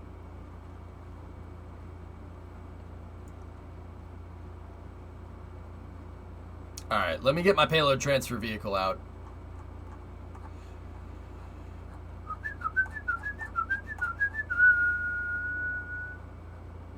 Payload transfer vehicle. Now, let's take a look. What the heck are you attached? Yep, not attached to the decoupler. There's your problem. Now it's attached to the decoupler. I don't know how I made that mistake, but yeah. Now this needs to go be gizmoed forward like this. That's good. Alright, so if I select that, it should highlight the whole thing, and if I select the decoupler, it should highlight the payload. Okie dokie.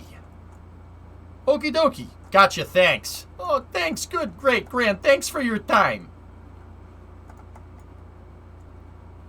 Everyone plays it except SpaceX? Oh, jam, that's That's funny. Good joke, man. Yeah, that was a good one. Why a fanned duct? It's a structural adapter. Same vessel collision, dude. Structural. Basically, so I don't have a decoupler attached to the ant engine. And then, you know, like a little shroud or something. No, it's a structural adapter to make sure that the payload stays pointed in the right direction. Do you know they got funding for Falcon 1? Elon funded it out of pocket.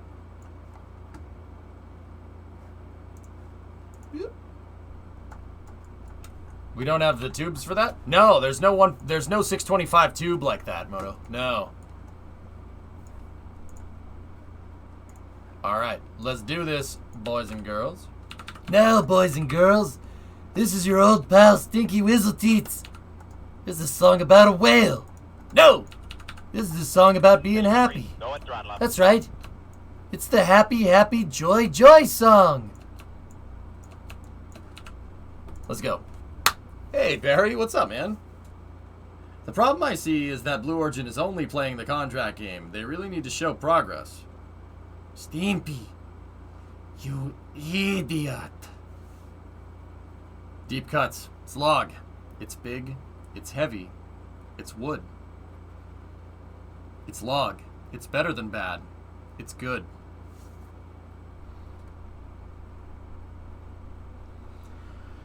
Just base. I have a feeling now that Jeff stepped down from Blorgen. I have a feeling that you're probably going to see them start to go a little bit quicker than what we're used to. Which is why all of a sudden they're gung-ho about getting contracts. Like, just out of the blue. Like, compare it with the NSSL thing. They were like, that kind of sucks. I don't think that's right. But then with HLS, they're like, this is crazy. This is ridiculous. I think they're going to be a lot more aggressive now that Jeff is kind of focusing on it. I mean, because, you know, you can say whatever you want about Bob Smith, but Bob Smith's boss really knows how to run a business. So, yeah, you're probably going to see them be a little more aggressive in what they're trying to do. Just a theory, though. Out of the blue. You see? Yeah, see what I did there? Jeff didn't leave Blue. Jeff left Amazon, and Jeff Bezos, after his NS-16 flight, is focusing solely on Blue Origin. From what I understand.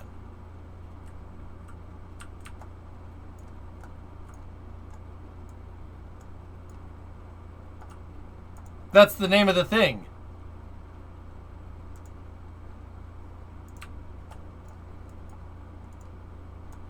It's the name of the thing. The number. That's the number.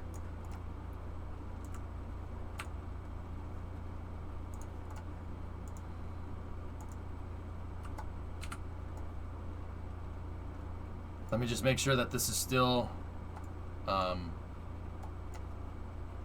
oriented correctly. Make sure we have our base control point. Yep, still pitched 0. The thing is perfectly flat. Excellent. Elon crap posting again? Ooh, yep. Yeah, Jack, he is in fact crap posting once again. Yeah. Savage, dude. Savage. Alright, let's put this payload in there and let's send it. I want this thing to friggin' work, dudes.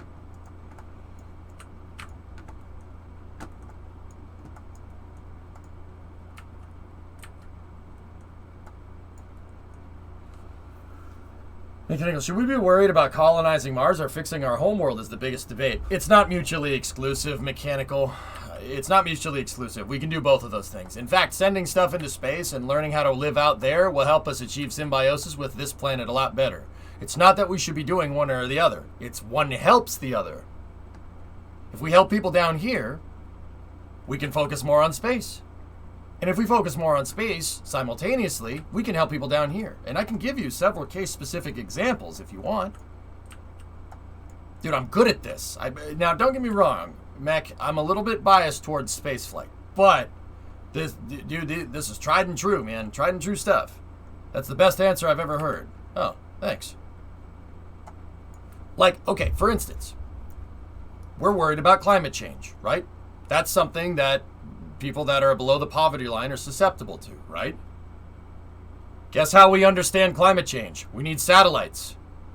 Guess who launches those satellites into space? And if you understand a little bit about what the energy that it takes to launch something into space, in the same way that we used ICBM technology to launch people into space in the 60s, that technology that we can use to launch satellites into space can be used to launch people into space also. It's the same amount of energy. You need the same amount of energy to put a payload up there, a bigger payload up there, or a person up there. So there's overlap all day. Not Israel. Ooh, savage. One helps the other. It's a symbiotic relationship. The space program and people on the ground work together for mutual advantage. I'll give you another example. Another great example is NASA's water purification systems that they worked on the ISS. The water purifiers up there, because it's not like they have a lake. It's not like they can go to a damn lake and, get some potable water up there in the vacuum. They have to recycle it. The water purification and recycling systems that they use, like from wastewater, have been used to give people clean drinking water down here on the planet. Would anybody else have bothered doing that if it wasn't for NASA? Hell no, man. Hell no. Trust me, one feeds the other. That's the ticket.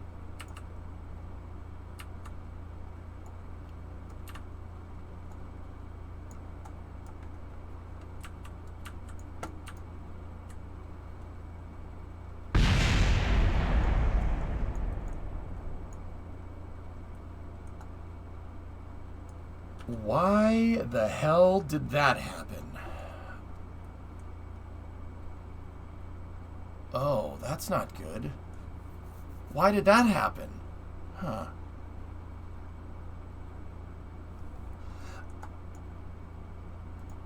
Guys, I think the wheels cracking striking, doing that, you see what they're doing? I think that reverberated up there to that thing and caused it to pop.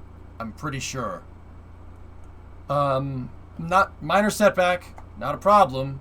Annoying, but not a problem. Yeah, the wheels crack and struck and it reverberated up there. I need to set the torque limiters on these to 1 to get this thing to work correctly, because that's how it absorbs the shock. It looks like we'll be okay. I could probably still go to integrate this. It's going to lean a little bit, but we can get this in the payload bay. I'm not concerned. It's just going to have a little bit of a lean, but my guide rods make it so it's not that big of a deal. These guide pieces are actually redundant to the crane. But yeah, okay. It's just note that the settings for this need to be set to 1 in 20 on the damping. So Pilch, if you're still here, buddy, or if anybody's here, I know exactly what happened there, and I could duplicate that result. These need to be set with a low torque limiter and a damper. So basically, those things binding can absorb the crack and strike. That's how I did it with Freedom's crane, and those clearly weren't set to the right thing. Recover the crane after this launch. I'm probably gonna have to. See, Kraken, I can't repair something like that. Is that making the checklist? Something like that. I noticed that this crane binds up a lot, too, for whatever reason. This crane binds up a lot more than Freedom's does.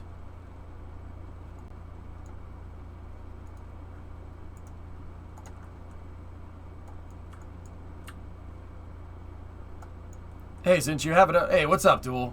Hey, did you get my message from yesterday, dude?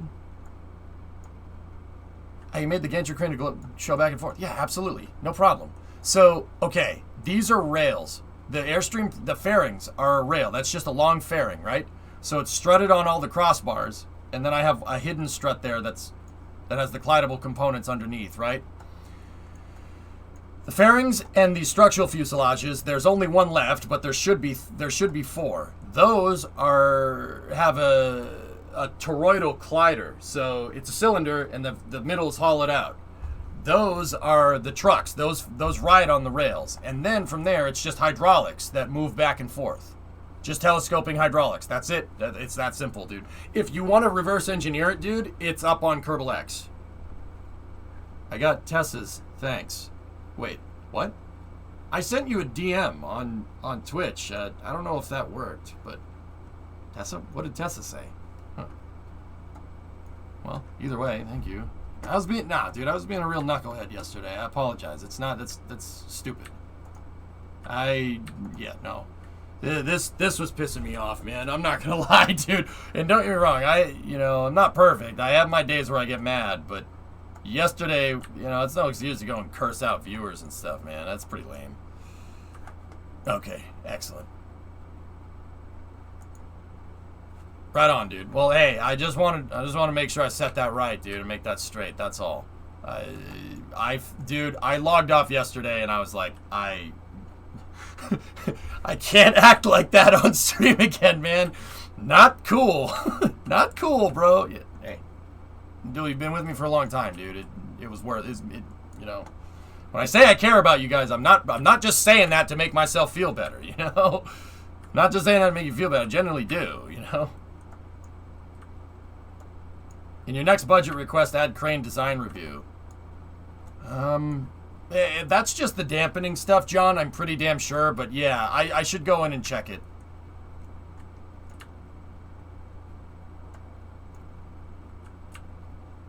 I think I've seen every EJ emotion in the last 5 years. It's like we're friends or something, Barry. Almost. Like you hang with your best friend, right? Or your best mate.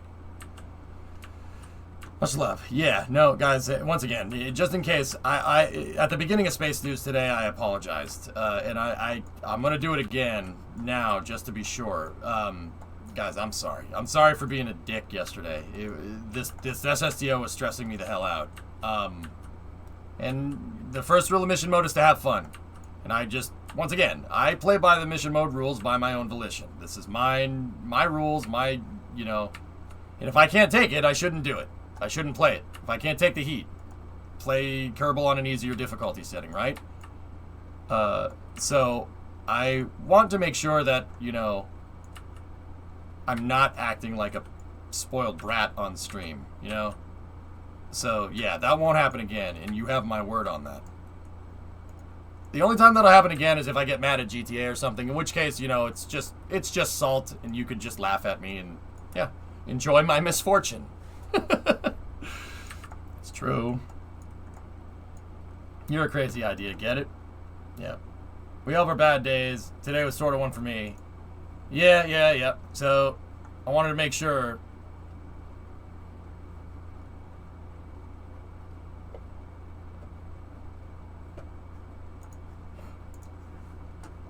Have you messed around with the ground anchors? Yeah, a little bit, Karate. I'm not sure if they're going to offer me anything useful here in terms of the pads. What I do is I make the pads big enough and heavy enough so where they don't move much.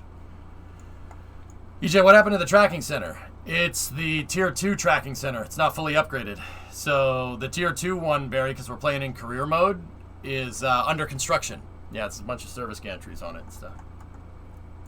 I thought Siths didn't have emotion. Sorry, I needed to defrag the hard drive.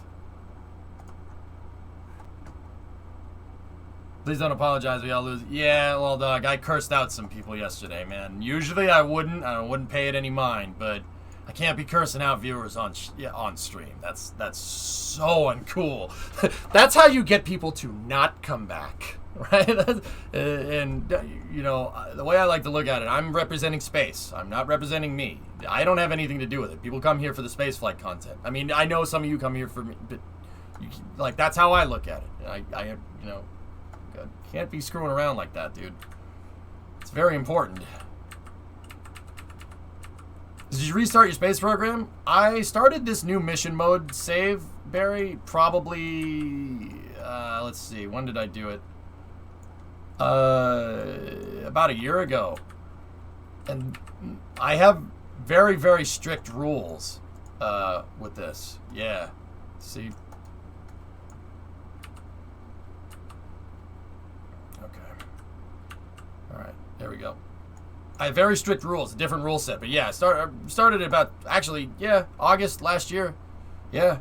And then I took a break because of Flight Sim. Is the aerosol supposed to look like that? It's shifted.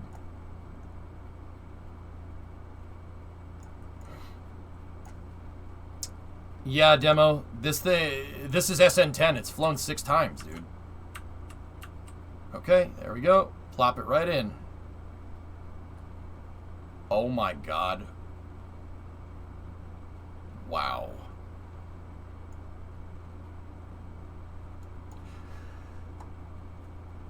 Well, that was dangerous. That was a little dangerous. Okay, so note to self.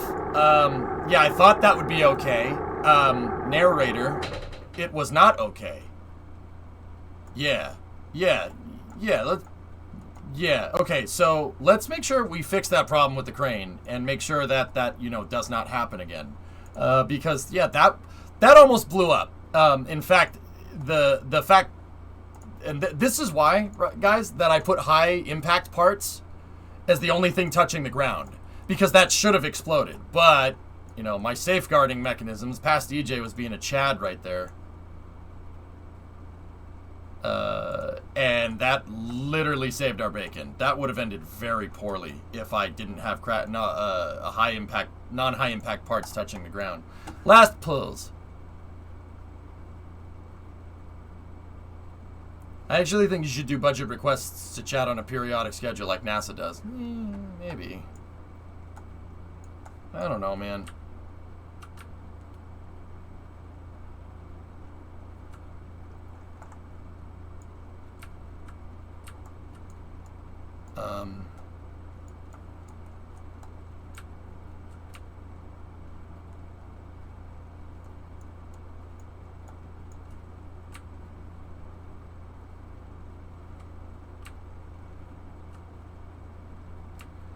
See, the problem is when I undock the crane, it's going to bounce up against that, and we could lose it. But let's we should be fine. Well, no, let's that could be a Kraken strike waiting to happen. We got to be careful here. So what I'm going to try to do is extend this thing enough to get the crane to realign. We're shifted. We don't want to separate right now. It'll Kraken strike. See, because when we undock, these will become separate vehicles, and when they become separate vehicles, it'll register this as a collision. How much to get my name on the shuttle? Cubit, I don't do that.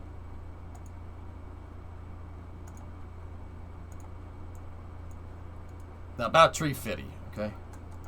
That's a joke. Don't do that. Yeah, there we go. Okay.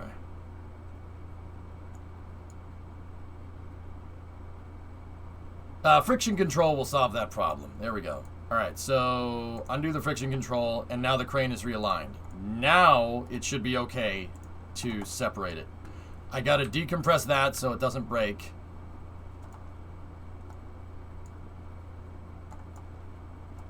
And now we should just be able to... boop.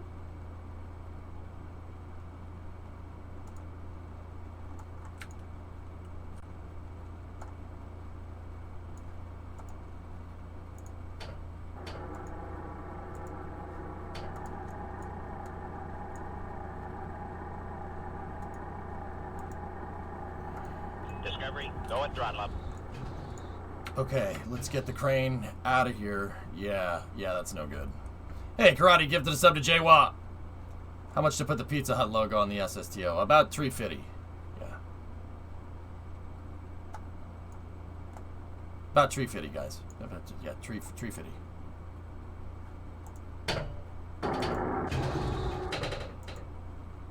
Yeah, so the crane's not happy. About 350. 350, Sea Kraken. About 350. Yeah, the Loch Ness Monster tried to get his name on the side of my SSTO one time. I told him, damn, Loch Ness Monster is going to cost you 350, okay?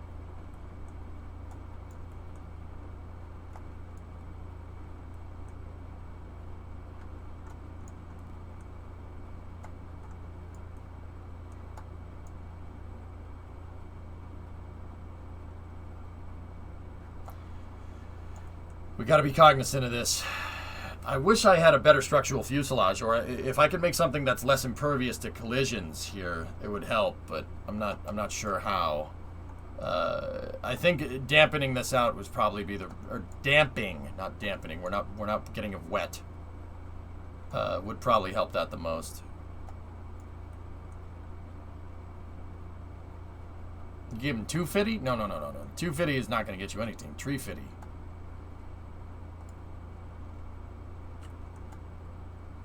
All right. Herbal burble.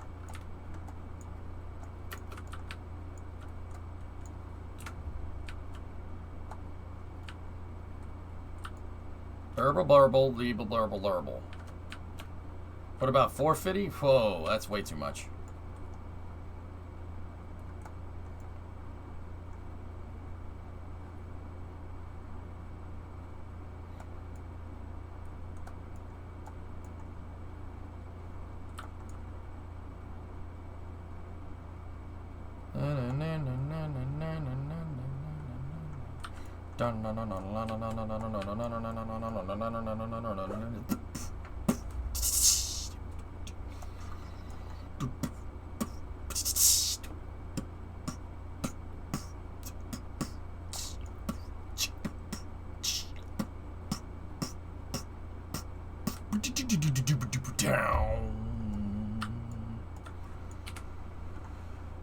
While the crane is moving out, we can close the payload bay there. Make sure that the hydro is locked out, or the robotic is locked out. We're good.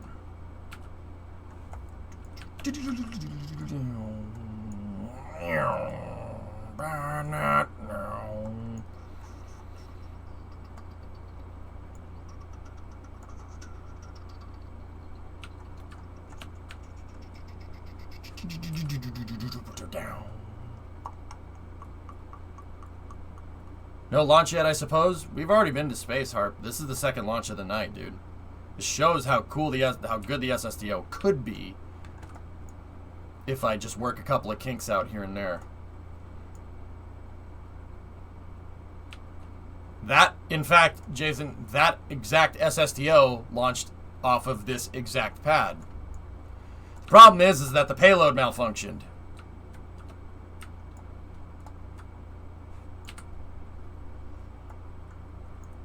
The payload malfunctioned. It didn't deploy correctly. I didn't attach a decoupler correctly, but because of the usefulness of the SSTO, I just brought it back down. And we brought it back down, we took it out. Same pad, same everything.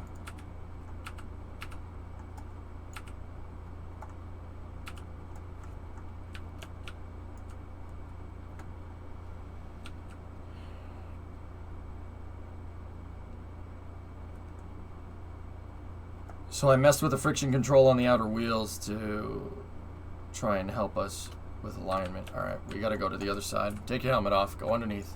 But yeah, demo SN10 is drifting a lot. This will be its 7th flight. Yeah. I don't think I've ever sent anything into orbit and back 7 times before. We're stuck right there.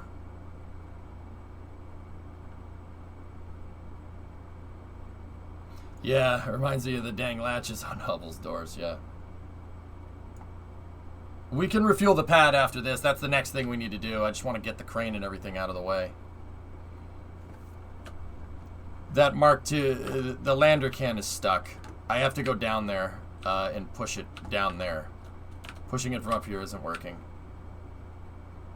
Yeah, it has 2 new ships, and the ships are called Bob and Doug, which is pretty cool.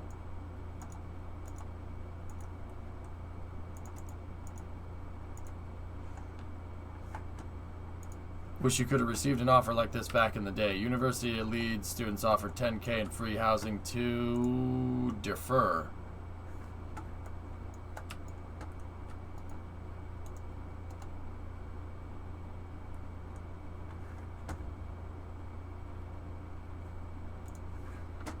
What?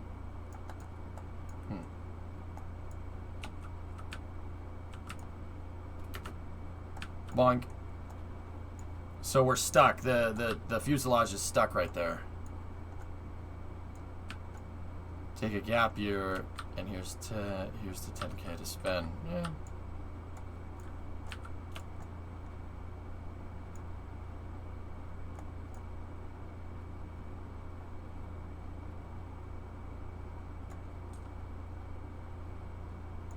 All right. Here we go.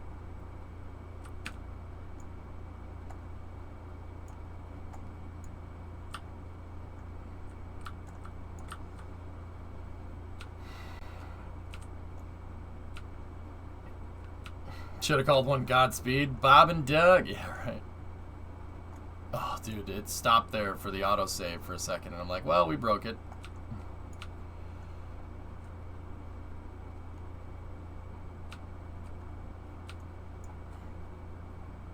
Are the giant wheels no good? It's not that the giant wheels aren't any good. It's that the landing gear are way better.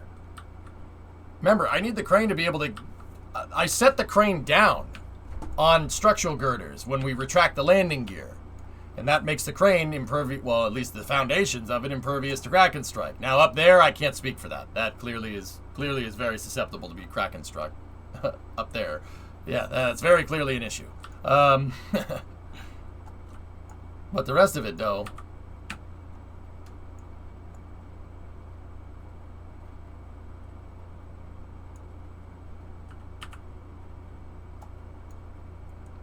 Could this file be updated to include ground anchors? I don't really need ground anchors. If you really want my honest thing, Cornbread, I don't really need them. But yes, it could.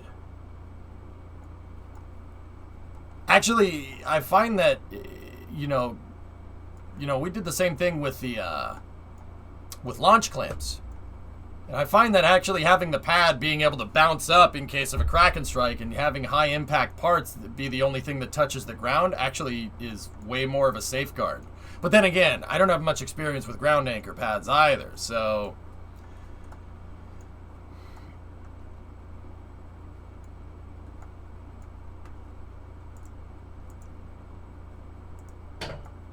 Okay, we're clear.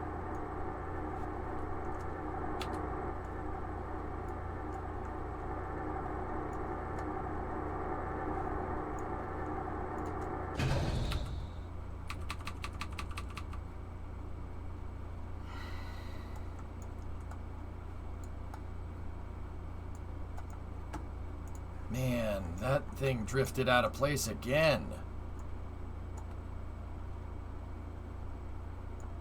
Jeez Louise. In another more relevant news, okay, Tessa, what's up? Scotland's first electric-powered aircraft completes Orkney test flight. Neat. Cool. Now... we're bent again. The docking port is bent. I'm not too privy to do something like this, but I could.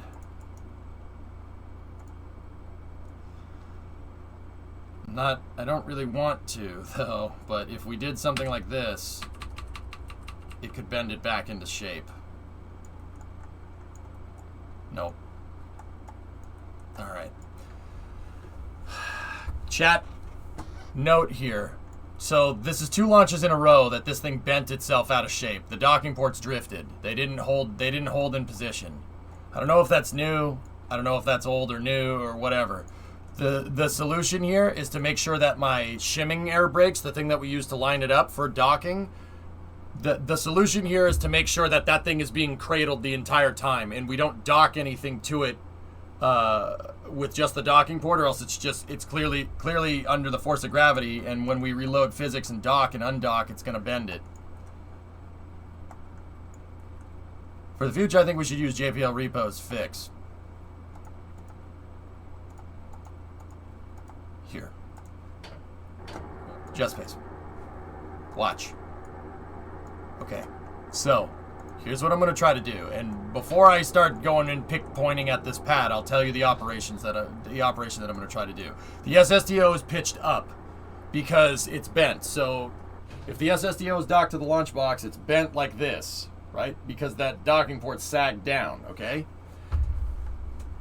How we can do that is, well, we can undo a couple of things here, okay? How we fix that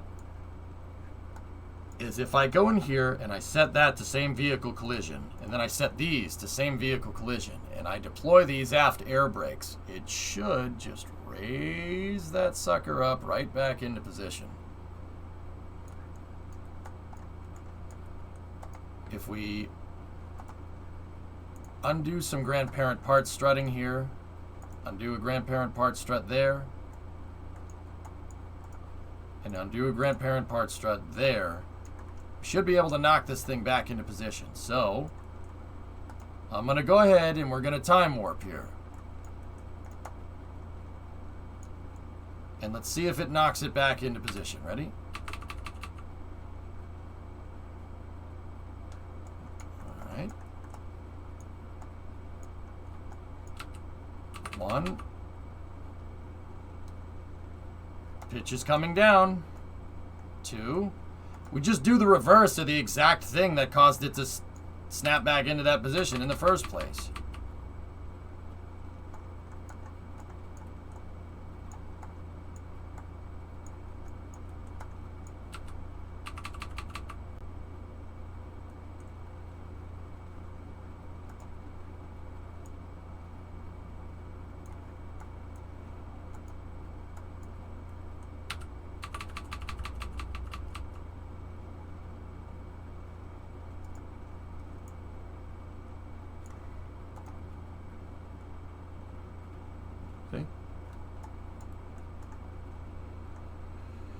I mean, we're level, but we're misaligned. But hopefully when we move this thing into the upright position, it'll help. Hopefully.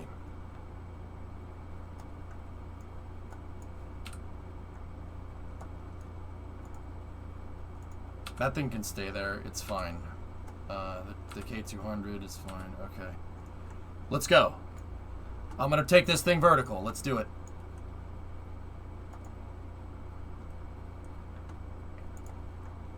I'm really glad we have more people on the checklist bandwagon. Yeah, it's probably a good idea.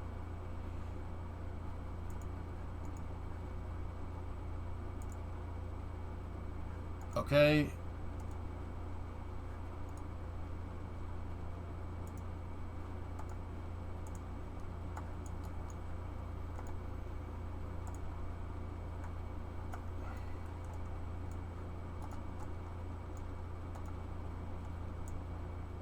Hold up. Stop the controllers. Revert them back down into the lower position. Okay, here, watch. Yeah, unlocking the hydraulic, right?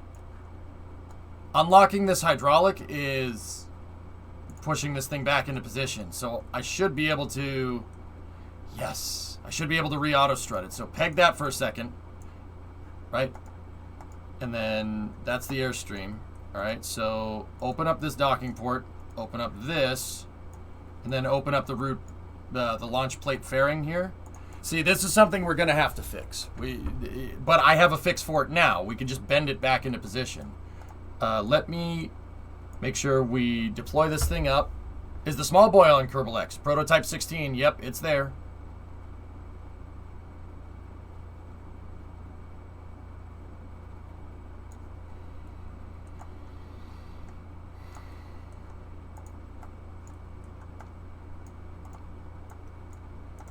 Watch this. Ready? If I take the aft air brakes and we move it up into position like this, and then we move the front up into position as well. And now what we do is I grandparent strut that. We grandparent strut that one.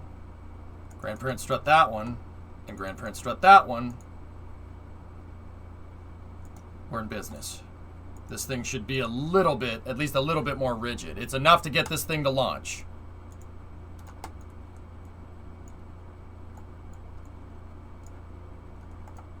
Let me just go for a hierarchy check to make sure that we're... No, not cheats, idiot. This isn't last night. I know it looks like spaghetti. I understand.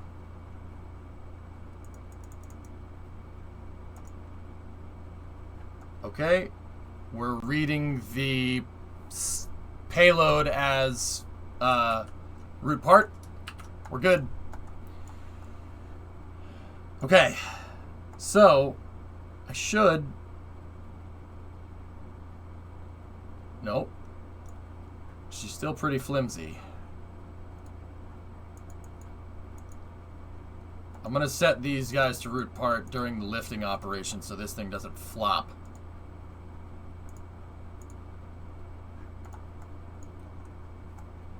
Who uses kilowatts to describe a car's output? Australia? Alright, let's go. Let's bring this thing vertical.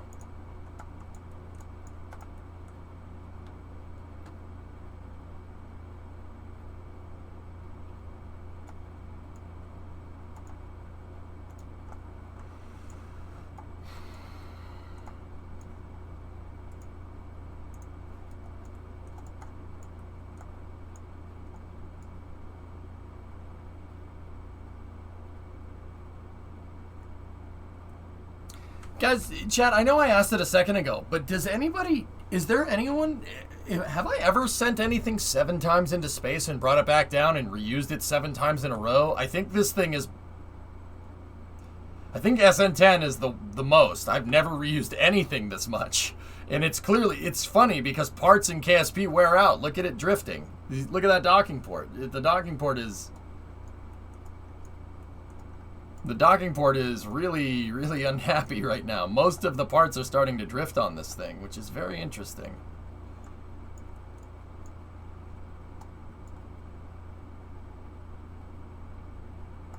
How much does the SAT pay out? 54. Enterprise. I don't think I ever used an Enterprise 7 times in a row test. I think it was 4 or 5.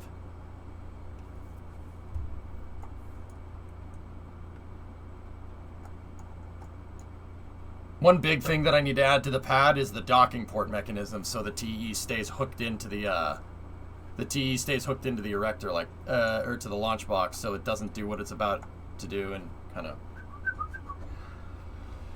Do the midship landers count? I'm talking about from the ground on Kerbin into space, so not really. For low Kerbin orbit access, so like Condor first stages, the shuttle, I never used the shuttle more than once, and I always brought it back down and recovered it. And it's crazy how parts are bending.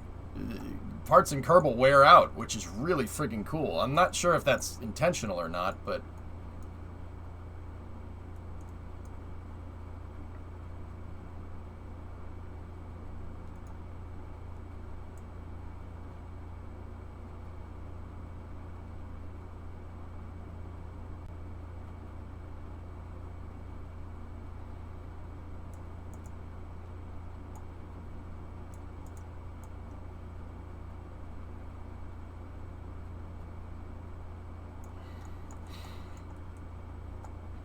Alright. How did this thing come in up here? Let's take a look. Hey, not bad at all. Alright, here, let me undo the grandparent part strutting and see if this thing wants to set itself back down.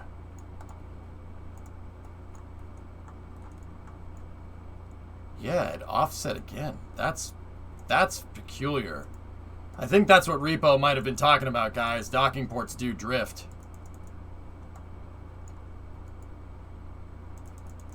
Interesting. What you're seeing is robotic drift on the docking ports. Yep. Yeah, that makes sense.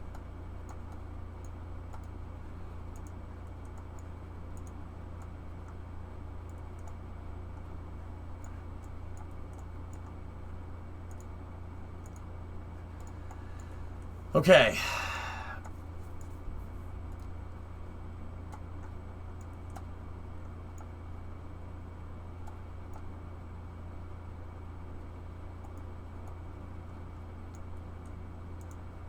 Lock it out. Okay. Undeploy that. Move the TE into the retracted position. Or, well, it's not a TE, it's just an E, I guess.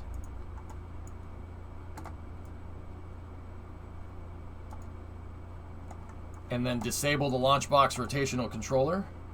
Launch box rotational controller is locked out.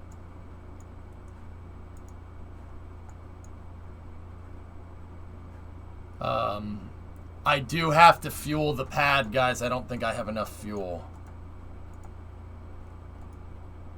Yeah, we just barely. We're gonna need to send a fuel truck out. That's okay. If we're gonna send the fuel truck out, I'm going to reverse the transporter erector all the way into the lowered position, and then we'll recover the payload truck. And we'll get a fuel truck out here. Didn't they say they wouldn't drift because the... Yeah, yes they did. It's okay. I think Enterprise had 5 launches over a long period, though. Yeah, I didn't use it like this thing.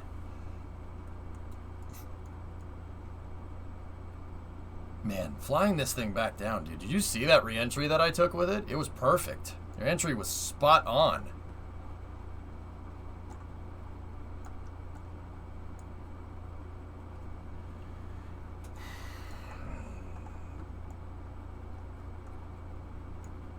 I'm actually pretty dang happy with that.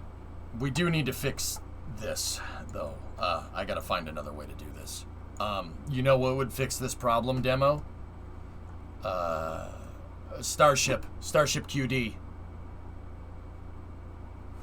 Take the docking ports that are docking like this and make them dock sideways, like Freedom 10's first stage. Honestly, put the docking port like right here. Put the docking port right there, and then put the pad docking port right there. Make it like Freedom's pad. If I rotated them and had them on the side instead, that would mean when we go to integrate the thing, it has to get up over the docking port and then come down and dock to it. Actually, you know what? It'd be better if we did it on the top side. It would be better on this side. So I lift it up into position. Yeah, it would be better top side. Could you feasibly take it in for extensive repairs when you recover and relaunch it sometime? Yeah, sure, Bruce. Why can't I do that? Why can't I do that? We're getting close to this thing. I mean, look, parts are starting to bend. Stuff is starting to bend and flex, and that's just from use. Just like any other part, it wears down, especially the bottom row of panels. That it really doesn't like how much those have moved. But then again, I push on those things, so. Did the Saturn V have quick disconnects? Yeah, of course.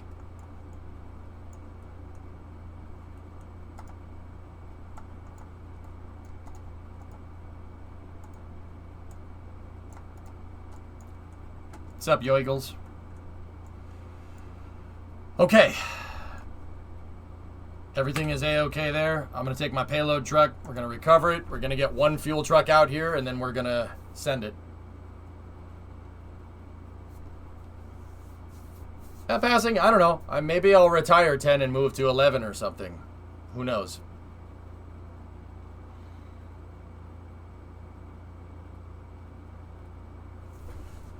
I mean, you know what, guys?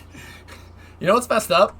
It's not really messed up. It's just kind of one of those weird parallels. Stuff in this is bending because of how the docking physics work, like docking port drift and stuff. That's what's causing things to bend, right?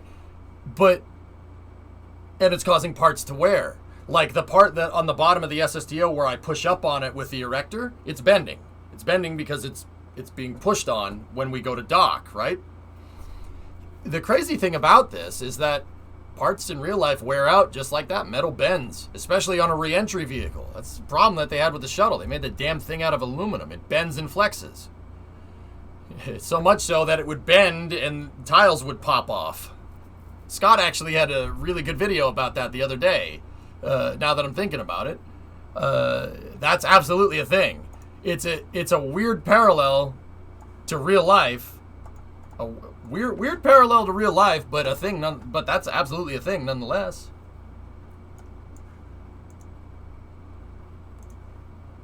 Hey, Saber, thanks for the raid, dude. Starbase. Starbase. Yeah, I saw you. I was watching you play it the other day, dude. You were building a ship out somewhere in space and mining and whatever. I think that was on Monday, dude. You had like 200 viewers. That was clutch, man. So Starbase. Yeah. Saber, what would it take to become an arms dealer in Starbase? I'm asking for a friend. Hey, Javin, how are you? Yeah, I got a nice raid. Cool, man. What? Somebody else besides moi? No, I'm just kidding, man. I'm just being a dick. Arms, not a lot. Oh. What about bear arms? So we have, you know, a right to bear arms. I'm talking about act like the animal. Bears have arms. I'm talking about those. Can we do that?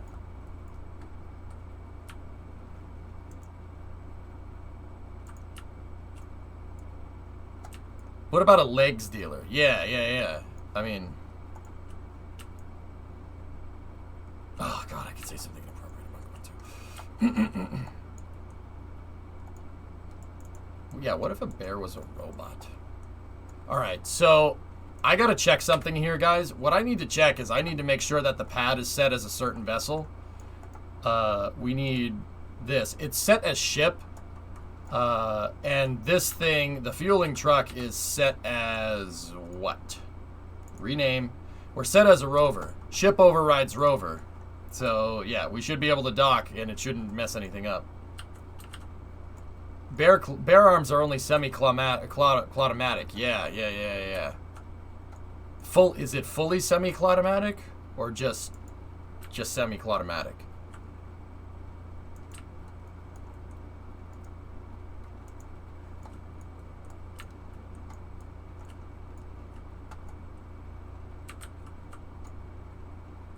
How exactly do they attach quick disconnect and other umbilicals to rockets? Well, they're usually on a swing arm builder, and there's usually a guide dowel. Think about it like putting a tire. You ever put a tire on a car? Literally the same thing. Yeah, seriously. They take the umbilical as a plate, just like a rim on a car, and the rocket usually has a guide dowel. And you just line it up when you're inside of the VAB or integration facility, line it up, and then you have, instead of lug nuts, you have explosive lug nuts called frangible nuts, and they pop off, and then the umbilical goes sideways. Seriously, it's about that simple. There's a pilot dowel on the plate, and you line the plate up, and then you bolt it down, torque it to spec, install the frangible nuts, and then leave. Don't be near it when it goes off. I mean, but your prescription eyeglasses. No, it depends on the vehicle. Every rocket has different umbilicals, man. There's no standardized umbilicals. The only standardized umbilical that I can think of is SLS and the Space Shuttle. SLS, Space Shuttle, they use similar umbilicals. The umbilicals are the same. Almost interchangeable. Almost.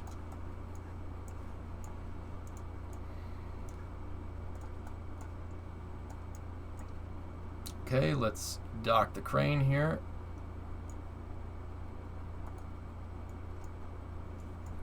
Okay.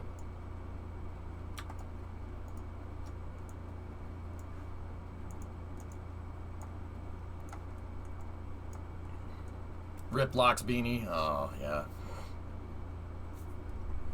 I thought it was the big SSDO on the pad and the thumbnail. Nope. We're still using small boy today. I don't have enough money to make the big one work after the fiasco that happened yesterday.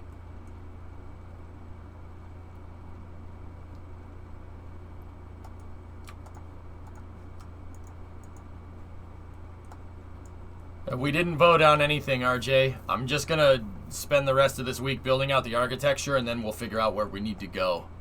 Or not figure out. I'm basically going to continue the lunar program. It's not, I'll be honest, it's not even trying to figure it out. It's when can we realistically expect to finish up the lunar program? I believe the last mission that we were working on is demonstrating the ability to be able to basically reach the moon on demand for future missions and exploration on the moon. So I basically need to do Apollo 15, 16, and 17 for the most part, or something similar to that to prove that I can get to the moon routinely. And we need to reprove it with the SSTOs because that was the whole reason that that DART got canceled in the first place, because it was seen as a weak link in the architecture of the lunar program. So guys, honestly, at the end of this week, it's really not, it's how much you're going to give me. How much you're going to give me to demonstrate 5 missions to the moon. And I'm probably going to spend the rest of this week either doing fun missions with this thing, with the SSTO, using the small boy for profits. We still have a crew to rotate with this thing. And yeah, basically getting this,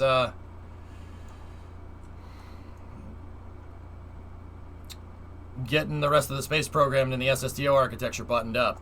So honestly, blowing up the SSTO yesterday, if I had stopped and thought about it instead of getting mad like a 2-year-old, yeah, really not that big of a deal.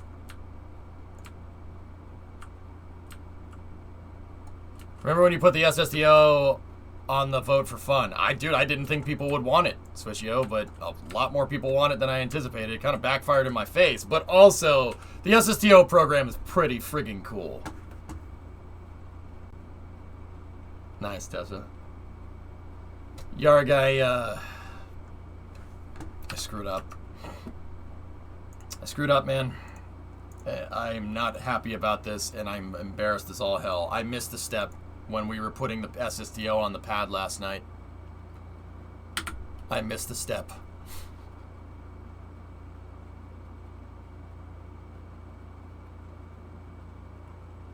It didn't end well.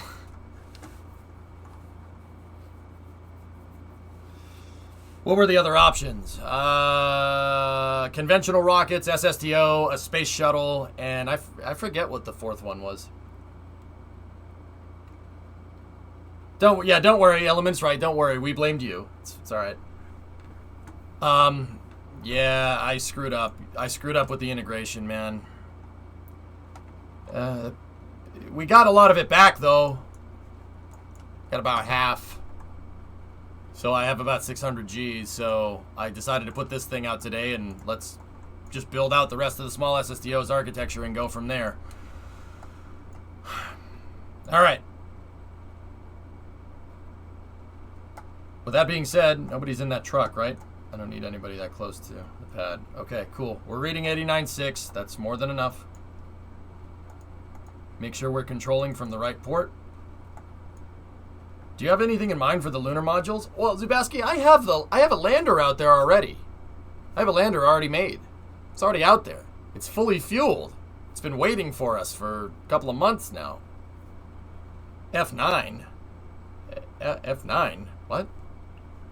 There's no quick save and quick load here. What are you talking about?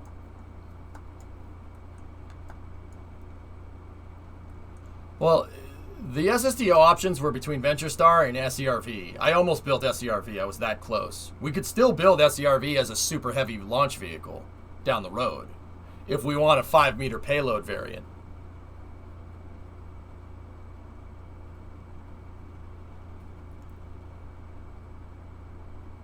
I should do that down the road when we need a bigger payload fairing. That's a really good idea.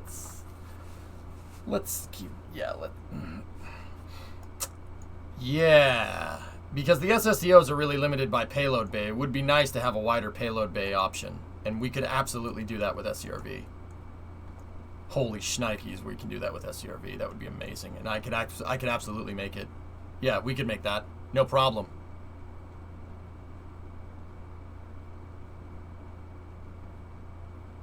Yeah, I could make that. Yeah. Yeah.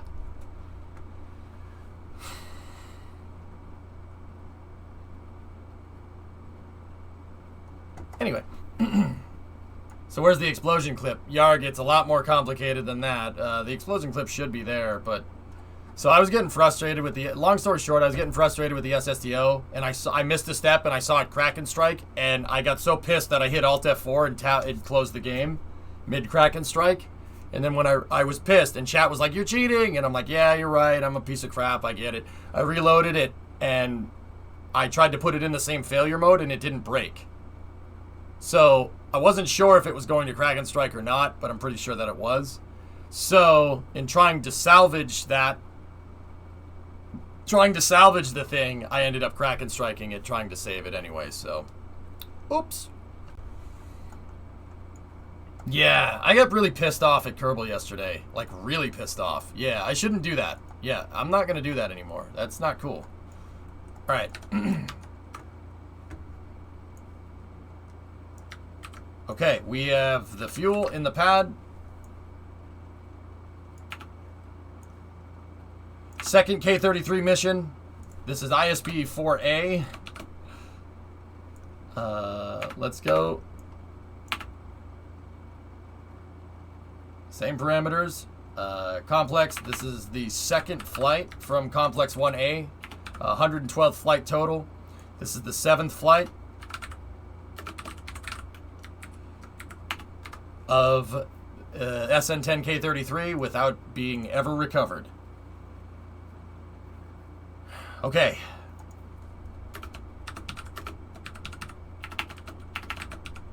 Satellite was brought back on the previous mission, so we are going to set our launch time. Year 4, day 269. Nice. 5:25. It takes about 10 minutes, so we'll go 5:35 on the dot.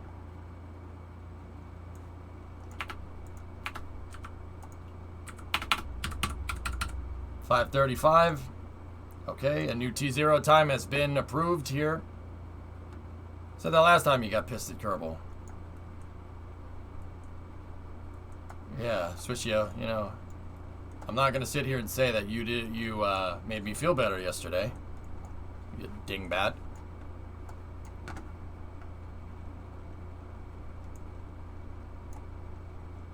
Okay, staging is good. Will you do any space shuttles or have any for this playthrough, or will be more focused on SSTO reusability? Barry, the big boy, the big SSTO is Collins. It's literally Collins in SSTO form. I'm serious. So yeah, absolutely. We're probably not going to work with Collins. Chat didn't want to do that. But the big SSTO has a Mark III payload bay. It's the same size payload bay and same payload capacity. That is Collins, and it's fully reusable. Oh yeah. Hey, Version, what's up, man? I'm heading to bed. All right, Hillness, I'll see you, buddy. Good night. I'll talk to you tomorrow, okay?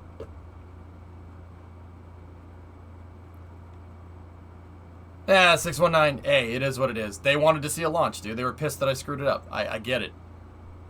I get it. Look.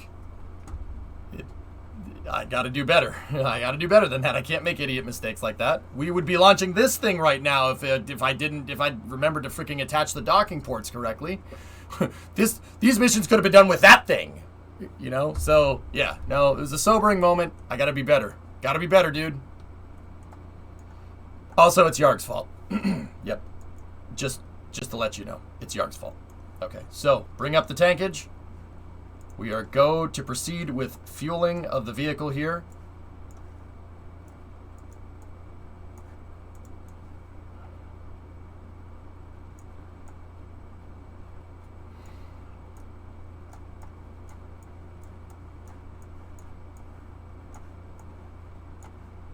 Yeah, Barry, that thing is nuts. It actually can move... dude, it's real old school Collins. It can move 36 tons into space. Yeah, 36, man. She's a beast. Okay, that's the forward tank here. Mark II adapter is the pooched payload bay. Where's the other Mark II? Mark II short. Okay. Has its tradition. What's your favorite type of cheese? Cheddar. I'm American, man. It's cheddar, of course.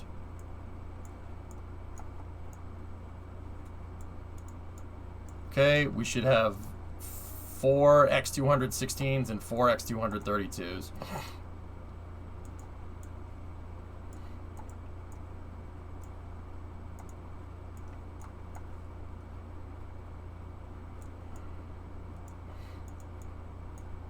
It looks like some of the fuel cell from the truck took some of the Oscar B's fuel on the payload. We're going to need to make sure we fill that thing up too, but we have the excess fuel, so it's not that big of a problem.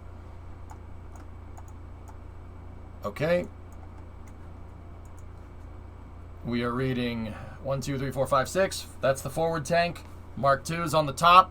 1, 2, 3, 4, 5, 6. That's the forward tank. Mark II is on the top. 4x216s, 4x232s. We are go to proceed with the fueling here. If we will open up ground side fuel lines here on this docking port, enabling the cross feed. I was looking for KSP.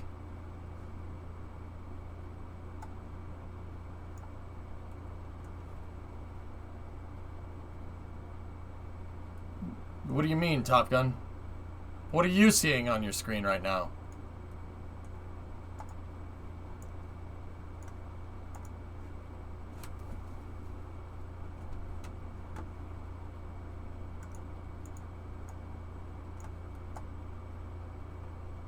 Ah, cool. What about Grissom? If so, Barry, the cool thing about mission mode and one of the mission mode rules from this save is that the other saves exist in the same universe. I can buy designs from my other save. I have to take the price, whatever the price of it is, double it, and then round up to the nearest 100,000. So we could put Grissom's in here. That's totally doable.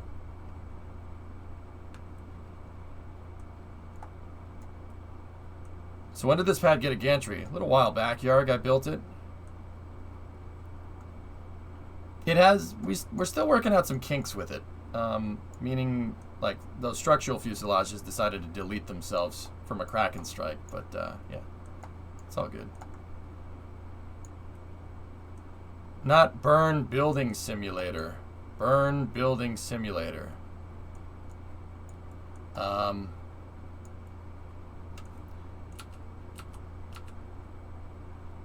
Yeah, I mean, my KSP gameplay is a little bit different than, like, the average KSP gameplay. It looks like I time warped a little too much. No, we should be okay. But, yeah, I'm about to launch. Don't worry. So, like, Top Gun, here's how I roll.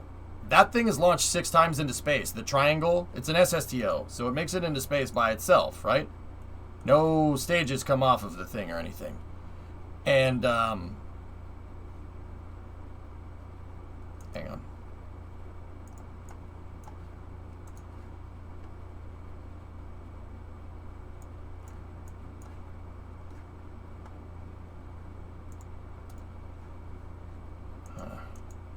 Oh, it's the decoupler. So I don't recover the vehicles, I reuse them. I bring them right back over to the pad and we fuel them up. We load them up with new payload with the crane over there and we launch it again. Once again, this isn't for everybody, dude. Not everybody appreciates this gameplay, and that's fine. I understand that. But this is the way I enjoy the game. You don't play Kerbal for this long and be like, meh, you know, I don't need to do that. I just got to put it out on the pad and hit the space bar. And just, you know, kind of call it a day. It's fine.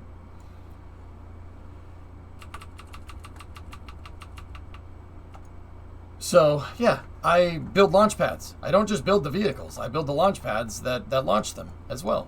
And once again, I understand that's not necessarily gameplay that everybody's into. That's okay.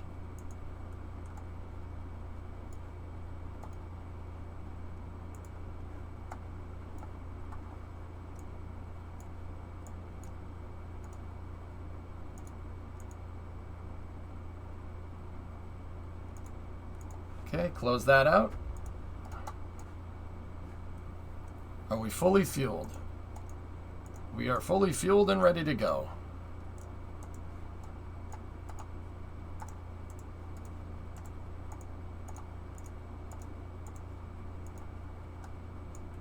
Hope you're doing good. I'm fine. Got a spare 9 mil? Oh, I'd love for that. Dude, I'd do it. If I did, John, I'd do it.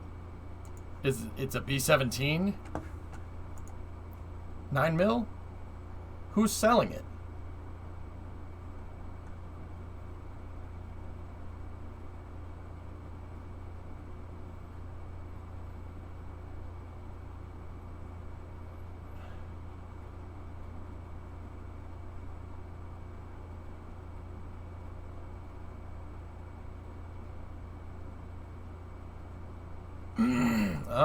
Oh, shame.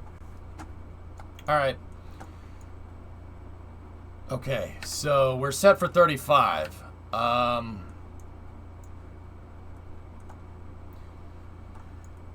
gotta go in here. We have to disable crossfeed on the payload fuel. Make sure payload fuel is closed out. Payload fuel is closed out and ready to go. Alright, so let's take the shuttle motors and cycle the throttle.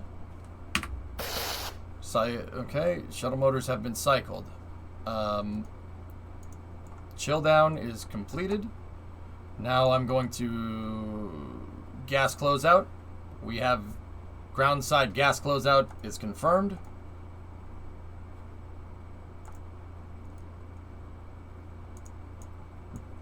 Okay. Rock, report range status. Status check. Go K33. Go ISEP. 4A. Vehicles clear to proceed with terminal count. T-minus 30 seconds and counting. Guidance systems are internal. That means I turn the SAS on for the Kerbal players. Make sure we're controlling from the right port.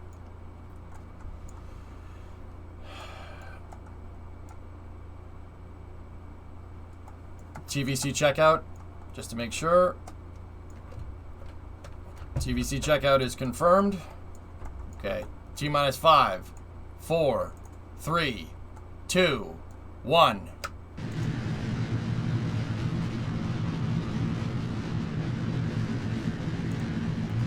And we have a liftoff. Liftoff. ISEP. Ionic Symphonic Electronic Protonic 4A. Second mission of the night. K33 has cleared the pad. We are go for roll program. Roll program is complete. Vehicle's now pitching downrange.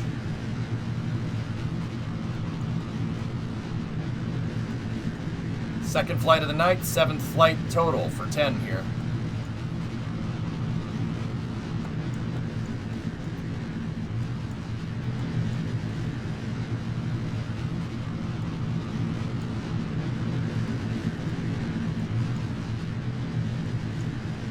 Initial pitch over is good.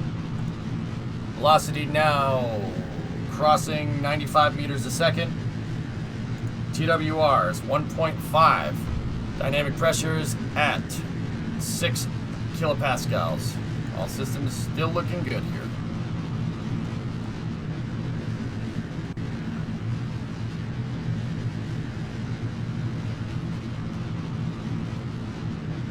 Okay, vehicle is pitching over. Secondary pitch.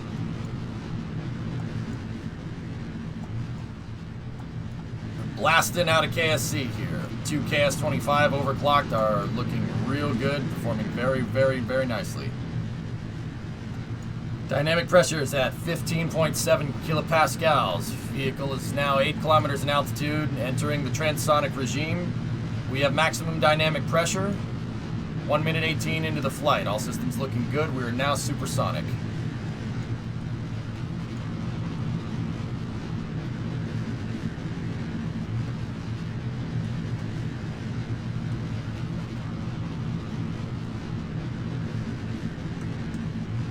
Vehicles beginning tertiary pitch over maneuver. Everything's looking good here. Okay, we are beginning the throttle back here, crossing 500 meters a second. Everything's looking real nice. Ground track, looking real good.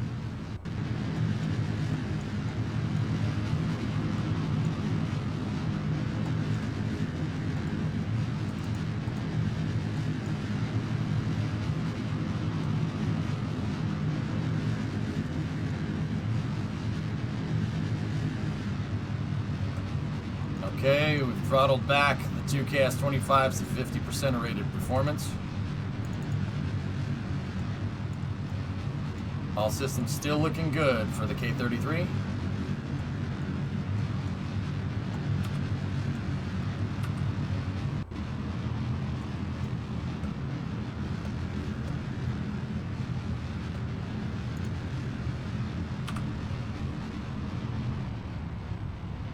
Okay.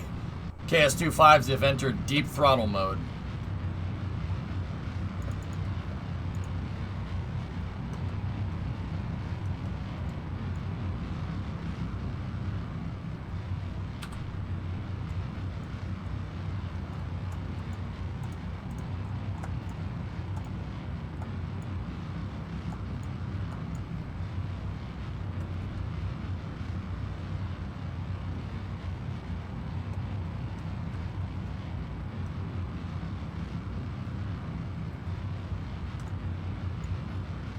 I agree, Hip. It's a cool vehicle. We're in deep throttle. Engine's now operating at 30% of rated performance here.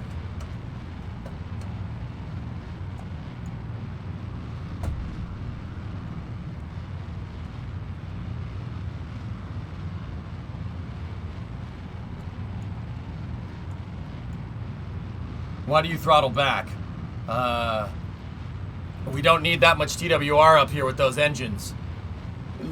John, think first stage to second stage, right? First stage has tons of thrust. Second stage does not have a ton of thrust. The name of the game's efficiency up here now, dude. Stand by, press for Miko. 33, stand by, press for Miko. Mark it. We have Miko confirmed. Miko confirmed. Shutting down main engines. Ohms 1 is required at AP. Opening up the secondary systems here.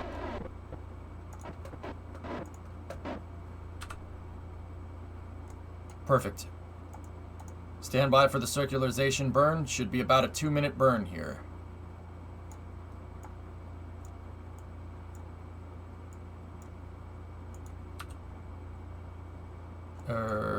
2-minute 26, total burn time is 4.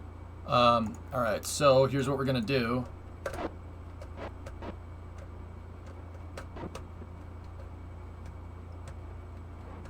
We're going to... Actually, it would be better if we aligned a prograde vector here.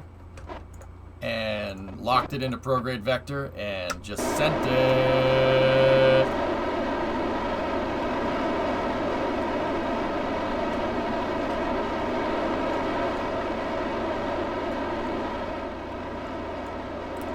Yeah, Just Space. Real good ascent there. Real good ascent. Yeah, very, very, very efficient.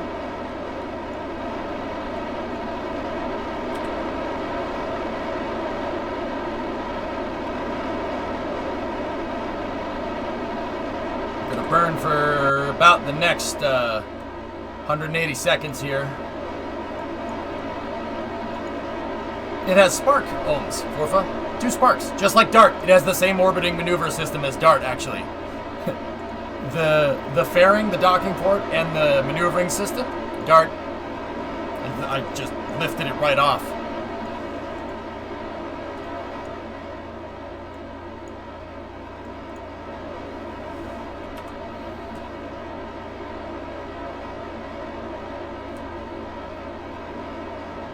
Does throttling increase engine efficiency? No. It doesn't increase engine efficiency, but throttling gives me better control on my insertion. Think about it like coarse and fine adjustment, dude. It's coarse and fine adjustment. That's all. Like, okay, a sub has, you know, the bow plane, right? But it has trim tabs on it too.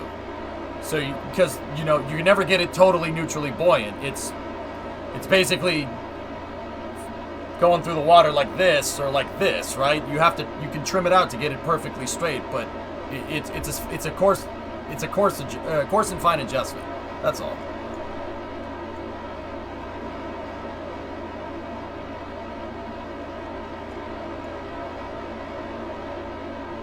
It's already flown tonight, Kim, so hopefully not. Stand by for a positive periapsis during the Ohms 1 burn.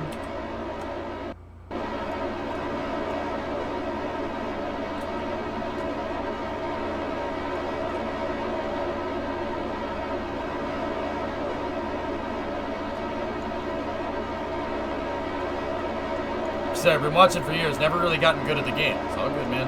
It's all good. No problem.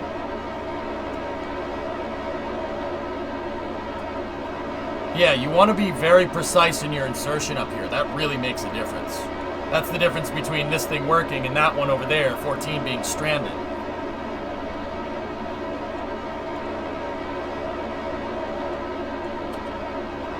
Works better than the big one. We have a positive PE, guys.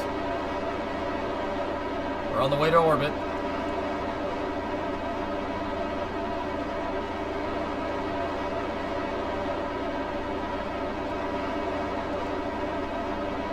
Stand by for OMS 1 shutdown.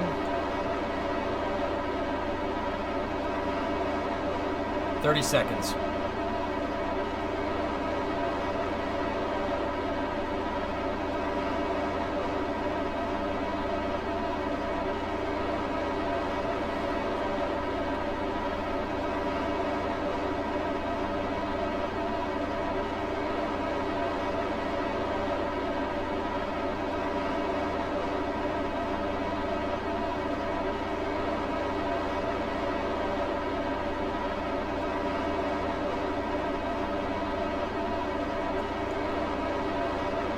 Okay, it was a little longer than 30.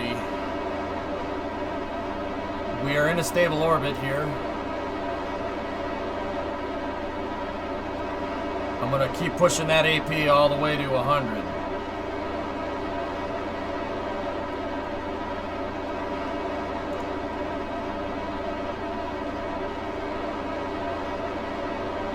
Stand by.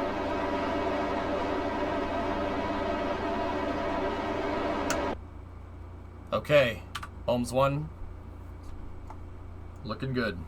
Shutting down the orbiter maneuvering system. We have NOI, nominal orbital insertion. 99 by 82. And it was 99 by 79 on the last one. Hey, that's not bad, man. That's pretty damn uniform. Pretty damn uniform. I mean, it's the same payload, so... The fact that we basically did the same ascent twice in a row is pretty good. It's a testament to this thing's design. We did pretty good here, guys. Pretty good. My concern is that very low fuel. What? You know, it's a little bit lower than it was last time. But 200 is more than enough. It's more than enough to get home. 60 of that is going to be for the deorbit burn, and that leaves me 150 delta V to get it back down. I'm not worried. 62 is, we need about 100, give or take. 100 to get it back, and that's like scratching the bottom of the barrel. I need anything lower than 100, yeah, we're going to have problems. Because I won't have enough RCS to maneuver it through re-entry. But 200 is fine. I mean, it's going to be a little bit underneath that because I have to do that there, and then I have to push the PE up. Something I always try to do is deorbit from the same altitude every single time. It's just a good way to get that, to ensure that that thing comes back every time.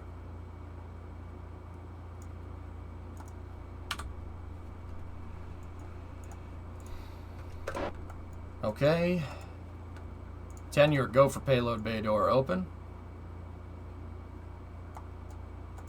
Payload open is looking good.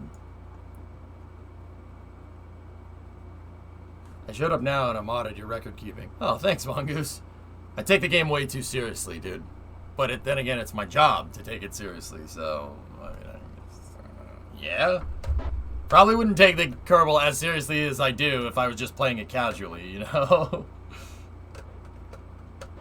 But that's fun, man. It's cool to document stuff. I want my space program to tell a story, you know?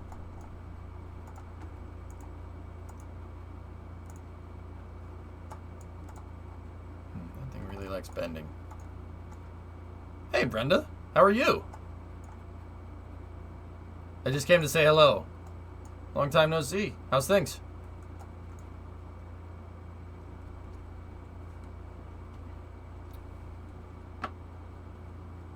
¿Cómo estás? Yeah, see what I did there? Yeah.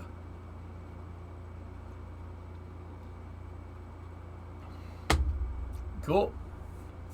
What's going on in your world, Brenda? How's things? Muy bien, gracias. De nada. When did you learn French? Merde! Alright.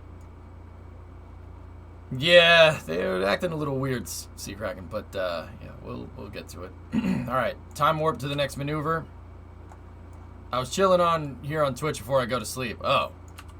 Well, chat says I'm known to put people to sleep. I don't know if that's a compliment or not, but have at it. Yo, the freaking rocks from the scatterer on 2 look pretty cool. Donde está la biblioteca? Brenda, you see what I have to deal with here? See what I have to deal with? I don't know where your damn library is. Go and find it yourself. No, it's a threat. See what I have to deal with here? Alright. Let me get this burn done here. Quick 14 meters a second burn to get us to the good orbital insertion. We want that good orbital insertion, man. When you launch a rocket from New York, when you launch a little rocket from New... Oh, no.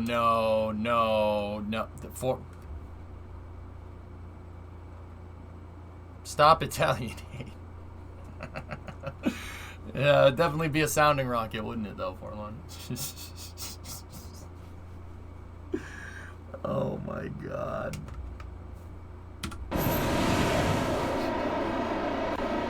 Don't do that again, Forlorn.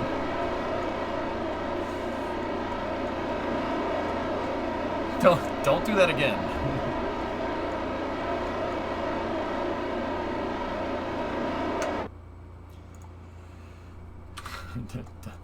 Don't do that.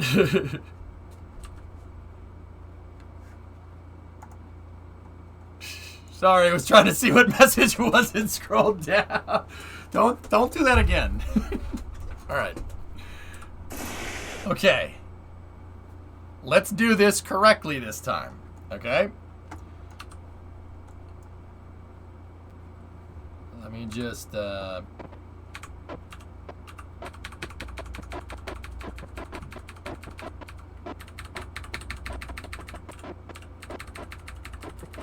just gotta pulse that RCS to there. All right, we're in the proper orbit. Excellent.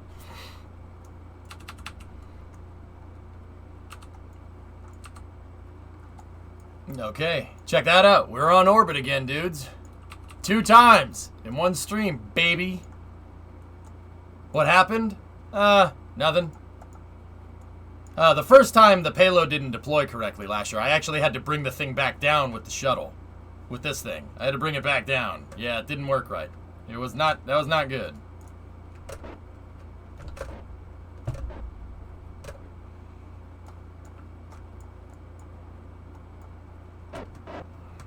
Okay, let's get here.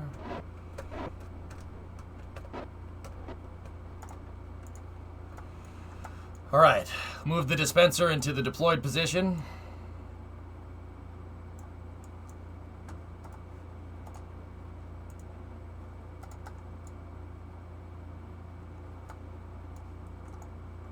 Moving ISPE 4 into proper position here.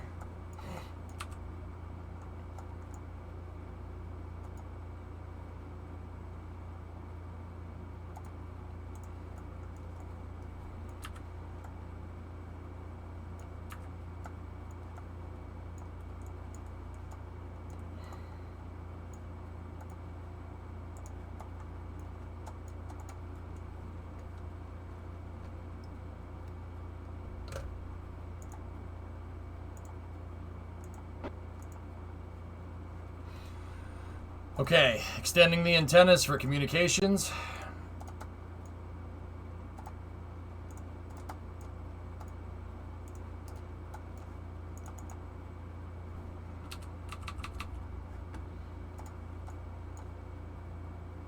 Stand by for deploy of the payload. And bingo. We have a good payload deploy. That's what it was supposed to do. Like a couple hours ago. You know what? I'm just gonna take that screenshot right there, like it's coming, like it's on the probe. There we go. All right, cool. Excellent. Okay, retracting the dispenser. Erecting a dispenser. I just got in. What did I miss? Second flight for the K-33 today, Jim. I went back to using the small one after that fiasco yesterday. There we go. We just deployed it. So, here's what we got to do. That thing needs to go out to the moon. So, we're just going to prime the motors on this thing here.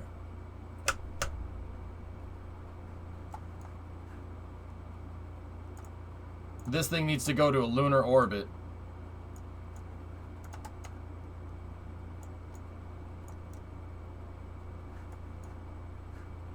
So we have 1100 delta V. That has enough to get out to the moon. And we'll bring the SSTO back down, and then we'll get this thing out to where it needs to go. Turn off the Aero UI for the screenshot. There. How's that? How's that for a picture? Damn, I'm a moron. I'll forget to put it back up. Okay, let's get this thing back down.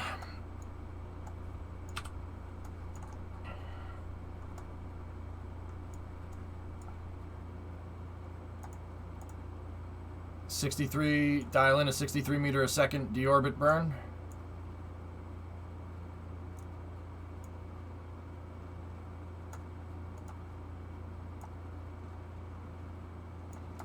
Okay, deorbit burn has been inputted into the computer. We're shutting out the payload bay there. Let's just make sure that the gear works. And make sure it's gonna make a freaking noise this time. All right, we're good. Gear works. Body flap controls. Let's put this thing into the... Well, I'll do that after. We'll do this after we do the deorbit burn. Discovery, go at throttle up. So I'm going to switch this thing. This is ionic, symphonic, protonic, electronic 4A. Okay. That thing is good. It should have the delta V to get out to the moon. We will send that thing out after we get this thing back down. This thing only runs off of a little solar panel, so I don't want it to run out of electricity while we're going out to the moon. I forgot. How do you display? Bring up the debug menu. Go into physics, Aero, display Aero UI. Hey, Tron, 57 months. Can you do that? Do it the other way around. Nah, it's a little out of render range now.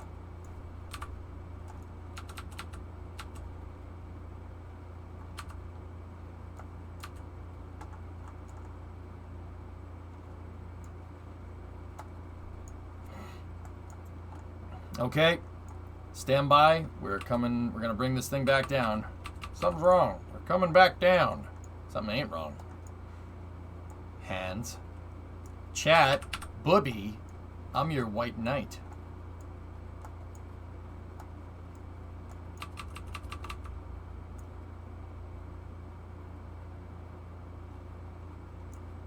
Okay. Alt F12 is how you do that. Okay, turning on the ohms thrusters here.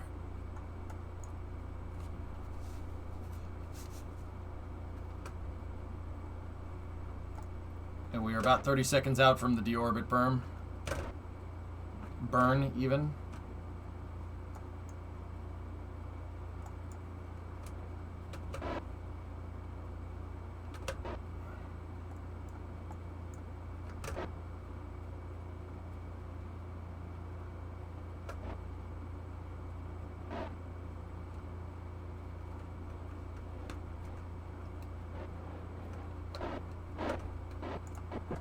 Okay, stand by for the deorbit burn.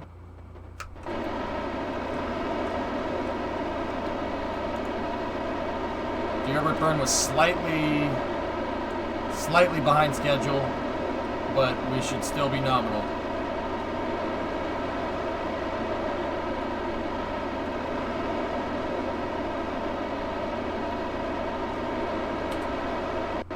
The K-33 is firing its twin ohms engines to put this thing on a trajectory to get it back home.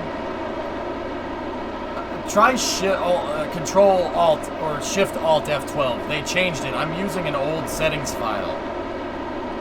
How similar? Not similar at all, Hip. I made Collins easy to get back to the runway and fly kind of like the shuttle. I made this thing extremely difficult to get back to the runway, and it flies exactly like the real shuttle or a real lifting body. This thing is hard to fly.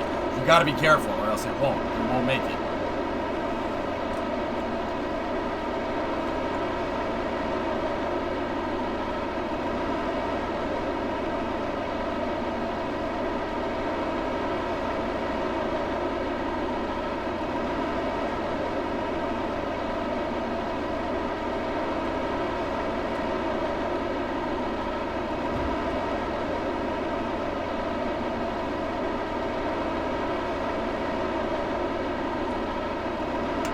Okay, deorbit burn is complete. Everything is looking good. We're going to pass the satellite here. We have 118 left. So 155. We just got to be careful of that. If that was a number lower, this mission would probably fail. No, just kidding. All right, so deploy that. Pitch deployed surfaces there. Roll control is initiated there. That's looking good. These control surfaces need yaw active, and then I need to get my master body flap trim controller up here. That's for the speed brake. Set the deploy angle, and we can control the speed brake if needed. There we go.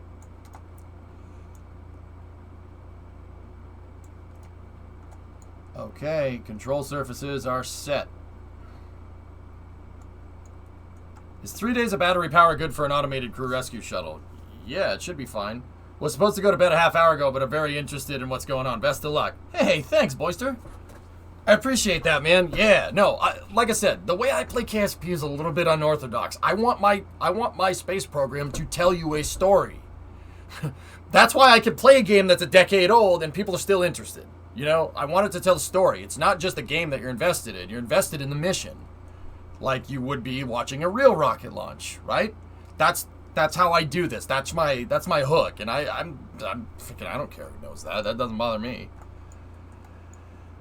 Could you show what orbit needed for the satellite is going to be? It's going to go to 315 kilometer circular orbit, equatorial around the moon. Yeah, that's where it's heading. Correct, Hip. You're going to see a re-entry trajectory that's more similar to the actual space shuttle. Yeah. Okay, reorienting. What was the TWR of the ohms thrusters on the shuttle? Not very much. TWR doesn't matter up there. It's all about efficiency when you're up in space, T-Man. Except if you're trying to land. Trying to land and trying to take off, TWR absolutely matters. Any other time, though, not so much. So, like, a lunar lander needs to have a certain TWR. If there's not a certain TWR from the lunar lander, then, well, you got a little bit of a problem.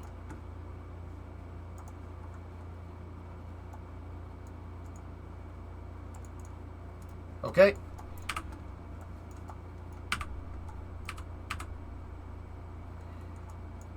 Stand by for entry interface. Trimming out the body flaps.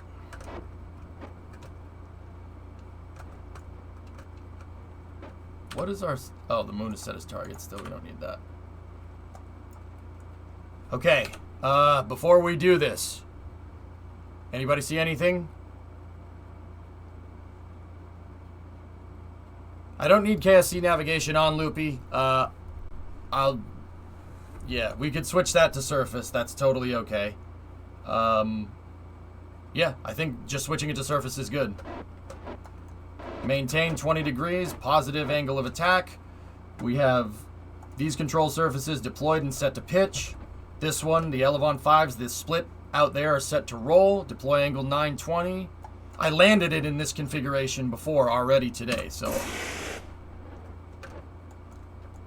SAS is on. We're good.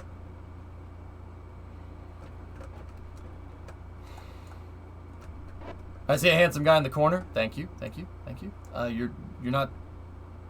and maybe you see a face in the desert or something. Landing gear settings are correct, Blinga. We're good.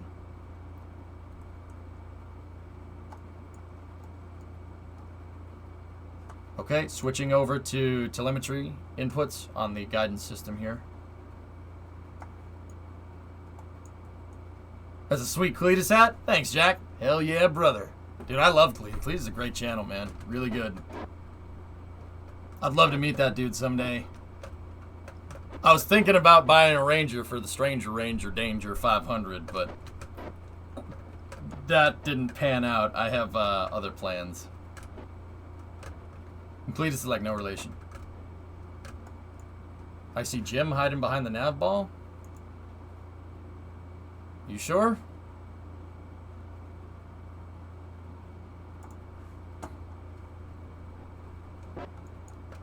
Surface velocity is increasing, 2105. Starting to pick up some pressure here. Some dynamic pressure building up on the front of the vehicle. We should start to see some heating happening going on here. Yep.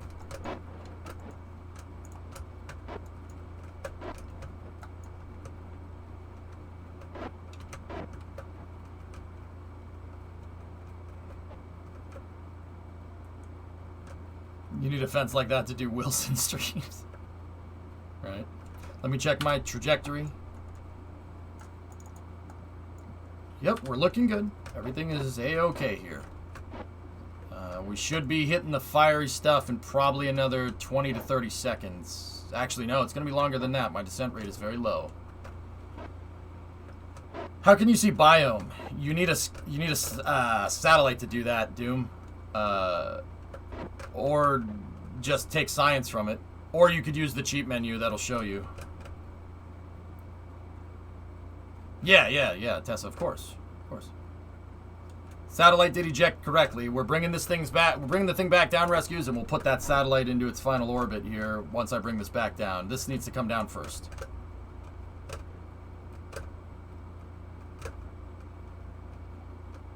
I figured this is fun. This is more fun to do, so we'll do it first.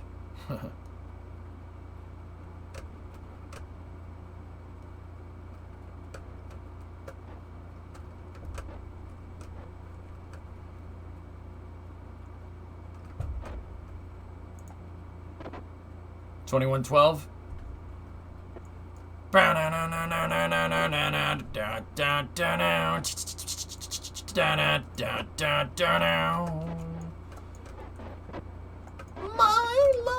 lifeblood spills over.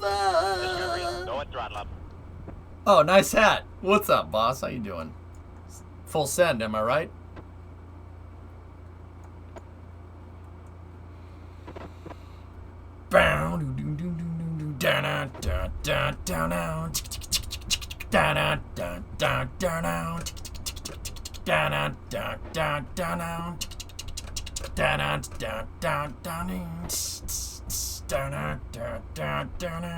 Sorry.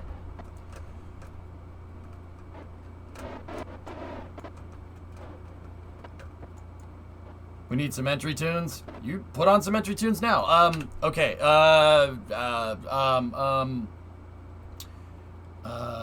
Burning for You by Blue Oyster Cult. There you go.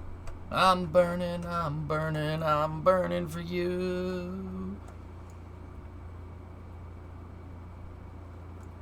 For science! Rocket Sage, thanks for the raid. I'm re-entering my wedge of cheese right now. Go and throttle up. Mr. Hamill gifted a sub to Rocket Sage. Hey, fellow STEM streamer. Rocket Sage, how are you? I didn't mean to link that. I don't care. I love the X-33. Great job. This thing flies about as good as the real X-33, meaning not good. It turns out when you make your spacecraft look like a wedge of cheese, it does not fly very well. Okay, everything's looking good. We're coming up on the coast, 2 kilometers a second right now, 42 kilometers in altitude. Everything's looking good here. Hey, Wanagi, what's going on? You guys know my buddy Rocket Sage, she does geology streams. So it's kind of the same thing that what I do here, but with geology and not rockets. So if you like rocks, do it, do it, do it. 2112 Overture versus Temples of Seer. I like 2112 better. Darth is pretty cool. Rocket Age, did you see the footage from the sample collection? The sample collection? from Perseverance, they attempted a first sample collection and they drilled into the Jezero crater, right? And, you know, Mars' regolith is red because it's oxidized, right? We're looking good here. Hang on. I gotta fly this baby. The sand that they drilled up sand from what it looks like. It looks like very coarse grained sand because it looks like the sand from a freaking riverbed. Funny how that works. Also, it wasn't red. Non-oxidized soil. Double raid from DK as well. That's what I'm talking about. Hang on, guys. I'll give the shoutouts in a second. I gotta get this thing home. First S turn.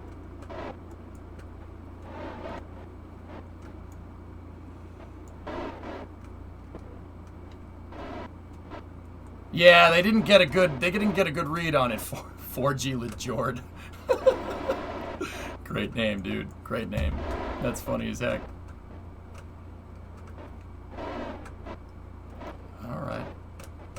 Gotta be careful.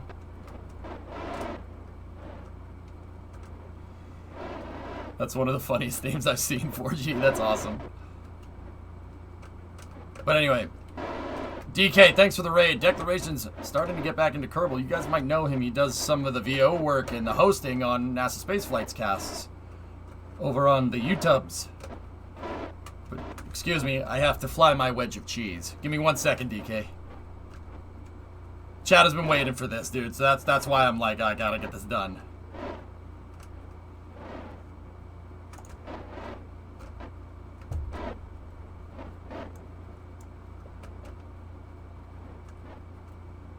Okay.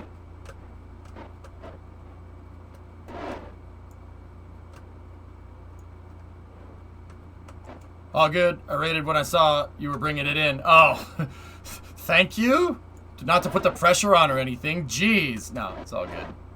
I just got to be careful because I'm running low on RCS. This thing does not like handling up here without the RCS activated. Which, once again, that's something that would have happened to the real X-33. Like I said, it turns out if you make a wedge of cheese... If you make a wedge of cheese try to fly and come back from hypersonic, it doesn't really like it. It doesn't work very well. Discovery, go and throttle up. I gotta be very careful here. We gotta keep that nose up. We're running out of RCS. I'm gonna switch this on to fine adjustment here, just to be sure. Uh-oh. Hey, stay with me.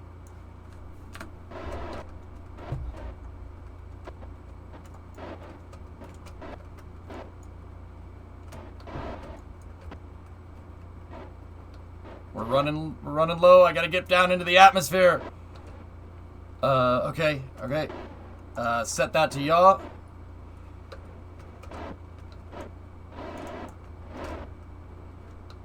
The key with the X-33, just like the... Uh-oh. Oh, baby. Come on back. Oh, okay.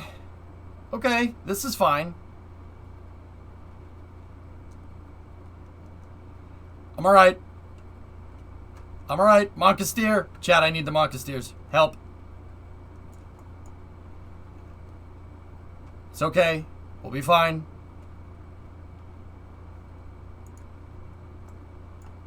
We're right near KSC. I'm not too incredibly worried.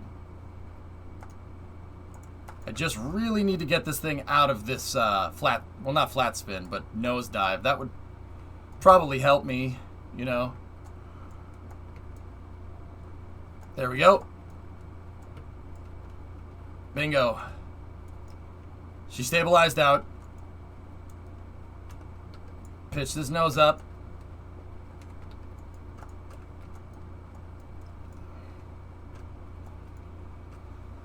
Whew. Okay, we gotta be careful. It seems like I need a little bit more than 100 RCS for landing. So we had 155 in the tank. It didn't like that. We need to make sure that we have more. I don't know why I used a little bit more fuel during ascent that time, but we did.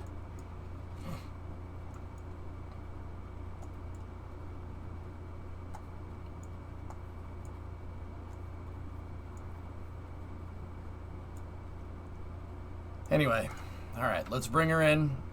We're going to circle around, make a big lefter here at Albuquerque to line up back at the runway. Yeah, something like that, Cleet, for sure.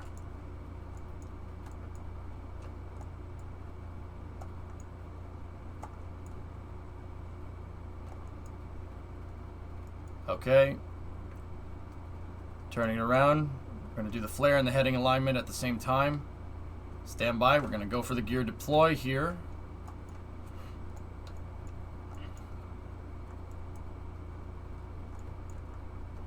Bringing it in.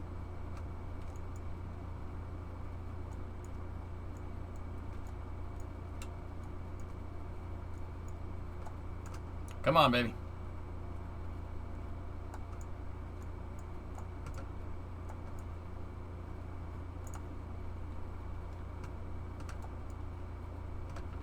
So you gotta basically nosedive this thing at the runway. Like I said, wedge of cheese doesn't fly too well. Okay, pad is back in render range.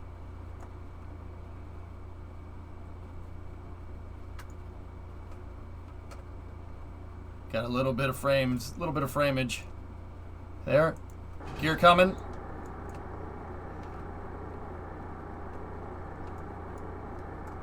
Gears down. Flare.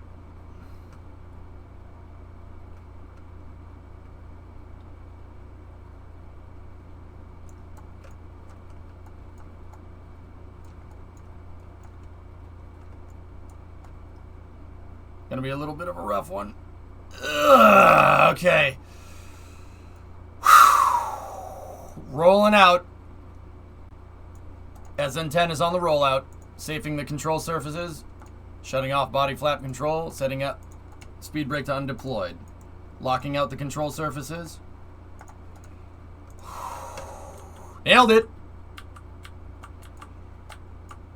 That wasn't my best move. That was more of a carrier landing right there. But hey, it's back. K-33 completing its 7th flight without ever being recovered. I roll it back, and we send another payload up with the integration facility over there. Completing its 7th flight here, rolling out on runway 27. Hey, she works, dude. This thing works, man. Pretty good.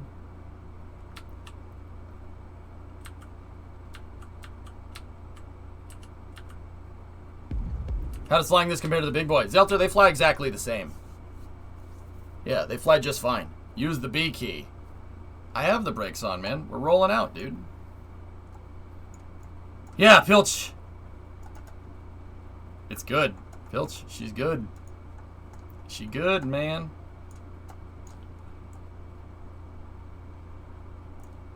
She's good. We have wheel stop. Wheel stop on SN10. Wheel stop. Year 4, day 270. Y4, day 270. 00:53:52. Mission isn't successful yet. We still got to deploy that satellite. But we got our stuff back. Last, please, about the fuel. Pembo, thanks for the bits. Is it possible that when you fill the payload part, it accidentally came from the SSTO and not the pad? I'd have to go look at the footage, John. I don't think so. I'm pretty sure I checked for that.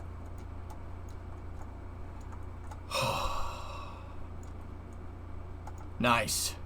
Very good. Can we get an EJ thumbs up? Hey, so anyway, DK, I'm excited to dive into Cal 9000s. Cals are cool, man. You can do a lot of cool stuff with them. One of the things that I think is pretty neat is... Hey, thanks for the bits, Ark. Yeah, DK, you can kind of do stuff with it. What's wrong with that? What's wrong with that? What's wrong with that picture right there?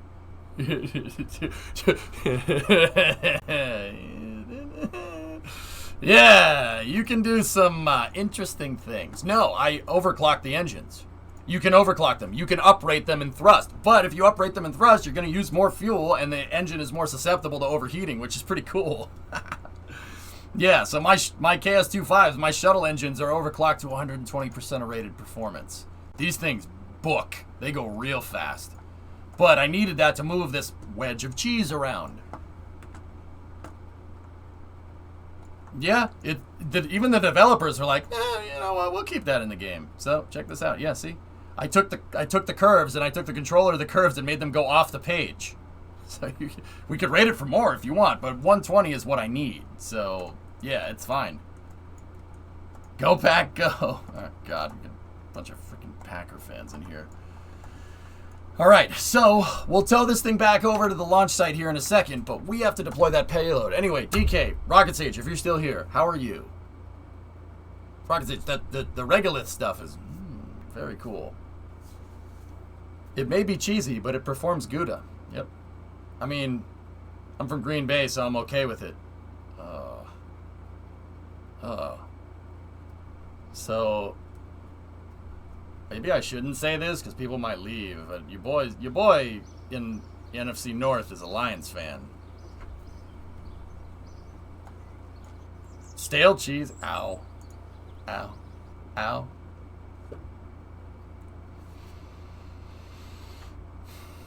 Wait, how do you make it go off the page? Take the control curves and make it so the curve goes off the page.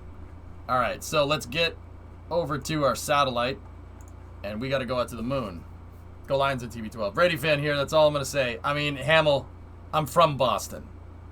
My girlfriend's from Detroit. So in the NFC North, I'm a Lions fan. She doesn't know why. Brimo doesn't know why I'm a Lions fan. I just am. And she constantly wonders how I can be a Lions fan and a Patriots fan at the same time. They're literally polar opposites, but I am. I don't know. Let's go, Blues. Wrong sport, you dick. Wrong sport. You...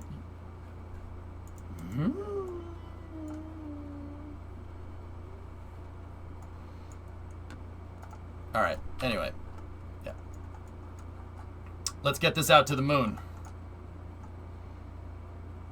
So where's our mun at over there? Okay. We're gonna need to do something like this, and whoop.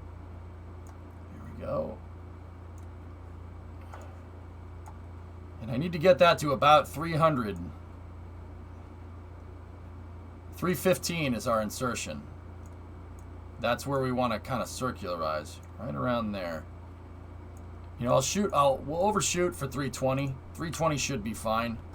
Let's get this thing online. We have 1,000 Delta V. We're going to use the onboard satellite gyros to maneuver this into position, and let's get this damn thing where it needs to go. Let's get paid. You remember, I still take shots to F1. Yeah, right. If Freddie had went to the Lions, I'd have been willing to cheer them to a ring. Just for little old Mrs. Ford. Yeah, I hear you. It's almost football season, guys. Honest question about going for the moon. Is it better to overshoot and capture and curve back towards Kerbin? Depends on the mission, Riv. If I was sending people... If I was sending Kerbals, I would put it in a free return. Just in case you screw something up, the Kerbals can come back. Yeah. That's what they did during the Apollo missions. The Apollo missions didn't do this. That's a lunar slingshot. We're grav-assisting off the moon. We're getting a prograde grav-assist to boost our orbit. Right? So our orbit will go from something like this to something like that. What you would want to do, what I do when I launch people, is I do this. Watch. Actually, hold on a second. See? We're not in the right phasing. Give me 1 second. My ejection angle isn't good. So let me just move this forward a little bit. See that? That's a free return.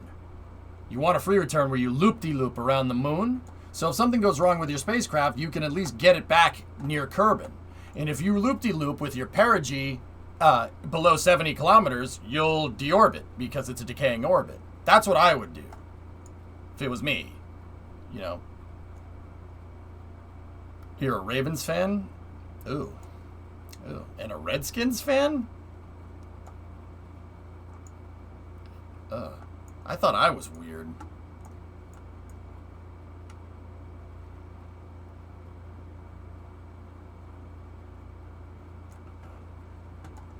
Different conferences? Well, the Lions and the Patriots are different conferences. So, I'm with you on that one. I get it. So here, if we back up our phase right here, or yeah, see, we can back up the phase to put it back into a gravity assist. Gravity assist trajectory is fine. This works just fine.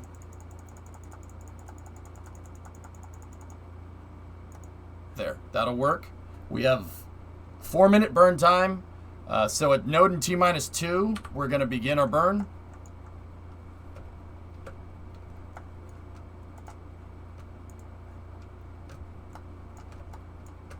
And we have about 1,000. We should be good for a lunar insertion and capture.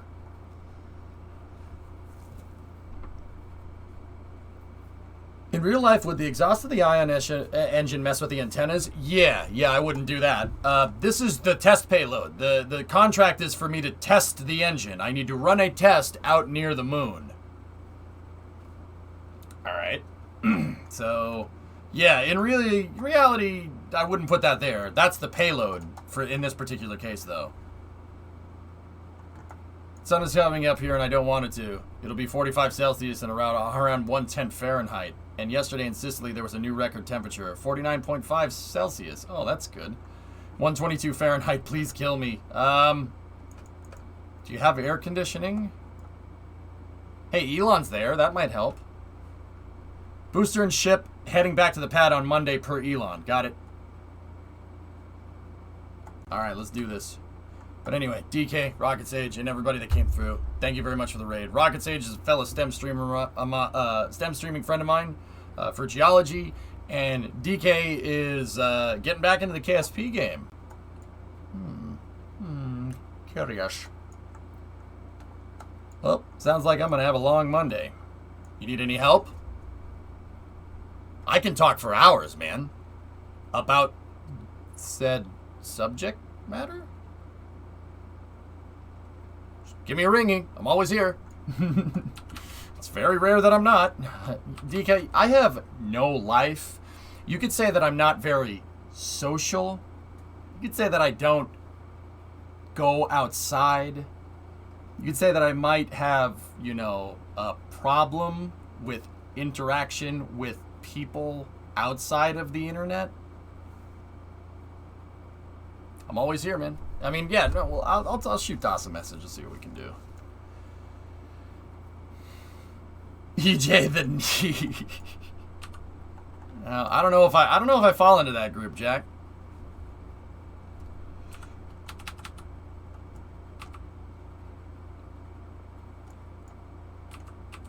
All right. I missed a little bit of the burn time there, but it's okay. We have pretty decent TWR for for a satellite, so we should be able to get this done. You could say I don't bathe. No, I do. I do that. I do that to keep my sanity. That's one of the ways I prevent cabin fever. I bathe every day because, yeah, if you work from home, you don't have to do that. You guys are probably a little more familiar with it if you had to work remote. Why do I need to get dressed? That doesn't matter. Yeah, I've been doing this for years. Trust me, you don't want to do that. That's right, Lorenz. Yep.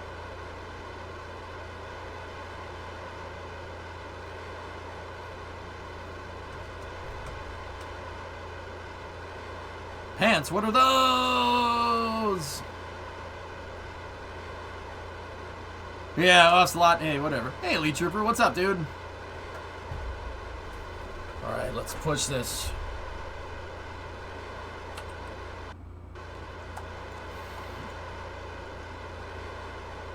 One thing I noticed about working remote, it takes me the same amount of time to get to the office.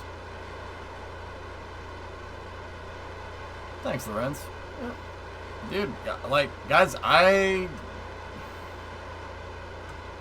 get dressed, I take a shower every day, I have a morning routine, put on deodorant every day. I mean, why? It doesn't matter. It's not like you have smell-o-vision, but I still do it because that's my way of keeping myself from going Looney Tunes. And I did go Looney Tunes a little bit yesterday, so maybe I gotta do better.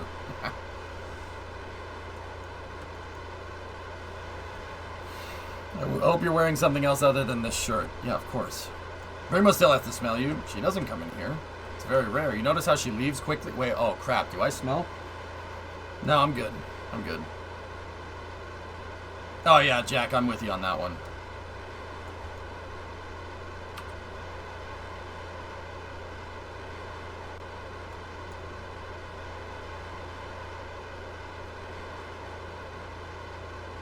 Sometimes green. Depends on what Remo cooked.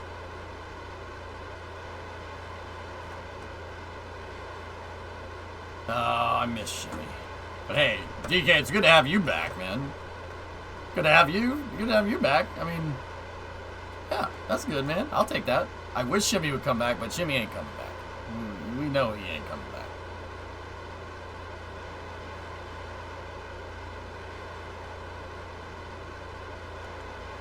Yeah, Pop, I'm with you on that one. We need a Brimo segment. She doesn't want to stream, dude. She's a Twitch viewer, not a Twitch streamer, dude. We have enough Delta V for this? Yeah. 250 left on this burn. We have... Yeah, we're good. We're not circularizing down at the moon. It's 3:15. Yeah, of course, Dad Joe. I know Bad News is on there. Yeah, that's awesome. I'm happy for him. That's cool. I'm cool that we're getting all the OG space streamers from Twitch onto the NASA Spaceflight cast. That's wicked funny, dude. No. That's Das. That's Das at work, man. That's what he does, dude. He works the angles. That's how he rolls, guys.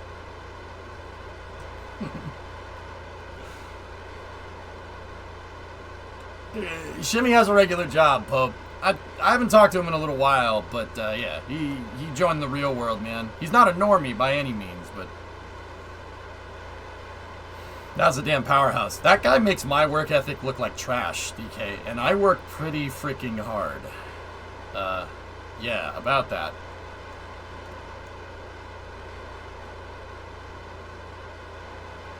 Okay, shut that out. Precise insertion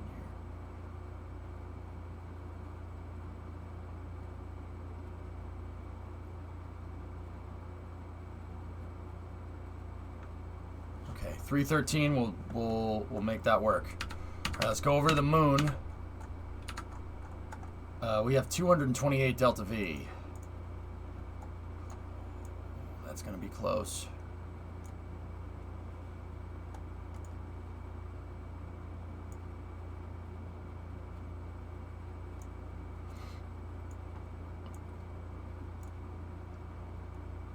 Oh, crap.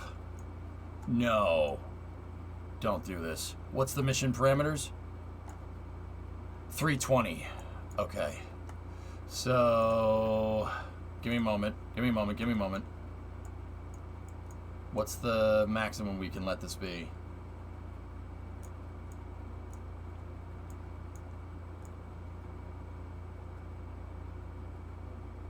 Okay. 231 to 228. Wait a minute.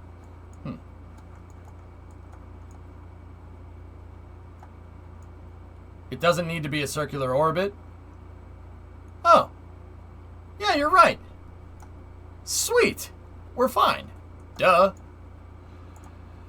I was not happy there for a second. I'll still have it capture the moon, but yeah, you're right. That doesn't mean nothing.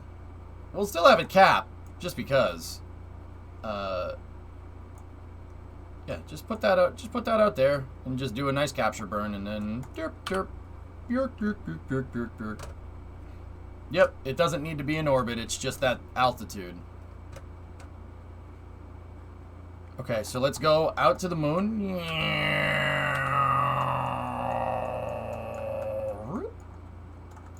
And run the test.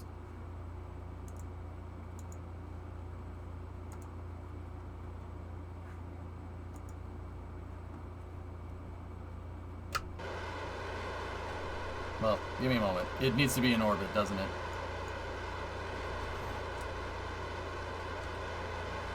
Yep, there's an orbital requirement there, guys. So we do need to capture the moon. That should be easy. We should have plenty of Delta V for that. And what I would have liked to have done if we had the extra Delta V is do an impact on the moon so we can get some seismic. But, it's okay. Okay. We might be able to do it. We still might be. Yes! All right. Nice. Mission success. Nominal orbital deploy around the moon. Oh. Yeah, maybe we could use Oberth here to... Oh, yeah, baby. Oh, God, Herman Oberth, you're a beautiful man. All right. You guys ready to impact? The test is complete. Now we crash this into the moon. Okie dokie? Yeah, sweet. Good times. Let's do that.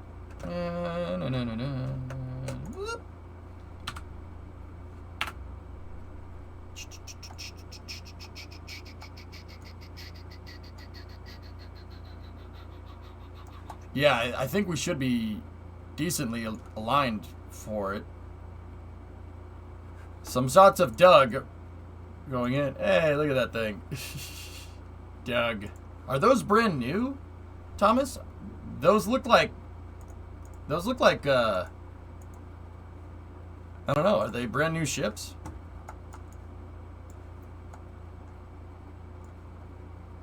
Nah, Tessa, it's going to be hard to get that exactly right, but...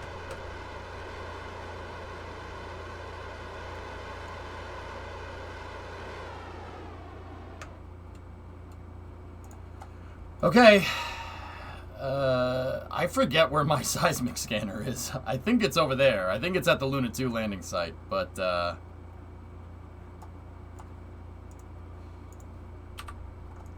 all right, Chief. Send me out with a bang.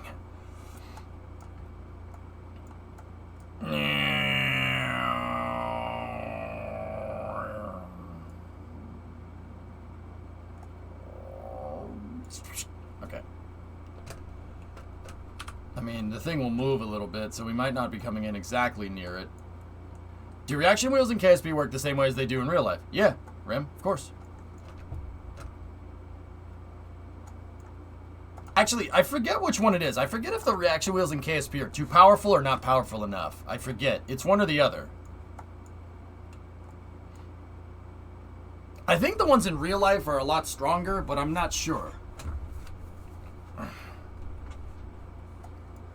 Yeah, it's one or the other. You know what? I don't remember.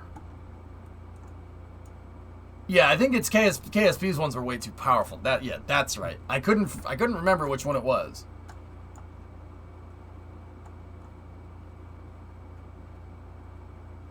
Yeah, KSP's way too powerful. There you go. Yep.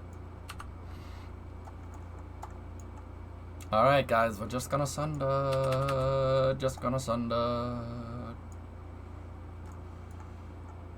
Here comes the sun. I can't think of any more lyrics, so I'm just gonna say doo-doo. Here comes the sun. I have to go doo-doo. Oh, come on. The lyrics are lazy. You know they are. Yeah, it's a good song. I get it. Shh. KSP's gyros don't saturate, no. It ain't alright. Alright? It ain't alright.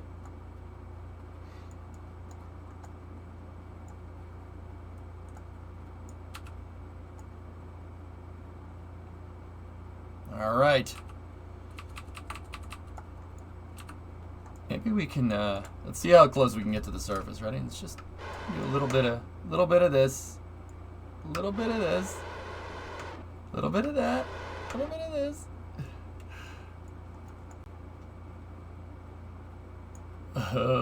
That might be enough. I don't know. Are we going to make it? Are we going to not make it? I don't know. What does an ion engine look like in Kerbal? Right there. There's one right there. It looks exactly like the real one. I mean, the real one pretty much looks like that.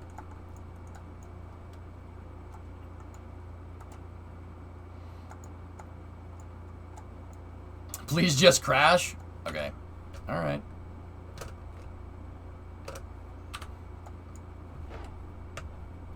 There. This will hit the rim of the crater. Here. I won't waste anybody's time. Ready? Here we go. Alright, I can't warp anymore. Let's get our radar altimeter online here. Here. This will be better. Was the mission a success? Oh yeah. You know what this reminds me of? An Imperial probe droid.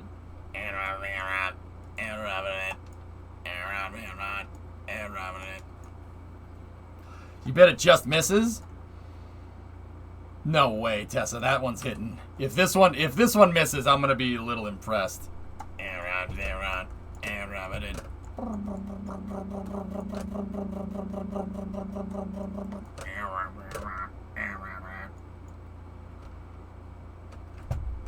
This code is not used by the Alliance. It could be an Imperial code. Could be a speeder, one of ours. Wait, there's something very weak coming through. Oh, we're gonna hit the rim. Oh, this thing is so done. Pull up! Pull up, man!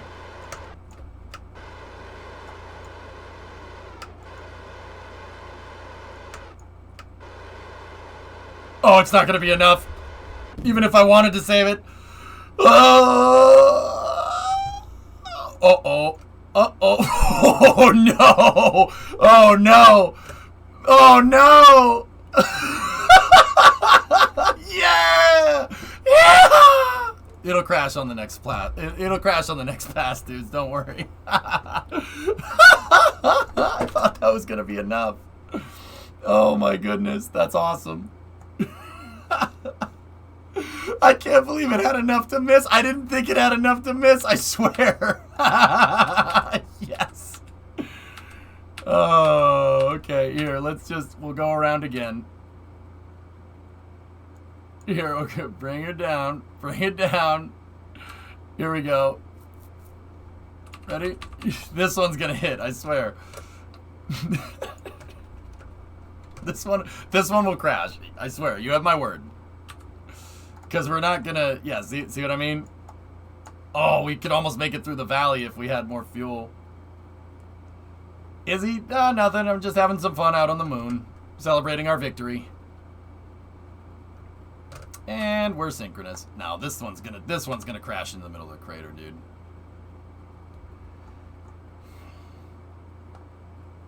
Now, this is pod racing.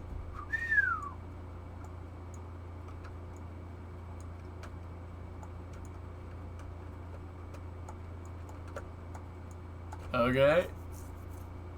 Right there. That's where we're hitting. Right there.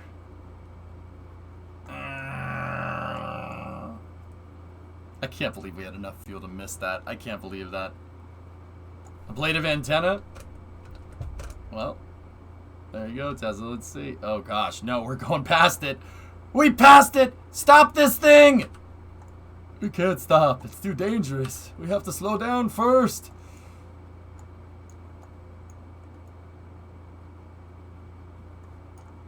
This is fun. I enjoy this.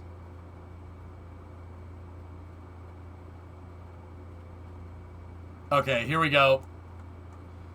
Say your prayers, Wabbit. Boom! Nice. Hey, we got some good science from that.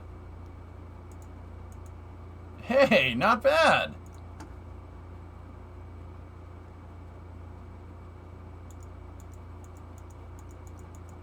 Some of them were on. Ah, yes. 5 science. Bingo. Okay. Total mission success there. Probe was impacted. Probe impacted the moon on Y4, day 275-01:12:16. Total mission success.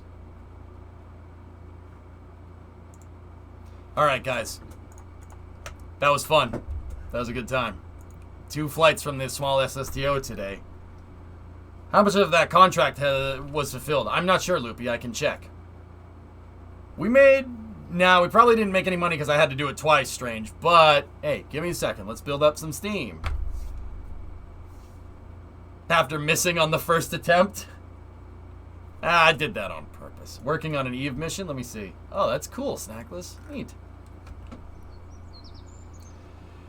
Time for lucky number 3? No. Well, guys, I had 183 to start the day, and now we have 196. So I made 10K. We did make some money off of that, which is pretty good. Man, I forgot that props are a thing now. Oh, dude, you make helicopters, make everything. I showed a friend your stream recently, and he just gave you Kerbal. Let's crash a few rockets. That's what I'm talking about, Raspberry. It's a fun game. I enjoy it.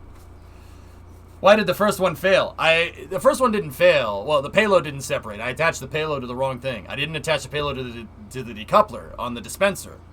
So I brought it back down and we landed. I did 2 missions today, but it was launching the same payload. Only it launched the same payload correctly on the second try. Yeah, whatever. Second's a charm, I guess?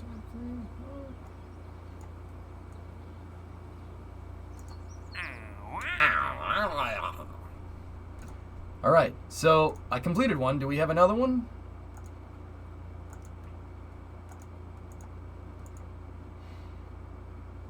Damn it. Test the LY-99 extra large landing gear on an escape trajectory out of the moon. We could do that. That's not going to pay very good. Has there ever been a payload that failed to deploy and the mission failed? It happens all the time, Swishio. Literally happened today. with the GSLV. It literally happened like a couple hours ago, dude. That does happen. It sucks. It's not cool when that happens in real life.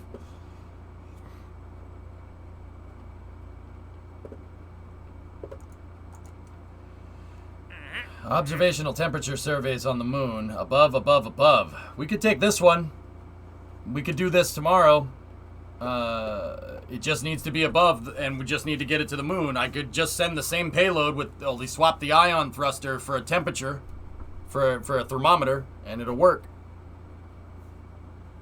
Oh, it's a crew report. Never mind.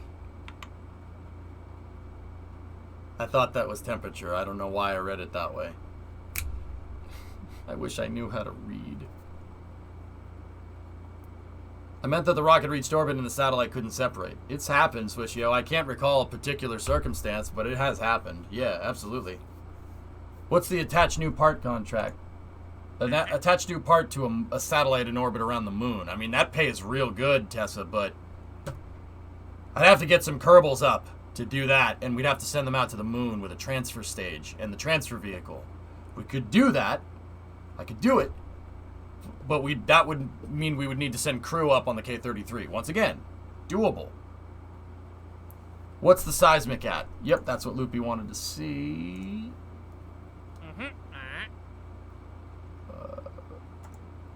14%.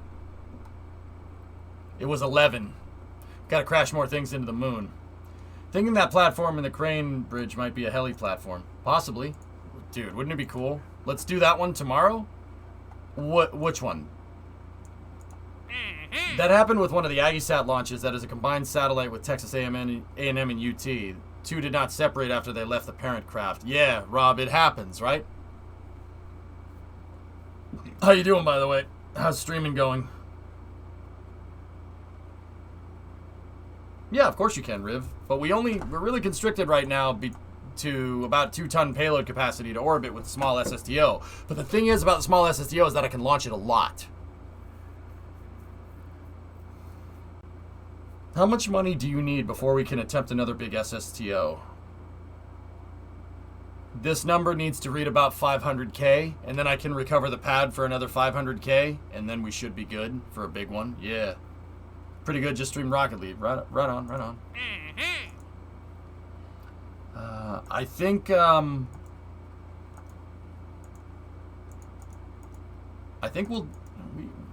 if we want to get this thing ready for crew tomorrow, we can. The LY-99 would probably be the mission that I would want.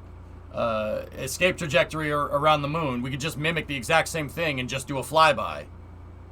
Just do a flyby and test it on escape trajectory, then circularize and then impact it. We could do the same mission. Let's do the add part.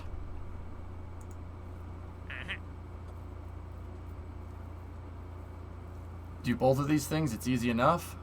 I have no way of bringing the big landing gear up there, guys.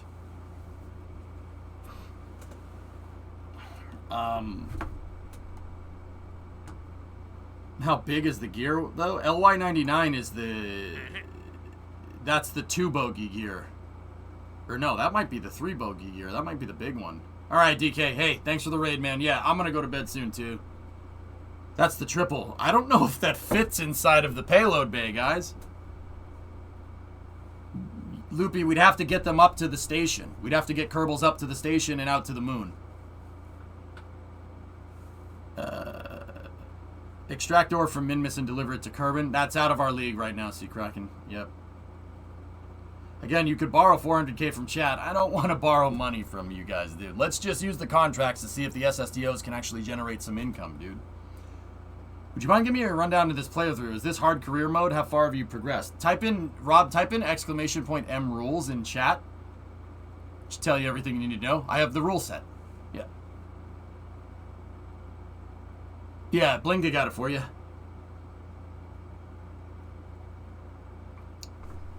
Can we even launch the small SSDO for 5600? Sure.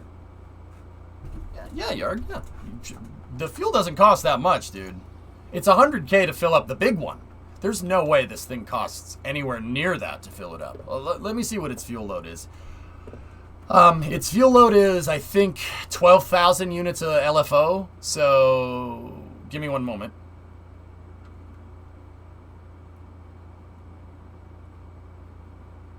Tesla, yeah, we'll get some sleep. Yep.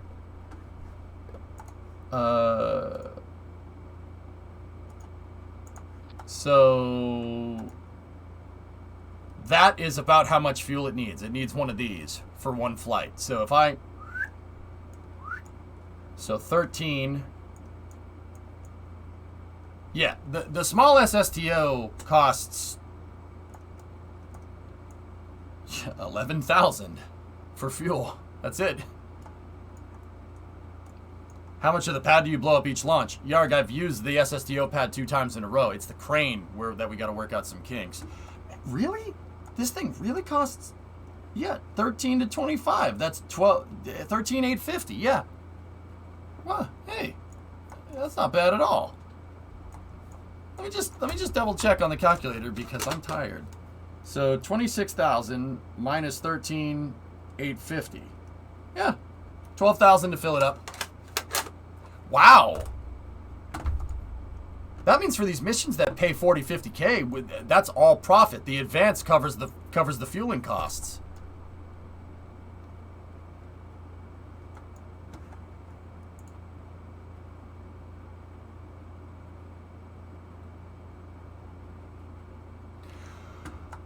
Oh, these next couple of days are going to be a little fun. Yeah, these next couple of days are going to be a good time. Assuming you launch it 10 times without blowing it up. Yarg, that was the 7th flight for Serial 10. That was the 7th flight for it. Why do you think I specialize in SSTO space planes? Yep. That thing has flown 7 times, man. 4 of them were test flights, so I didn't make any money off of them. But 3 of them were not. So, hey, yeah, that ain't bad at all.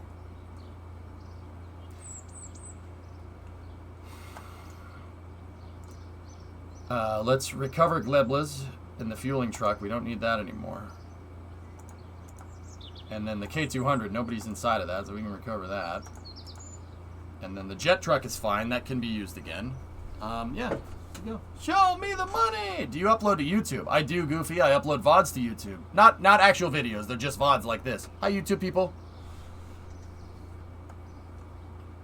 But, yeah, we'll go fish that thing out. We'll get another payload for it tomorrow. Which one did you guys want me to score? The 3x2? I mean, dude, if we get that, we might be back to launching the big SSTO by the end of this week. Hi, AJ. Wait, this isn't YouTube. You're doing it wrong, Ram. Remember Das's Kilo Thunderbird? That was just 100K a flight for 1,000 tons to orbit.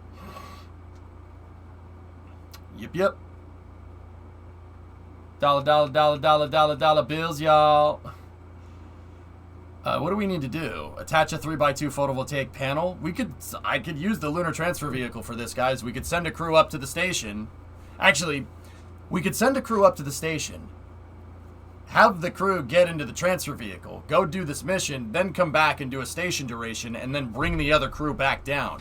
But if we're gonna do that, I need to be able to get the Kerbals in and out of the SSTO.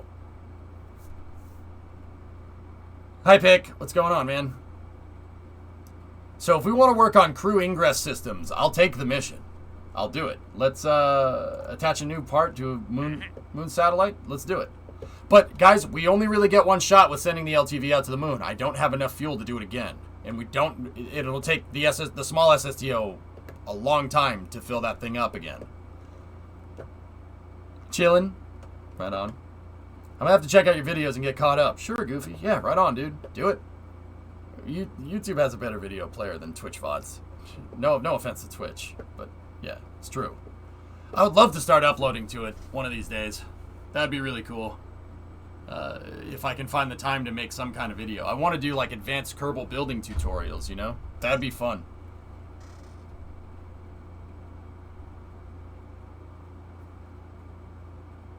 Shift 4. Shift +4 on a keyboard is $. Yeah, Jared Isaacman. Yeah.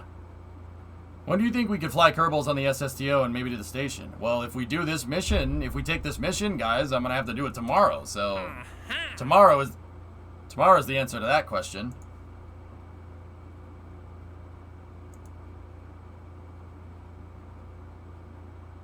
How much would it cost to get a resource scanner around Kerbin? We'd have to launch it into polar orbit Pilch. I can't fit it in the payload bay. We do that with the big SSTO. All right, so my mission tomorrow, guys, is to... Oh, let's see, what else do we have? Science data from the space around Minmus. Attach a new part. Yeah, that's the mission for tomorrow. If we can take that one, yeah, if we can get that one going, we'd be sitting pretty. We'd almost have enough to launch the big one again. What's the rep looking like? I took a 20 rep hit from being an idiot yesterday. Our rep is at 364, so 36%. Not the best, but we're getting there. Yeah, platinum. I'm not doing that.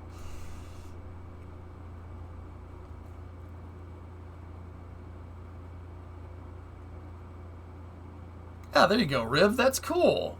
Good. Day 9 inspired me by teaching people how to play StarCraft way back. That was like a decade ago. Anybody? Day 9 Daily? Anyone? Anyone? StarCraft? Fun Day Mondays? No? Alright. Fun Day Mondays! There you go. There you go. Yeah, so Riv, hey, paying it forward.